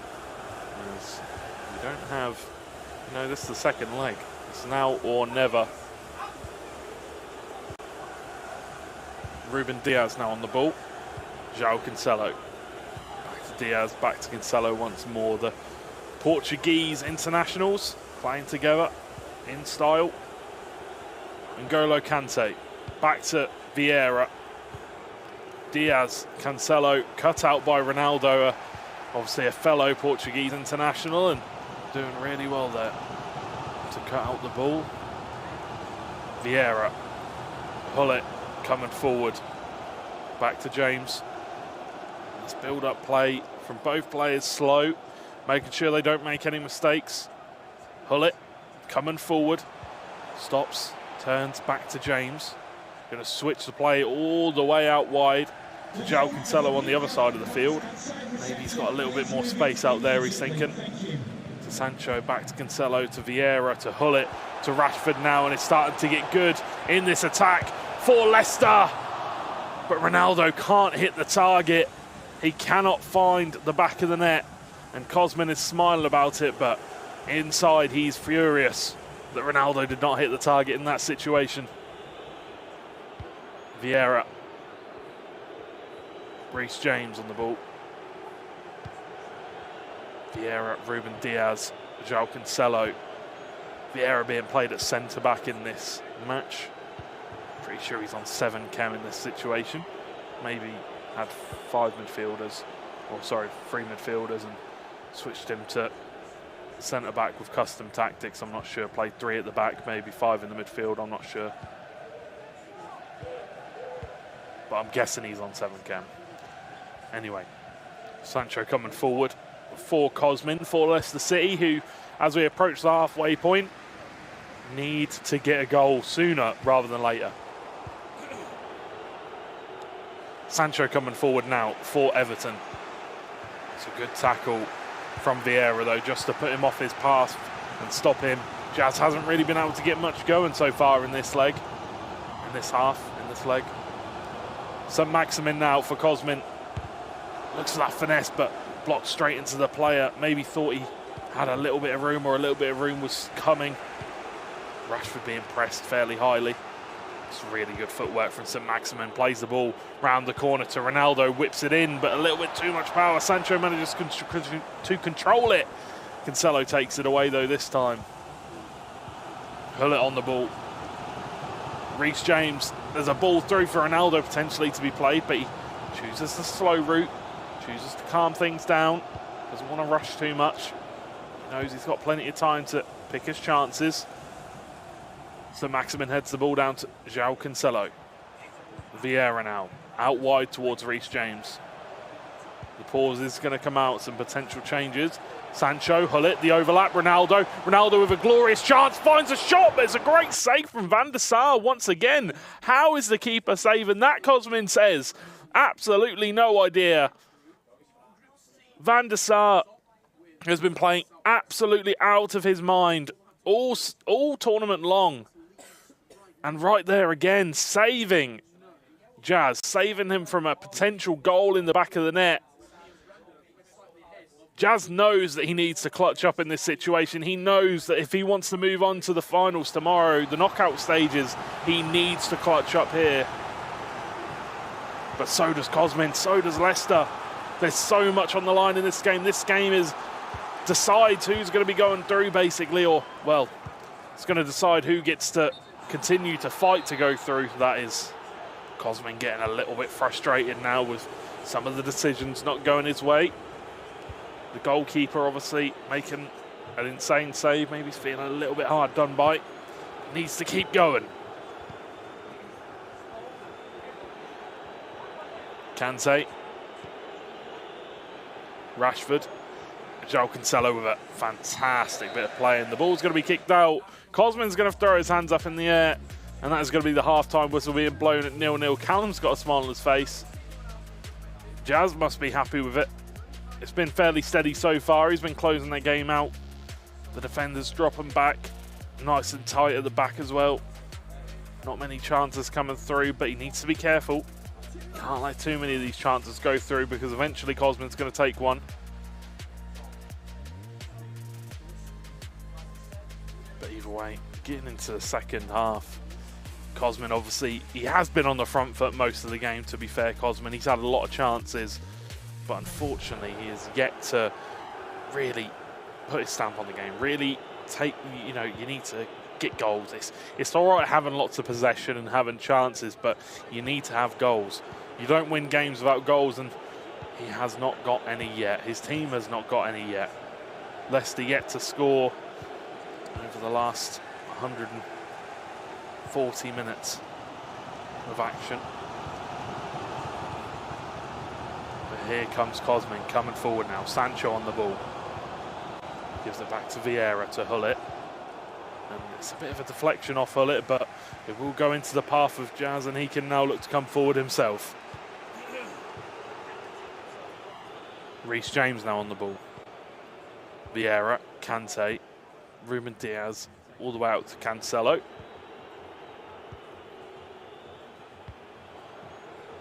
Reece James now on the ball, coming down this right-hand side, looking to try and make some progression down the field, or maybe he's just looking to play mind games with his opponent and hold on to the ball and run the clock down. It looks like just that to me. Jazz doesn't look like he has any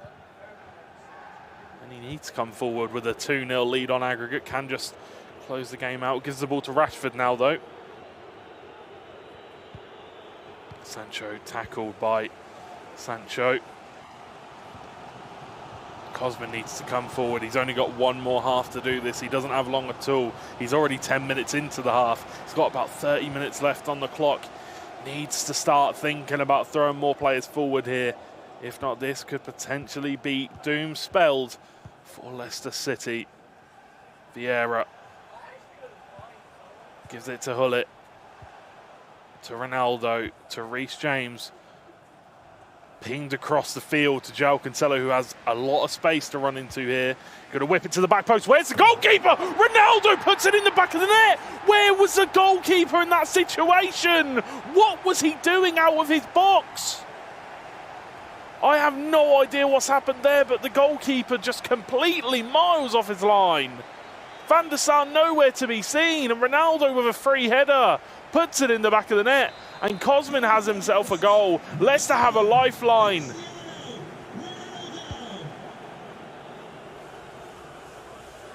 Everton 2, Leicester 1 now.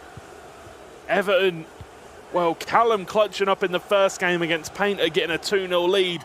Jazz is currently 1 goal down against Cosman. Now the question is Jazz going to stick to his guns here? Is he going to continue to play this slow, methodical football and try and hold on to the ball for as long as possible? Or is he going to have to start coming forward here? Because it's only a 1-goal lead, and Cosman has shown that he can break down the defence. He's done it on numerous times.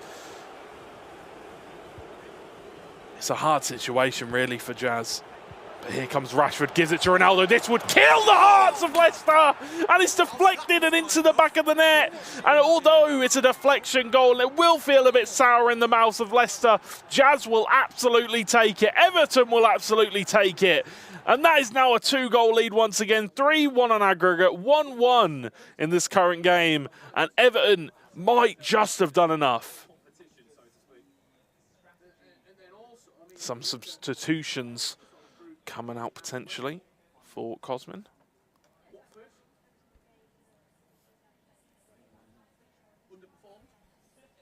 Oh, sorry, for Jazz. Nothing going to come out, though. Nothing of any concern. Oh, he did change one player that I didn't spot, actually. As the substitutions come on. It'll be Mane for James. For the side of Leicester, Cantona for Sancho.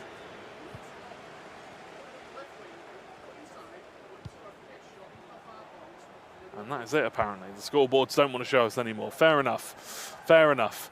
But either way, Cosman needs to start throwing more players forward. He needs to start going for this one now and going for it fast. Ronaldo on the ball. Ronaldo with a shot, but blocked and well defended. Hullet will regain possession for Cosman, though. And we've seen this so many times. We've seen a player chasing a deficit, and they've got the goal, and then the players just passed it around the back, you know, just seen their game out, which is a smart decision to make. But that's why you need to go for it now. You need to throw everything at it and go for it sooner rather than later. Will the opportunity open up for Cosman, though? That is the question. Ronaldo shot from Rashford. Blocked, well played by the goalkeeper there to keep it away from goal. Rashford, though, for Jazz, he's going to ping it over the top towards Cantona. Ronaldo, this would absolutely kill the game. Straight into the hands of Van der Sar. Good save from the Dutchman. And as you can see, more passes for Leicester, but only just.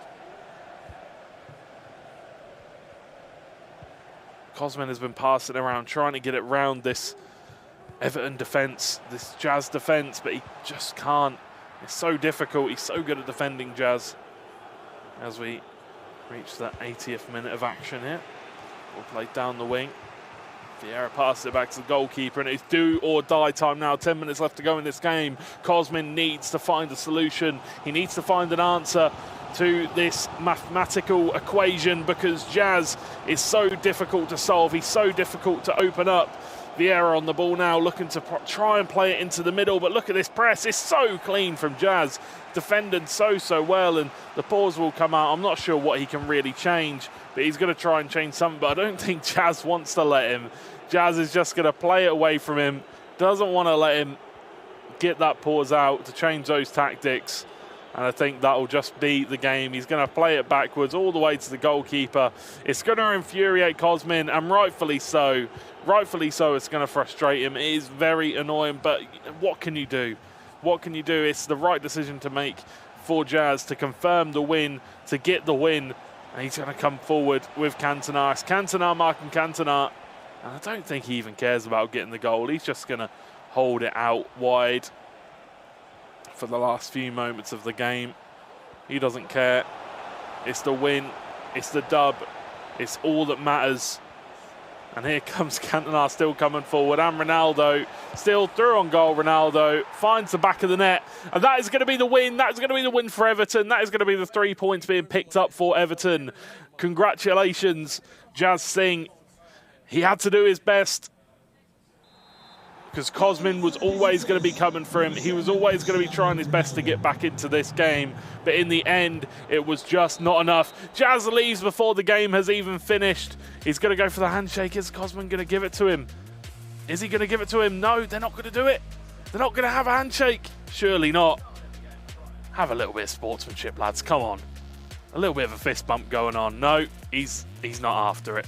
He's not happy with it. He's going to take a couple of pictures. He's disappointed with himself, but either way, that's all that matters for the Everton fans, that Jazz picked up the win. He picked up the dub, and I'm not too sure whether that guarantees they'll be moving on to the next round. We will have to see when we go to the group table, but massive congratulations to Jazz for picking up that win. And, you know, it all started with Callum doing that fantastic work in the first leg, picking up that 2-0 victory over Painter.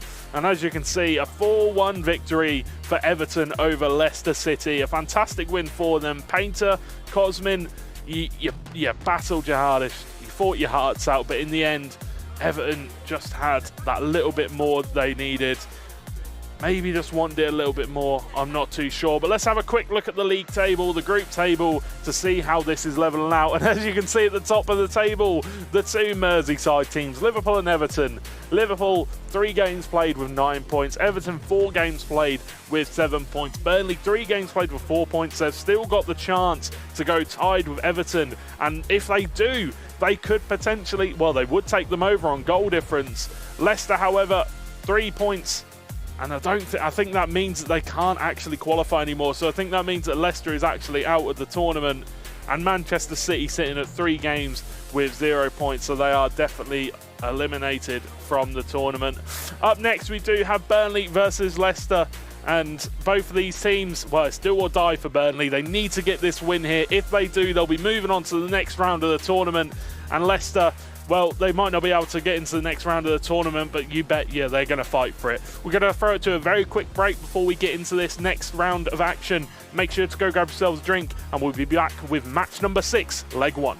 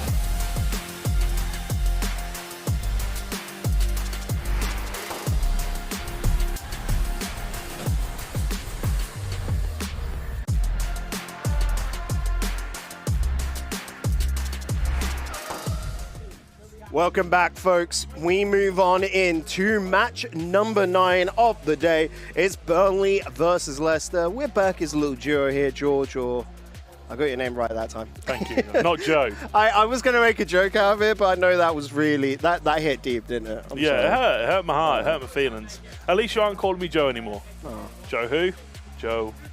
No, just kidding. Right, Anyway. looking at this one, Burnley versus Leicester. Leicester out of the run-ins now for that qualification point, but Burnley still in the challenge. And well, if Burnley take down Leicester, any win here, and that's it. Burnley steal Everton's spot. Exactly. You know, it's a massive, massive opportunity for Burnley. They've got the 4-goal difference, +4, and Everton only have +2. So if Burnley win this, it's over for Everton. It's over. If they pick up this win, but it's going to be a hard win because only problem I'm having with Leicester right now is I feel like Cosmin is really angry. But is that going to play into his favour? I don't know. That's the question. Has he checked out? The same with Painter, because Leicester now with nothing to fight for. Painter hasn't. Other than getting money. There's still £2,500 up for grabs if you finish 3rd or 4th. 5th place goes home with nothing. And right now, Man City without a win, if they can take down Liverpool, who Liverpool already confirmed top of the group, are they going to turn up? Like, that's still a game where it's more about the fun of things and the rivalry between Liverpool and Man City. But if Man City gets the win there, they could just steal away those points. Highly doubtful with things so far, but like we said, that's the last match of the day, and who can see? Right now, I want to see Leicester turn up without any pressure and just think, you know what, we can ruin Burnley's day. I feel like Painter's 100% here. Painter's, he's a veteran. He's not going to be playing into any kind of, we're out, so I'm not going to play as well as I can. He's still going to play as well as he can. He's still going to play with that pride that he has. He wears it on his sleeve. But the problem is, on the other side of the field, Brad and Josh, they know what they have to play for here. If they win this match, they are into the next round and they are qualified. This is a lot of pressure on them. That match up against Liverpool, Brad, unfortunately not being able to get a massive turnaround, but Josh turning up in the 2nd series up against Man City. Well, Brad with a 3-0 game right there was massive. So we head on to the pitch. Burnley and Leicester City in their home colours, and this is for all the beans for Burnley. They're going to give it their all here. St. Maximin, Kante now on the ball, gives it to St. Maximin once again. On the ball. Close chance, goal! Simple as that. 1, 2, 3, one shot needed. He doesn't need the 2nd or the 3rd. He just puts it away with 1. It's St. Maximin, and the question is, has Painter checked out? Because he has not conceded many goals this tournament, and he's conceded 1 in the first 6 minutes.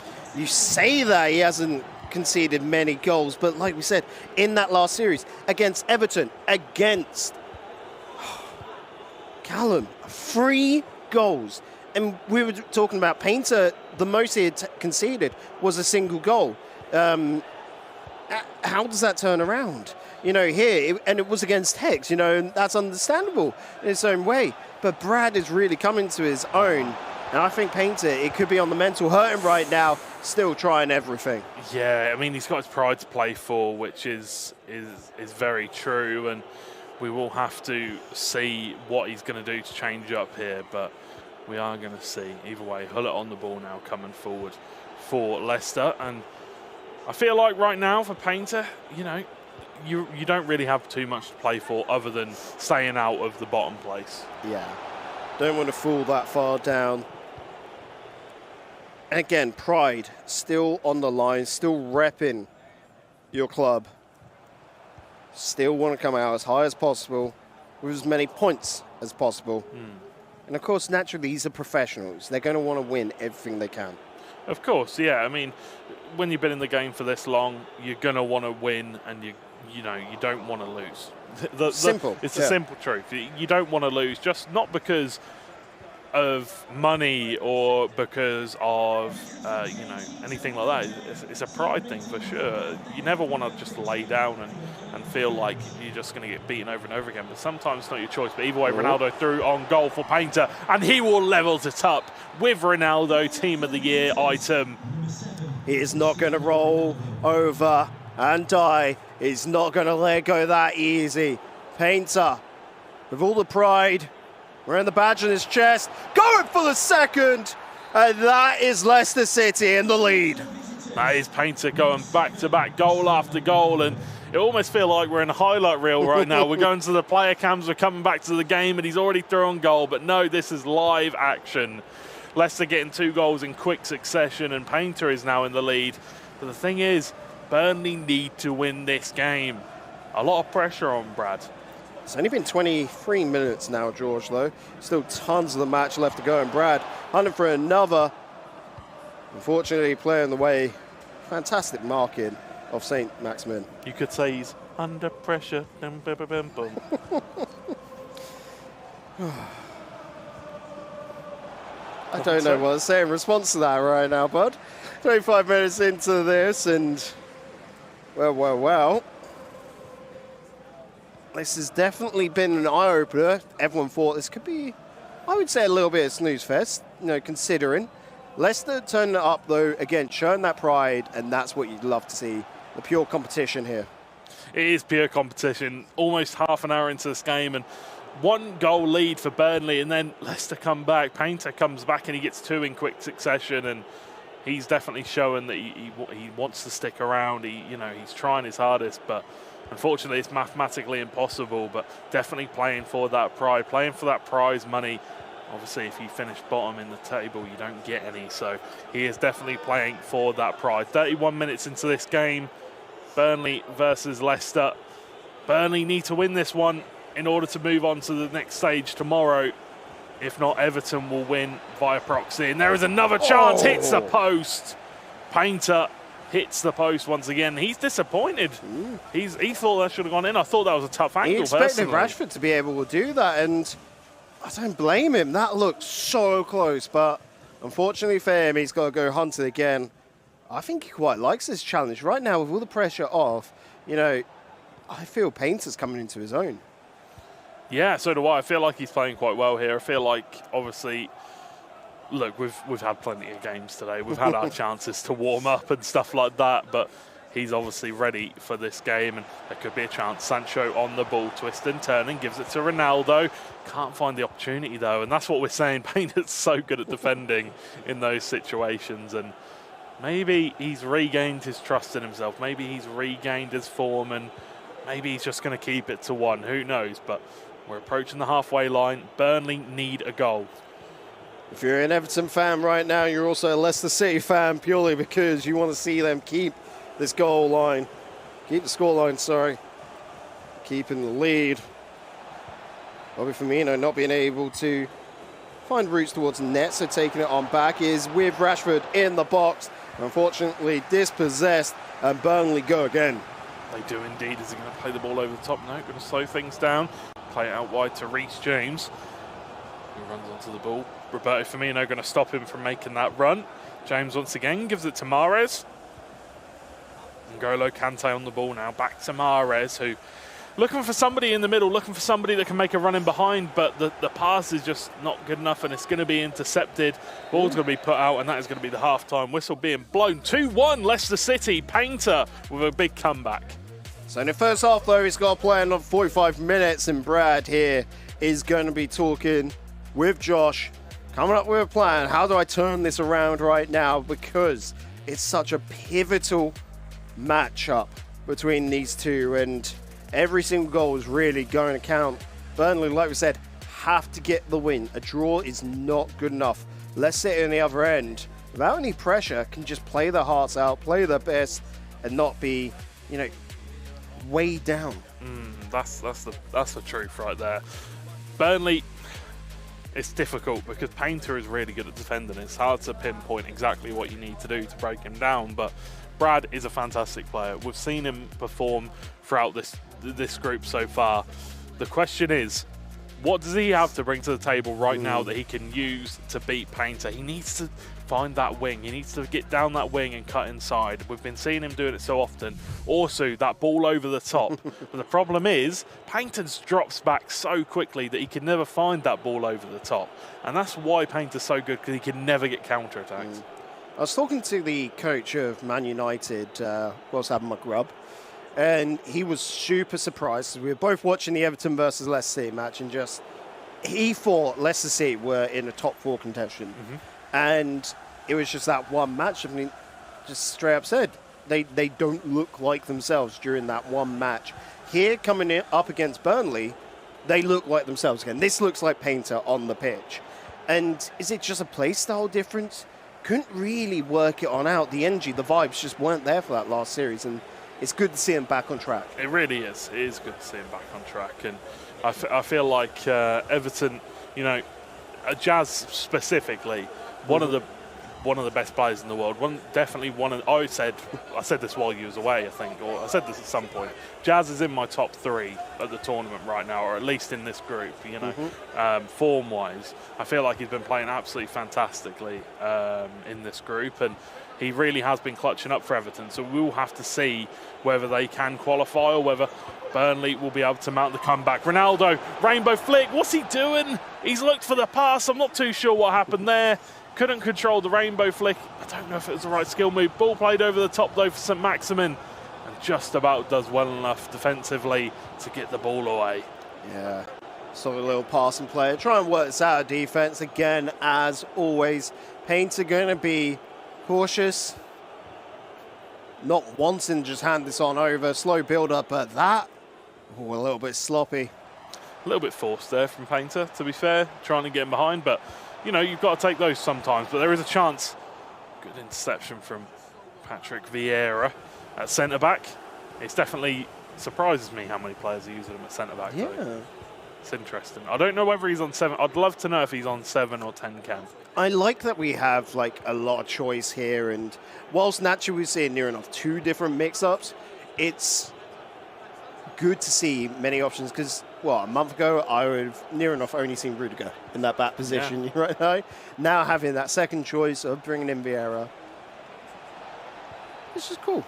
It is cool. It is nice. Ronaldo, reverse elastico. Defender with a little shoulder put in there, but referee says there's not enough in it to give a penalty. Now coming forward are Burnley. Hullet going to make the tackle. It's a lovely ball. St. Maximin takes it. Okay.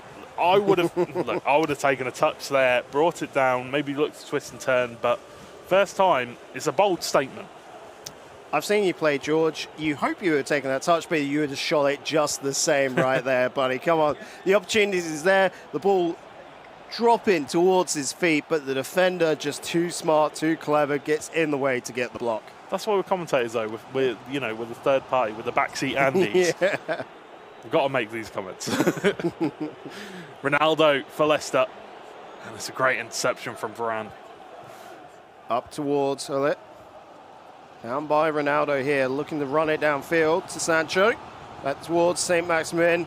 Effective pass to Ronaldo on the wing. What are Burnley going to do with this? What can Brad find? Sancho with the back pass. You can see Ronaldo just not whiffing around being a viable option. Through the left back, able to find routes, but the switch over, just hoping to mix up the lines. Chance here is with Hullet in the centre, off towards Cristiano Ronaldo. The shot not going to come on through, and that's dispossessed. Oh, that was close. That was really close. He tried to cut back inside with the when you hold, I think it's LB and RB or L1 and R1, and cut inside. He tried to do it, but well defended once again by Painter. Read the situation very well. Hullet gives the ball to N'Golo Kante, and he's forced to go all the way back to his defence here. Give Hullet. Good little pick-up. Just the right timing on the pass back towards Kante. Out wide with Bobby Firmino. Of course, looking for a pass on in towards the centre. You can see Hullet step on up back to Firmino. Taking us out wide towards the line, probably hoping for that the ball will be put out of play, go for the corner, but cheeky little opportunity, why not go for it? Needs to be careful, Brad, here. Playing very risky football out from the back. Almost being intercepted a couple of times, but is able to come forward here now, Burnley. James, big switch of play towards Cancelo. All of his attackers are offside, though. Just about keeps it in, but goes out eventually. And yeah, I think he's a bit frustrated with the ball there. But you can see from that you can see it. formation as well, looking to force issues, going ultra attacking here. I'm most interested to see what substitutes we'll see come on. Rashford for Sancho. Salah. We haven't seen him very much today. No, actually. Saw him a lot in the qualifiers, but not very much here. It's very surprising. I think it's because that Sancho card came out. Sancho card. 5-star, 5-star, man. Honestly. True. I think it's also down to the formations, where you've got that very hard right winger. That's where Salah can really shine, you know? So seeing that change up more to a 4-4-2 formation, you want it a bit more centered. Yeah, I agree. Salah, I feel like Salah's a little bit one-dimensional in the fact of you've got to try and get it onto that left foot. If not, you're not scoring. Yeah. It's impossible to score on that right foot. It's so difficult, and it's easy to read it. That's the problem, and players can just stop him from cutting inside. Whereas in real life, have to. Players still give him that room on his left foot. But on this, you never getting it on that left foot if you're against a good player. Kante on the ball for Leicester City towards Hullet. Coutinho, fresh legs. And what a belter of a shot. Painter now 3-1 up. Wow. Painter getting another goal. If only he could come up with these kind of plays last game. Unfortunately, they are out of the competition. But that is an absolutely massive play from Painter. And this, for the Everton fans, this is absolutely massive. A 3-1 victory over Leicester. This could be decided in the group right here. Yeah, I wonder if, Jas or Callum have slipped them a tenner, a little bit of extra incentive to go out there and play their hearts out. Of course not. That's just pure Painter right there. 3-1 over. An incredible matchup. Still, we'll have to see. It's only one half here. As Brad, unfortunately, you can see looking defeated. You can see the frustration right there, yeah. Damn. But that's why it's so important to then throw it on over towards the PlayStation side of things. Josh, way in behind. And, well, it's a lot of weight to pick up, but I think he's ready for the job, George. Yeah, mental reset. Josh can get involved. Obviously, we're going to see Josh versus Cosmin. Cosmin got really tilted at the end of the last game. Didn't even give a handshake to Jazz. He was very frustrated, and we're seeing the same with Colston there. He was very frustrated, disappointed in himself, I think, more than anything. But Josh versus Cosmin is going to be a very good match, and obviously only 2 goals to lead for Leicester, so it's more than enough room for Josh to make a comeback here. But will he be able to do it? You guys, well, you're going to have to find out after the break. We'll see you on the other side.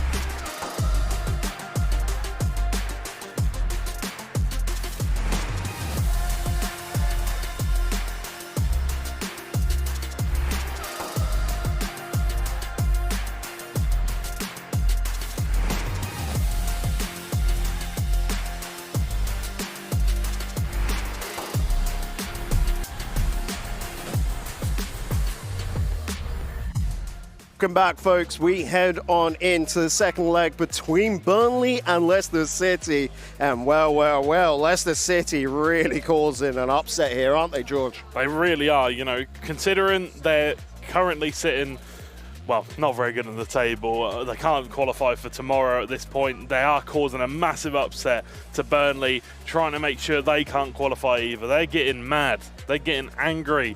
They've got to get mean. Dodgeball references. I think that Burnley, you know, Josh, he's been putting up some good results. I think he's a very good player, and the question is now, can he clutch up for his team? Cosmin, he couldn't clutch up for his team last game. Can he make up for it and potentially look to pick up a win now? So let's have a quick little look at the table so that we can quite easily see where everything currently sits. Leicester City, even with a win, would not be able to top Everton. Burnley right now, because of the goal differential, if they take down Leicester City, will usurp Everton of second place in the group. Liverpool, well, safe as houses, really, aren't they? Yeah, and Burnley and Everton both have the same goal difference currently, and obviously Burnley, if they win, they'll get the win because they'll have at least one goal over the goal difference. But, you know, I feel like definitely for any Everton fans that are watching currently, you are cheering on Leicester, obviously, and they're doing a good job of it right now. Coming into the second match, we did see Cosmin get a little bit tilted, a little salty there in that last matchup against Everton. But here, with a 2-goal lead, all he's got to do is sink it. All he's got to do is finish the job. And well, Leicester City would end up third in the group, of course, not going into tomorrow, but being the best of the rest. Like we said, it's all for pride here and now, and well, Leicester City, they're full of pride. He's having that antagonist character arc. He's having the evil character arc come through now. Everyone likes a good villain. Everybody likes it. I feel like he could be a good villain, definitely. And especially with the name Cosmin, that feels like some sort of like astral Dr. demon. Cosmin. Oh, that sounds evil, that does. Might have to use that one day. But either way, for Burnley fans, if he does pull the upset here, if Leicester pull the upset, he will definitely be in the evil books. The Leicester fans cheering Leicester on for this final game. We will have to see if Burnley can clutch up and move on to the next round, or whether Leicester can do it. You know, Leicester, they've looked good throughout the day. They just crumbled in that last game, unfortunately. So let's have a little look at Josh then. For Burnley, can he turn this one around? And straight up, I'm looking to that match against Liverpool, coming into that second leg, 4-0 down. Josh able to find 3, unfortunately not able to get the draw, but against Diogo, that was a phenomenal match with Josh. He's just got to bring back that magic into this one. Yeah, definitely. I feel like he's got it in him. Headsets are on. I feel like we're about ready to get underway with this. I'm excited for this because, honestly, I did not expect Burnley to be anywhere near close to this. We said Everton are the dark horses. We expected Everton to do well. Burnley, I think we both pretty much agreed they were going to be around the lower half of the table. They've completely proved us wrong here. Always love getting proven wrong when it comes to stuff like predictions and that. Yeah, same. Yeah, because it's an upset. It's a change to the story, a change to the narrative. It's not the norm. This right now, well, it does go against the norm. You would expect a deflated Leicester City after that match against Everton to, well, just roll over. But no, like we said, with all that pride, they stand strong. Up against Burnley here, we've got to see Josh get at least 3 goals to take the charge. As we said, a draw not going to be good enough. A draw's not good enough here. They need to do more. Burnley need to fight. They need to get at least 3 goals here. And obviously, as you said, a draw is not good enough to bring them up. They need to get the win. Let's see. Let's see if Burnley can do it, because I think they've looked fantastic throughout the day. I feel like they deserve it. But also, you've got to look at Everton. Jazz has been fighting his heart out since the start of the day. The back-to-back losses, and then to come back to be on 7 points is very impressive. That's why it's just awesome being, like, you know, not biased at all to this, just wanting the best. Oh, right in to the goalkeeper. But it's just the look at it, though, that Jazz should be rewarded but knowing that as well, Burnley have really pushed. And heck, we're talking about Justin Everton. Callum came into his own and really set the deal for that last match, Leicester. I feel that win against Leicester was because of Callum. Definitely clutching up in the pivotal situations, and I said back-to-back loss to meant a loss and a draw, but you know what I meant. You know what I meant. Either way, Burnley need to get a goal sooner rather than later. They need to start pushing forward, pushing men forward, and trying to find those gaps in behind. We know Josh is capable of doing that. The question is, can he do it here? Hullett looking for the finesse shot, but straight into that block wall of defenders. Cosmin very good at defending, but I think where his real talents lie is coming forward. He's very, very artistic coming forward. He manages to find these chances that no one else seems to find. I thought there for a moment Ronaldo would stick in control, but not to be. As here's Burnley on the attack. St. Maximin, fortunately players offside, so no options to pass it forward there. Will be Leicester's to pick on up and turn it into something. Will be indeed. Sancho on the ball though for Leicester coming forward. Ruud Hullett now playing the ball out wide, and Leicester can be patient here. Cosmin can just be patient. Problem is, he tried to come forward last game and he got punished for it. I mean, you could even argue Cosmin could just take it into the corner and just stick on it, right? That's what Yaz did. But he's not that type of player, I feel, Cosmin, especially not in the first half, to do it for a full night. Nah, he wants to have fun with this, of course, to see out. This is evil character arc, man. He doesn't care anymore. Well, no, the evil character arc would go on and be, I don't know, win this 2-0, right? That's the true evil character arc. Yeah, very true, very true. Very true indeed. But either way, Burnley need 3 goals within these 90 minutes, or, well, actually, about 65 minutes now. Got there in the end. Proud of you. How dare you. I was going to say 60, but then I knew somebody in chat would be like, it's not the 30th minute yet. There is extra time as well, and it's not the 30th minute. Okay, we hear you. It's fine. Good. Nice little pass into Hullett. Out to James on the right wing. Back to Hullett. Looking for this slow progression from Cosmin. St. Maximin. Cancelo out wide on the wing. Repping that number 2 today. From Ronaldo on over towards Rashford. Was it onside or offside? Surely it was offside, no? It looked offside. The fans are still cheering. It was offside. The producers. It was a tasty play. The producers are baiting us again. They're the true evil story. They are. Characters. They are. Yeah. Producers. Their evil character arcs. St. Maximin coming forward though for Burnley. There's a run through the middle for Ronaldo. Can he control it? No, he cannot. It's really well played from Raphael Varane to keep it under control. See, it's either been Raphael Varane or Rudiger. Yeah. I feel like you got to go with Varane all day long. I go Rudiger every single day. Really? Yeah. Okay, interesting. Just more strength there and just rock solid. I prefer that from the centre back. I want pace on the wings, and that's definitely why you pick James, you know. Cancelo on the opposite side. Ronaldo coming forward. It was a nice little ball roll, scoop turn. You love to see it. Either way, Sancho on the ball now. Ruud Hullett. Sancho again. Allen St. Maximin. Coming forward.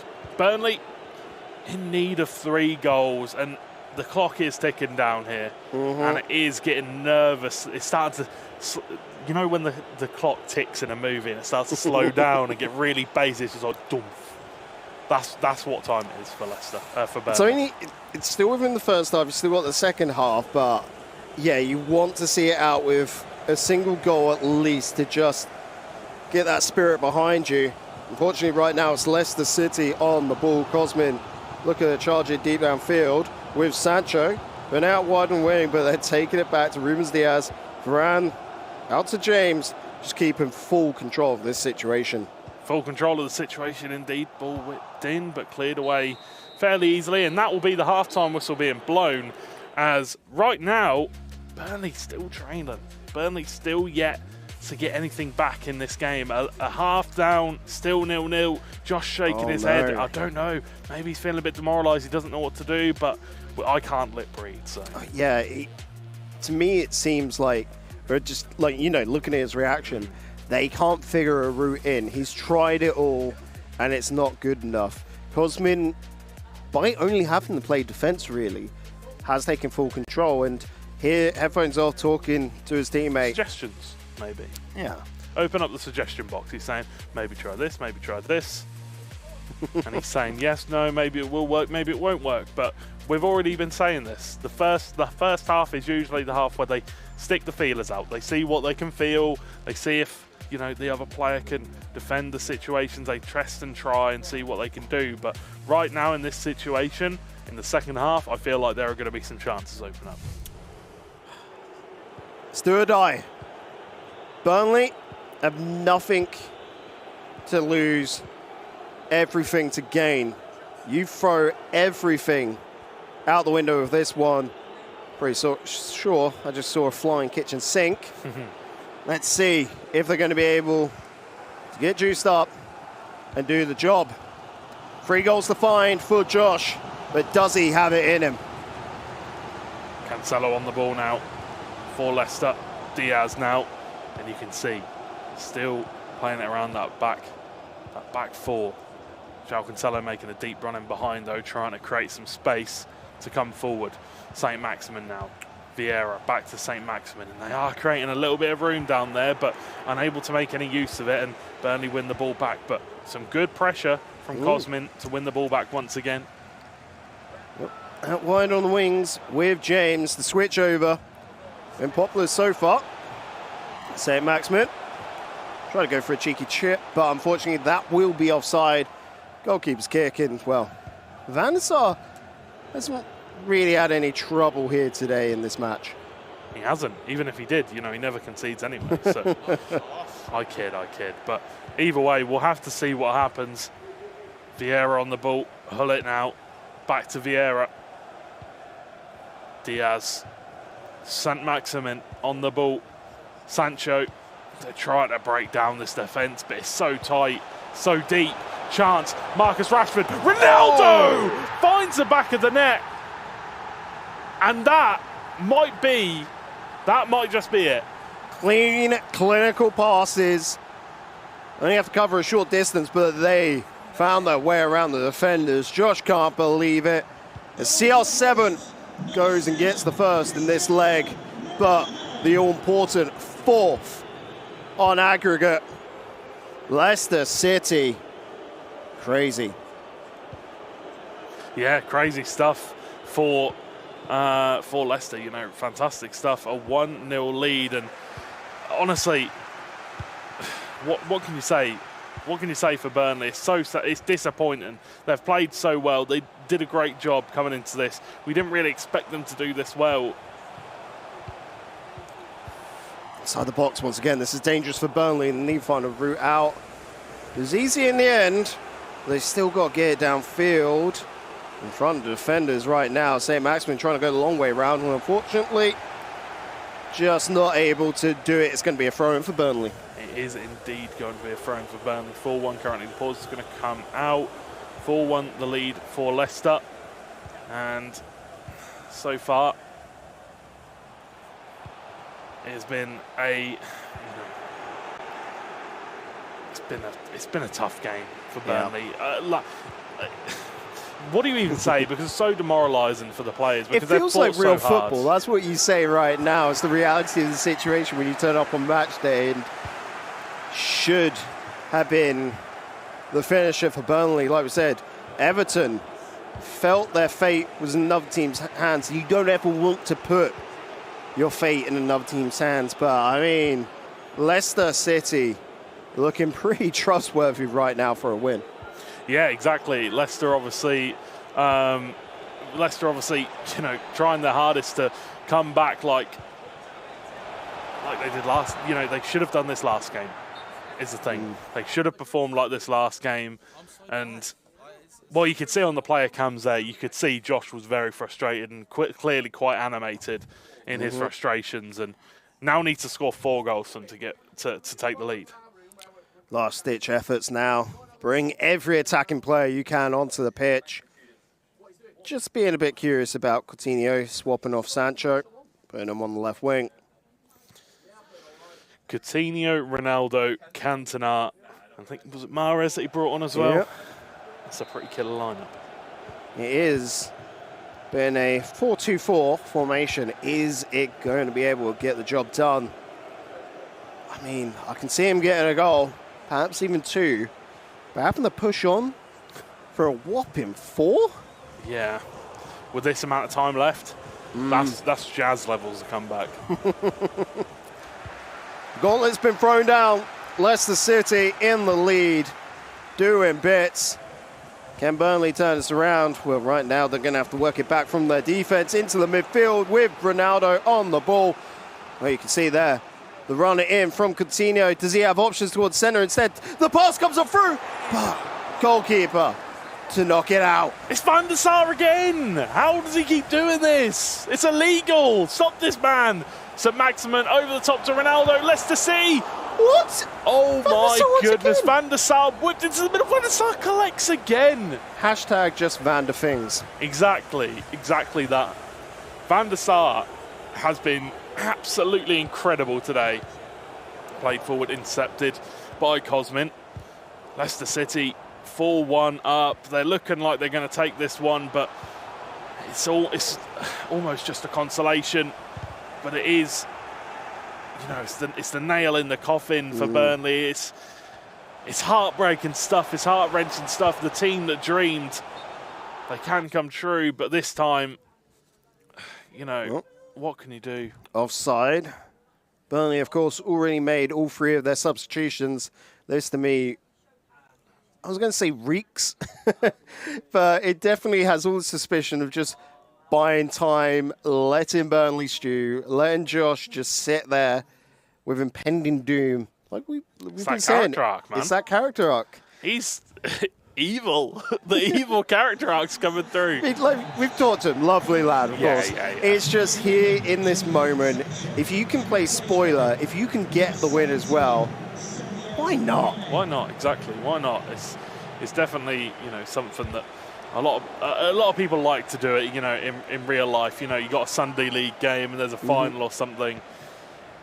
You love to be the spoiler. But either way, Leicester's still coming forward, absolutely relenting. Lovely little manual controlled run to Ronaldo. Still through.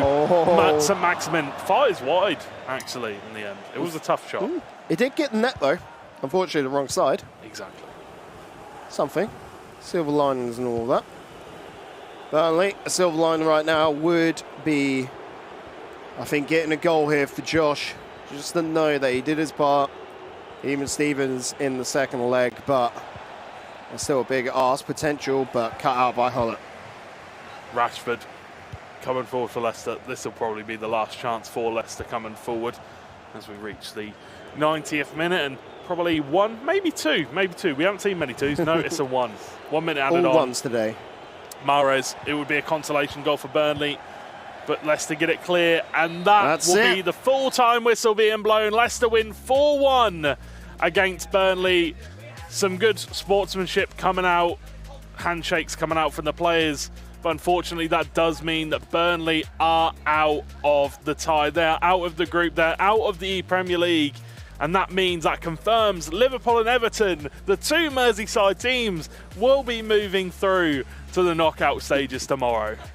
It is a fabled ending. Of course, not the end of the day. We still got one more match, Liverpool versus Man City. As we look at this, Leicester City have been a phenomenal team today, and I can completely understand the hype behind the squad, but that matchup against Everton earlier, they just couldn't get it all together, and that hurt them. Right there, that was the difference maker of a game, wasn't it? It really was. And for Burnley, it's a bit of a heartbreaker because they were right there. They had it in their hands. They couldn't follow through with it. And it's the same thing that happened to Leicester. They had it in the palm of their hand, but they just let it slip. Burnley will be feeling pretty sour and rotten after that one. Leicester City will go away holding their heads high to end the day on a high note. But with that said, there's still one more match after this. You can see we've got 2 teams there with 3 games played. Liverpool and Manchester City, 2 ends of the table. Manchester City have just seen a team Now we're down now at Leicester City. Get a win. They don't want to go home with 0 points. Let's go get a win. Liverpool versus Manchester City. Come to your screens after this break.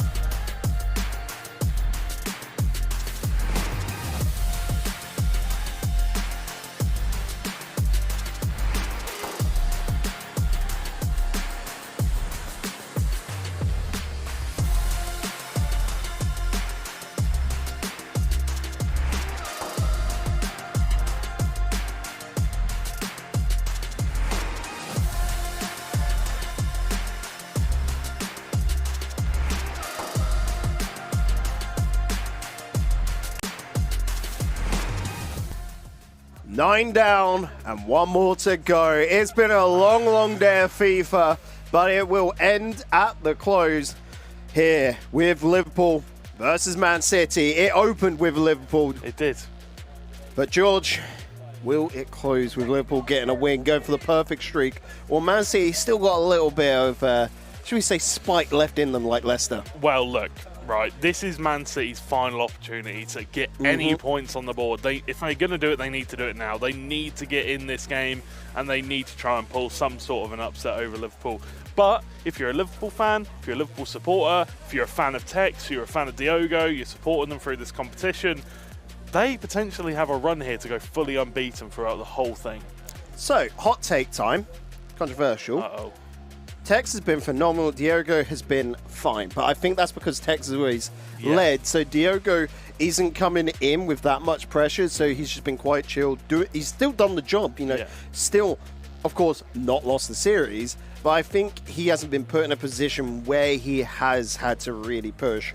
And who knows, could even be conserving energy until tomorrow. Look, I said this about 3 or 4 games ago. This is the perfect opportunity for Hughesy now to show what he's got, because I feel like Diogo's definitely been the weaker out of the two for Liverpool. Although he's a fantastic player, he has conceded a lot of goals, and I feel like Tex has been putting on an absolute masterpiece, and I don't want to say he's been carrying it, but he is the #1 player. That's what you expect him to do. He is one of the best players in the world. It's what you expect him to do. The question is, Ryan hasn't been on his best day. He's been having a bad day. Tex has been having a very, very good day. That's my worry. For me, Tex coming up against Ryan here it's going to be a scary matchup. I can feel that through and through. And as we start getting through to the last points, let's decide, could Liverpool go home with 12 up on the board, Man City with nothing? Or perhaps Man City could just claw back a bit of pride like we saw for Leicester. Will be Liverpool naturally in the red. Man City, Ryan this time opting for that home kit, no longer using the away kit. That definitely was a bad curse, I think. Bad luck, yeah. It was a bad omen for sure. Definitely going for the blue kit this time, but either way, João Cancelo on the ball, looks for St. Maximin, but can't quite find him. Kante, now Man City on the counter-attack. De Bruyne going to look for the ball outside. Sancho does really well. Great hustle from Sancho to win that ball back there. And now Tex can look to recover the ball. It should go out for his throw-in. It will do. It's João Cancelo with the throw-in. Hello.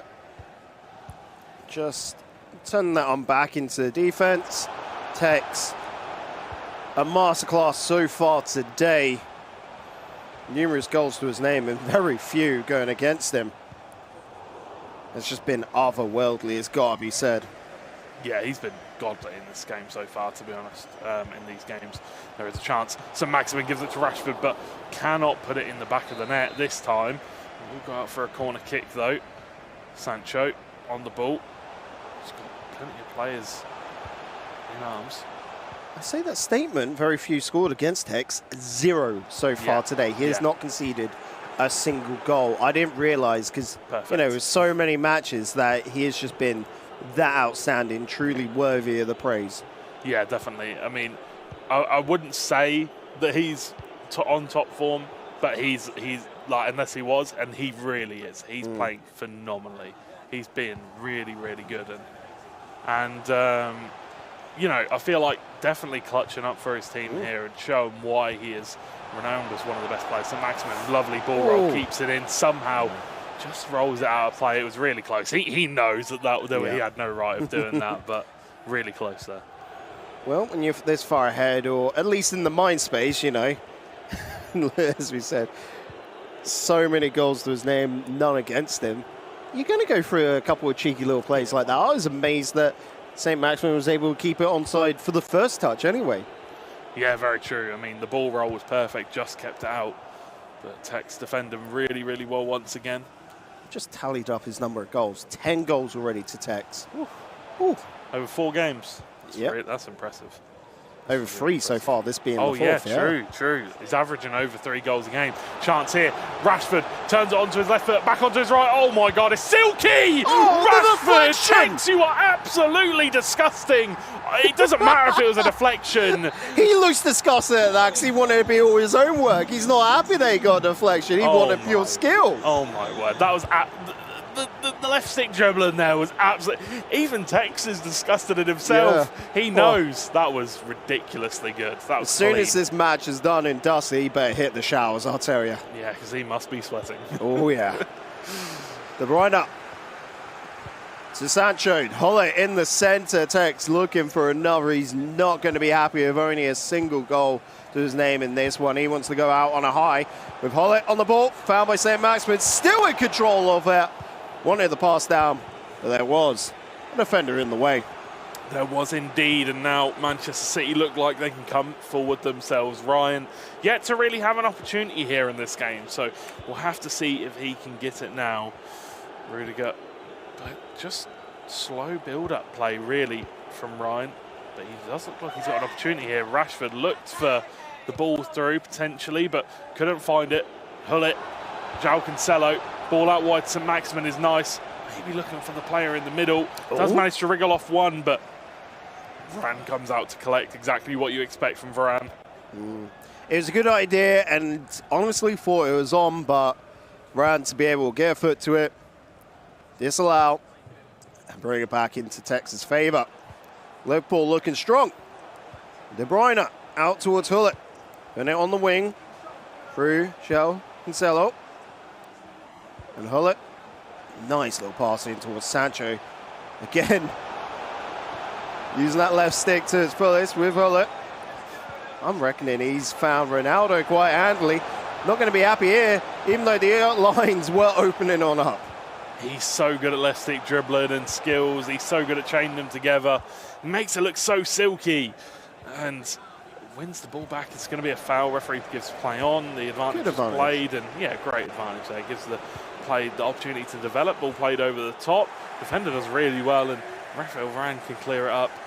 Maximin going to play it out wide for Rashford. He's got a player waiting in the middle in Ronaldo. Plays it back to St. Maximin. To Kevin De Bruyne now, and Hullet. And this is a slow build-up we expect to see, and then he waits for that perfect opportunity, gets in the box. Rashford now, and it's a really good tackle. Closes him out, makes sure he doesn't really have many options. Ryan do a great job so far, but just has to keep this one up. Going to the second half, perhaps get a goal of his own. He just needs to close this one down right now, because Tex has been intimidating so far. De Bruyne. João Cancelo now coming down this left-hand side. There's plenty of players in the middle if he can find them. Ronaldo, De Bruyne, and I think it's Rashford waiting in the box for him. But can't find him. Cannot find him this time. Now the counter-attack will come out. Doesn't matter, it's the half-time whistle being blown, and it's 1-0 Liverpool at this half-time break. Does look like Ryan is riding on that struggle bus, you know, square wheels and all. Still making it down the road, but it is not a smooth ride. No, it's not. It's only like one goal. It's like watching the Red Bull kart boxes. Oh, soapbox races. Soapbox races, there you go. I was going to say, like, if we're making F1 references, I don't want to spoil for people today, but Red Bull looking pretty good, buddy. No, I don't watch F1. The soapbox races just... Yeah. But either way, you know, I think that Ryan's doing a good job holding out here. You know, I feel like if he can get a goal, he can definitely get himself back in this game. And, you know, I feel like Tex looks good, but I don't think he looks unbeatable right now. That being said, I don't think that Ryan's had any opportunities. Tex seems calm at the moment. He knows he doesn't need to go and excel. He wants a cheeky goal or two, but he's not going to push the limit. He knows that he still wants the win here. Giving Ryan full respect. You know, he would have played him numerous times in the past and knows what Ryan is capable of. Can see probably it's not the best day, but still knows that Ryan could just awaken at any moment. But for this Man City team to finish, if they did finish this game and lost this game, it would be an absolute disaster for them to finish on 0 points. Group B, we said at the start of the day, pretty much the group of death. Anyone can make their way out of it. Liverpool short the favourites. Man City probably second, and then, you know, you had a couple of people saying, nah, Leicester should take that over Man City. But, I mean, we know already Liverpool and Everton are the two going out. But it is that point of pride for Man City. You do not want to go home with 0 points to your name. You really don't. It's never a good thing to happen in any competition. You know, you never want to not get any wins. And it's just straight up demoralising, and you'll think about it for a while. The thing is, that means they won't get any money, prize money either, as far as the online thing says. But yeah, I mean, don't get me wrong. I feel like they've played really well. I feel like they played all right, to be fair. Ryan's played decently throughout the thing, but throughout the tournament, but he's never really gotten into that rhythm. He's never really got into that stride that the likes of Liverpool have gotten into. And Sancho is going to be judged as offside. And Liverpool have just seemed they came into the tournament in top gear. And they've been ready for everything. They definitely revised before taking this test. Oh yeah, definitely. They've been in the top gear throughout the whole tournament so far. They came in already, you know, in that top gear, and they just seem ready to go. And that's going to be a red card. It's cynical. It is a red card for Manchester City. He knows it's going to be a red card. It was a terrible tackle, and Tex is having a little bit of a laugh about it, I think. The question is he going to shoot from the free kick? Right. That's De Bruyne as well taking off. I mean, I'm looking at that midfield and say if that's the player you would lose, right? I'd rather it be a centre-back. Makes it easier to attack, right? But it doesn't matter at the end of the day. You can move him down in the centre-back, you know, change position. I'm just saying, when you've got, you know, Rashford in there as well. Oh, good idea. De Bruyne out, those midfielders would probably be the one I could give up. Yeah. It's not an easy choice, naturally, but yeah. Yeah, I agree. You don't really want to give up Hullet. You don't want to give up Varane. No. But either way, Hullet, in a battle with Hullet, will not come out on top this time. But, well, he will come out on top because I didn't specify which team it is. So that's a weird one. That's what is that, an oxymoron? I'm not too sure. It's a weird one. Either way, James gives the ball to Vieira, who is playing at the centre-back position, to Hullet now. And Manchester City, a man down and a goal down. The question is, can they get back in this game? Can Ryan find some sort of way to tie things up with Tex? Sometimes a red card can be a blessing for teams. I doubt that, but I think he was hoping for the yellow. That's more, he had taken the tactical yellow, but it was a sloppy slide tackle and he's paid the price. Yeah, he was thrown. He was thrown goal. It was a Hail Mary. It was indeed. And sometimes you've got to. Sometimes it pays off, sometimes it doesn't. But he would have been 2-0 down. That surely would have been the end of things because, well, Tex hasn't conceded a goal yet today. So to concede 2 in one game would be a big surprise. But 68 minutes into this one, and we're getting very, very close to the full-time whistle. Ryan needs to pull something out of the hat here because right now it's just been all Tex in this game. Not much has changed since that red card. Ryan being able to weather the storm enough in front of the net right now. Goalkeeper scrambling to it off his line, and well, that was easy business to finish. Just a little smirk from Tex. That's all he needs to do, just a little smirk, a little smile. He knows just the way he plays is absolutely dirty. Getting the ball across the box, just dragging the ball back. The goalkeeper scrambling, trying to grab the ball. And he can't quite reach it. 2-0 to Liverpool. Man City 2 goals down and a man down now. Can it get any worse for them? I mean, a third goal would say yes, but they're going to be looking towards that second leg. And for Ryan now, it's got to be damage control. Keep it at 2-0. Knowing that 2-1 is probably a little bit too much to ask for in the current situation. Just focus on that defense. The yellow card's not going to be a worry right now. Just hold it on out. Throw it on over towards Hughesley. Great time. And know that job is done. Ronaldo looking for that pass, looking for that through ball. Found by St. Maximin, but Schmeichel will tap it away to the post. Tex is still disappointed. Even though he's 2 goals up, he's still disappointed. He wanted to score that one. He really did. He couldn't put it away that time. And obviously, you know, 2 goals up, 80 minutes into this one. We'll have to see if they can do anything, maybe get a consolation goal. So as the other groups come to a close, Group B looking to be the last one to end. And it truly has been, I think, the star-studded group that we all thought it'd be at the start of the day. It is nice when the hype truly lives up to it. It's very true. Liverpool came into this matchup with a massive hype train behind them, Tex. But no, I don't think people expected them to come out on top. I think that expected of Man City maybe to come out on top, but obviously Liverpool have an insane lineup. Tex and Diogo, it's a crazy lineup. You wouldn't bet against them to qualify them through today. That's it. You didn't know whether they would be first or second, but they have truly lived up to their names, and that's a credit to them. As we said last year, Tex dropping in that 9th to 16th place, not making the quarterfinals. I think that hurt deep in the memory, holding on through to this weekend. So the ball's offside. This whole day has been a redemption run from Tex. And if he can just hold on, it'd be a perfect day. Not conceding a single goal, but 2 minutes left. 2 minutes left indeed, and here we go. It's going to be the 90th minute coming in, +1 additional time. Oh. Looks like the last chance is going to come through, and then the full-time whistle will be blown. Tex will pick up the win, 2-0 against Ryan, and now is thrown over the court of Diogo and Hughesy. The question is, can Hughesy do anything here? Can he potentially pull back a win? He only needs to score 3 goals. And Diogo has conceded 3 goals in a match before today. And 2 goals just to bring it back to the draw has already been shown. You know, that's well within the realm of possibility. 3? I mean, it's going to be difficult. Diogo's not going to want to give it up, but that's just part of the course, right?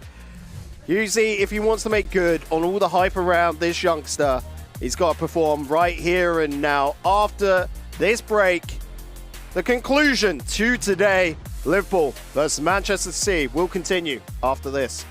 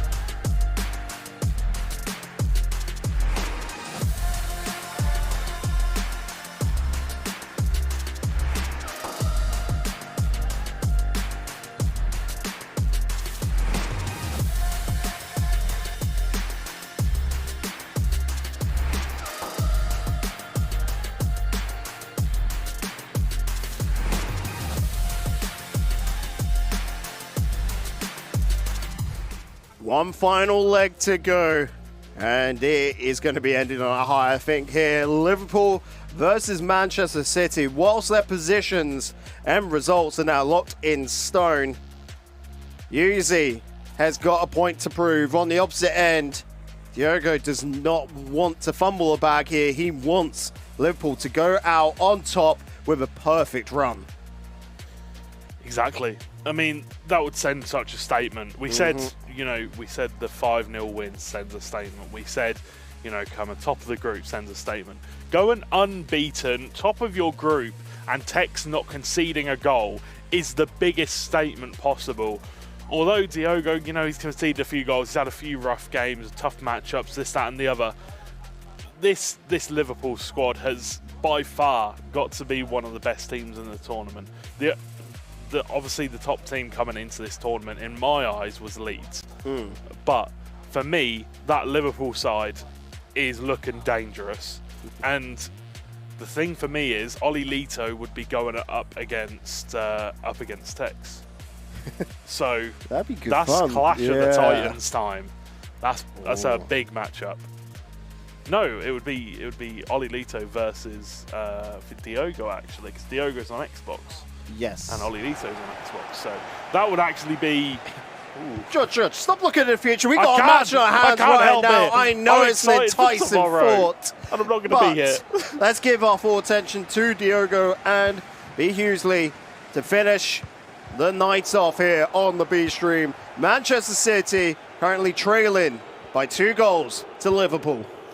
Indeed, he is, and the question is, can Hughesy come back? This is the matchup that I said Hughesy could potentially thrive in. This is the match that he could potentially show what he has to offer in, because Diogo's not had the greatest of days today, and we'll have to see if he can come up trumps here. But there's a chance for Ronaldo early on, and Maximin puts it in the back of the net, and Diogo hears me chatting back here. He's like, yo, what are you saying, George? What are you saying?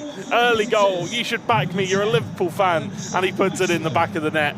St. Maximin 1-0 to Diogo, and that means it's 3-0 to Liverpool on aggregate, 6 minutes in. So results for Diogo: a draw against Leicester, 2-3 loss against Everton.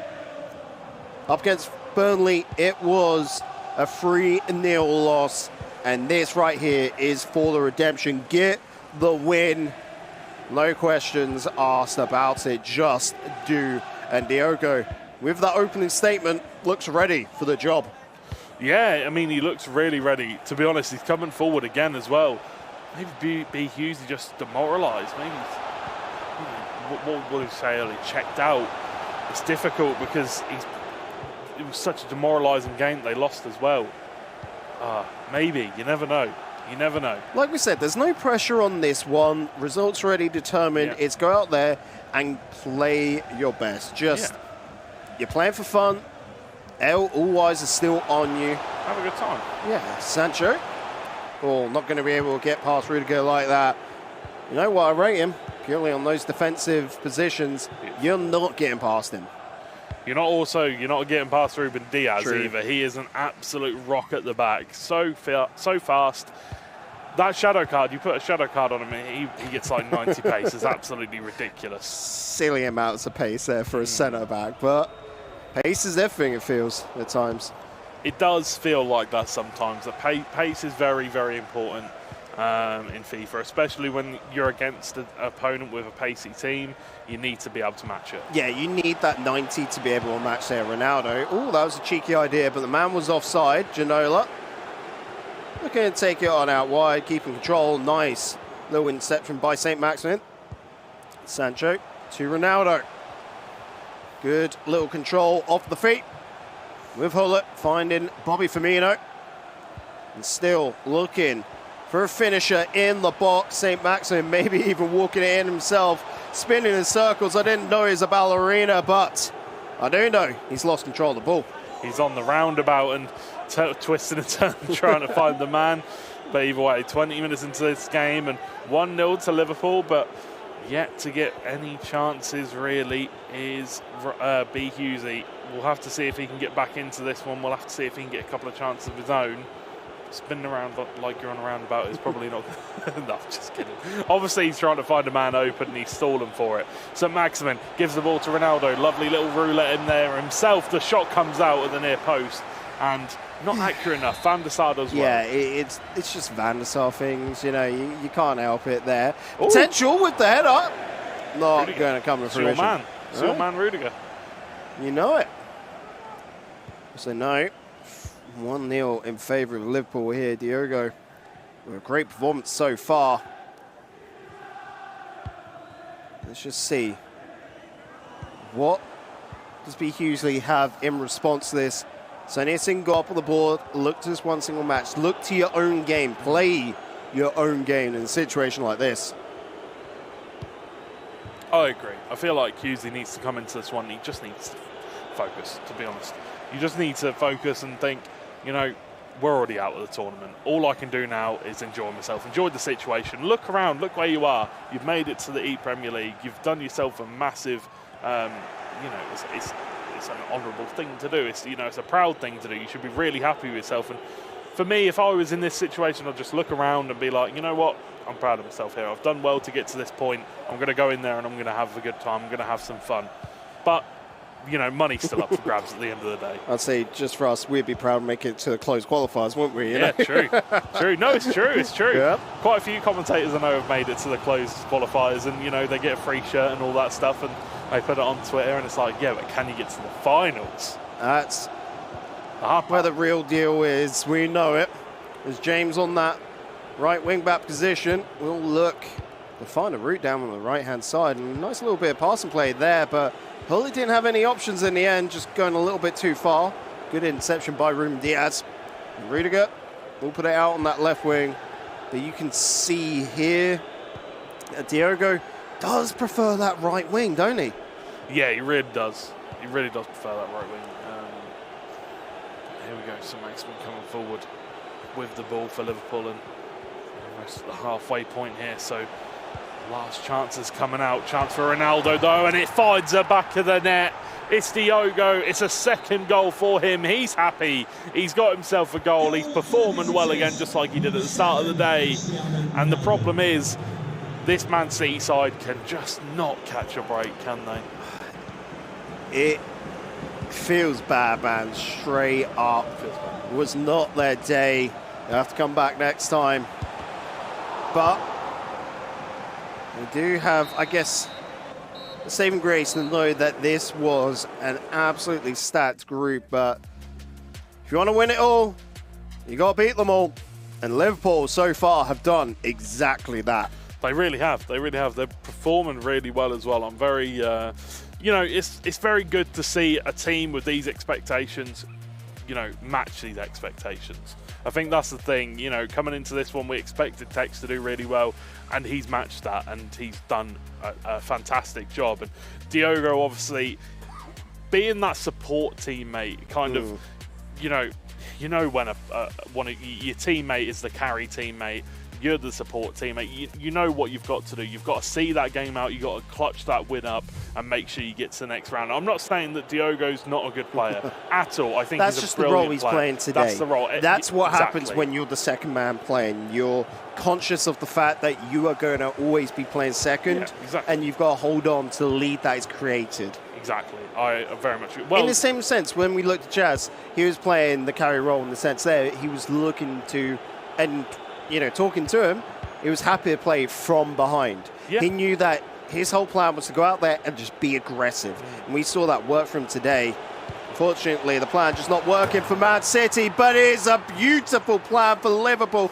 Diogo is in his element. Oh my word. Did you see that burst of pace there from St. Maximin? That was absolutely outrageous. Absolutely outrageous. The double tap RT to get the it's like a massive speed boost. I forget the exact wording for it, but either way, you know, well played to St. Max there. I feel like he kind of made that opportunity. Oh. The crowd are loving it. Twitch chat are loving it. YouTube's loving it. And George, I'm sorry for speaking for you, buddy, but I know we're loving it. Oh, I'm loving it. I think it's fantastic. You know, the ePremier League is such a prestigious event, and to see all the players come out in person finally, and we finally get to do it at a LAN. It's nice to see. It's been so long since we've done a LAN event, and honestly, we've done LAN events together before, and it's it's lovely to see. The only one thing that I could say that could improve on this is if we were out on the stage, standing up in a corner, in a little casting booth or something like that, watching them play on stage, because then you could look over and see their exact reactions. Yeah, but they had to go and lock the gremlins away in the back room. In the dark room as well, and cold. I'm just kidding. I turned up today with a shirt and walked in and went, nah, I'm wearing my hoodie today. That's how dress code is decided for casters, as an FYI. If it's too cold, we're going to wear our hoodies. But I braved it. I've got the insulation, it's fine. But either way, this game is very much going to plan as we hit the hour point in game, the 60-minute mark. This game is going well to the plan of Liverpool and Diogo. He's playing very, very well, controlling the play, getting lots of chances as well, and it looks like he could score even more here. St. Maximin overlap. Ronaldo gets the ball, reverse elastico, Hullet wins the ball with a good tackle, and it was a clinical tackle. Ball played over the top, and Ruben Diaz, he cleans those up all day long. No way you get on that. St. Maximin running his low out, but unfortunately it's all for now. Nice little passing progression downfield, found by Sancho. Just waiting for players to step on in the hopeful cross towards the box, but not to be. He was going for the overhead kick. Yeah. Ronaldo, you saw him lift his right leg up, going for it. Oh, that'd have been the such a tease. The cherry on top of the cake. That would have been. How about we go again? Sancho dispossessed by Joe Cancelo. And it will be put out for a corner. Could be a Rooney goal here. Oh, which is, he's looking for him. Maybe going to go for it. No, he goes up for the header. Has to, because he's being contested by the other Ronaldo. Sancho on the ball, however. Maybe there's a little dare going on. Yeah. Can you get an overhead kick with Ronaldo? Can you get a screamer? Either way, Ginola on the ball here, making his way into the box. Finds Ronaldo just about. La Croqueta cancel into the shot, and that is signed, sealed and delivered. That is game over for Man City, and Diogo is playing fantastically here against B. Hughesy.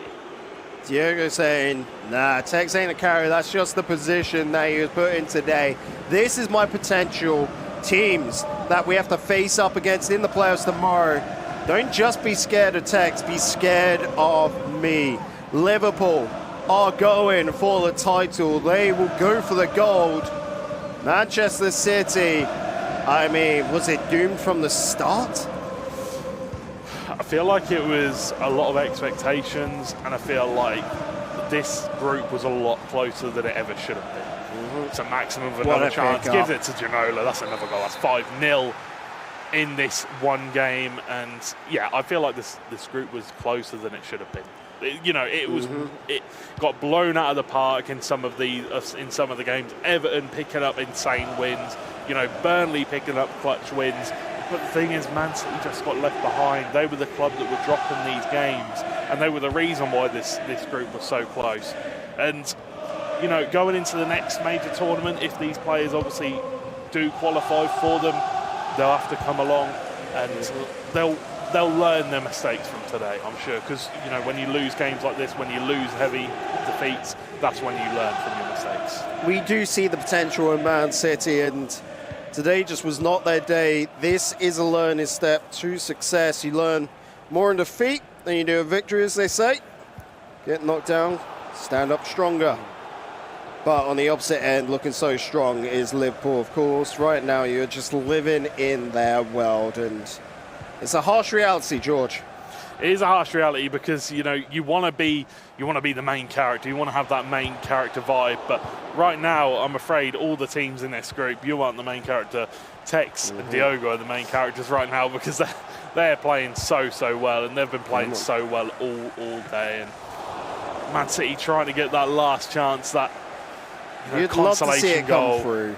You'd love to see a consolation goal, but unfortunately for them, it's not going to happen. I don't think. They can. You say that. I mean, you never know. Don't get me wrong. Ball whipped into the air. St. Maximin there. One. Rudiger will take it away as we reached almost in the 90th minute. As we reach our final match, our final game, our final full whistle of the evening. It has been absolutely fantastic, and I feel like hats off to Liverpool, hats off to Tex, hats off to Diogo for playing so well. And the story of who's the best team in Merseyside will go on. Until tomorrow. I love that shots, Ronaldo v Ronaldo. I love Ultimate Team so much. As we finally get to the last minute, last play, last little bit of progression. And that's all she wrote. The decider for today, match 10, is going in favour of Liverpool. A whopping blowout victory for them. A massive victory for Liverpool, a massive scoreline as well, showing that they are the top team in this group, and maybe even saying they're the top team in this league. They performed very well, and they popped off in truth. Look at that, 7-0, Tex getting a couple, Diogo getting 5, absolutely crazy stuff. Ryan and Hughesy, commiserations. On this day, they just weren't good enough today. Yeah, it just didn't stack up for them. So, with that said, let's do a little bit of housekeeping. Let's clean it all up and give you the end results. Topping Group B is, of course, Liverpool. A perfect run for them, finishing on 12 points. Behind them, Everton will be moving on to tomorrow on 7 points. Leicester City, best of the rest, with 6. It was a close affair, but unfortunately in their matchup against Everton, they just could not come out on top. Burnley take 4th.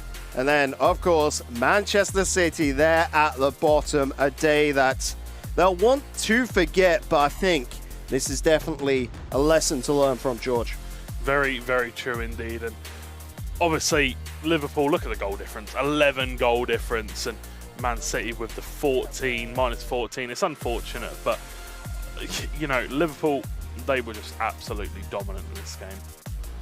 And we're going to have a quick look at the brackets for the quarterfinals coming up next, as we will see Liverpool going up against Crystal Palace, Brentford going up against Aston Villa, Leeds going up against Everton. That is a massive game. That is big. And Norwich City versus Chelsea. For me in that game, Leeds versus Everton, Oli Lito, and obviously Jazz as well. That's a massive... Unfortunately, we weren't able to cover them today, but both Brentford and Aston Villa as well have had a big just rumours and mentions there, literally causing murmurs all around the player camp. Norwich as well, big surprise. And of course, Chelsea at the bottom there having a stellar performance. And that's because, talking to the other cast and that, they haven't looked good today, but they've got easily the results, and that for me is always the sign of a scary team. Yeah, it's like that in the Premier League at the moment with Liverpool, to be honest, like not being biased, but yeah, they haven't been playing particularly well and they've been picking up the wins. So it's like that with all the top teams. You know, you talk about the Manchester Uniteds and things like that when they were in their prime, when Alex Ferguson was there, they'd play bad, but they'd still get the win. So that's exactly what you expect from a championship winning side, and we'll have to see what happens going into tomorrow's action. Unfortunately, there's only going to be one winner tomorrow, and you're going to want to tune on in to find out who. Of course, it's not going to be us. This is it for both myself and George, but it's been an absolute pleasure to have you along every single step of the way. Until tomorrow, stay safe. We'll see you soon.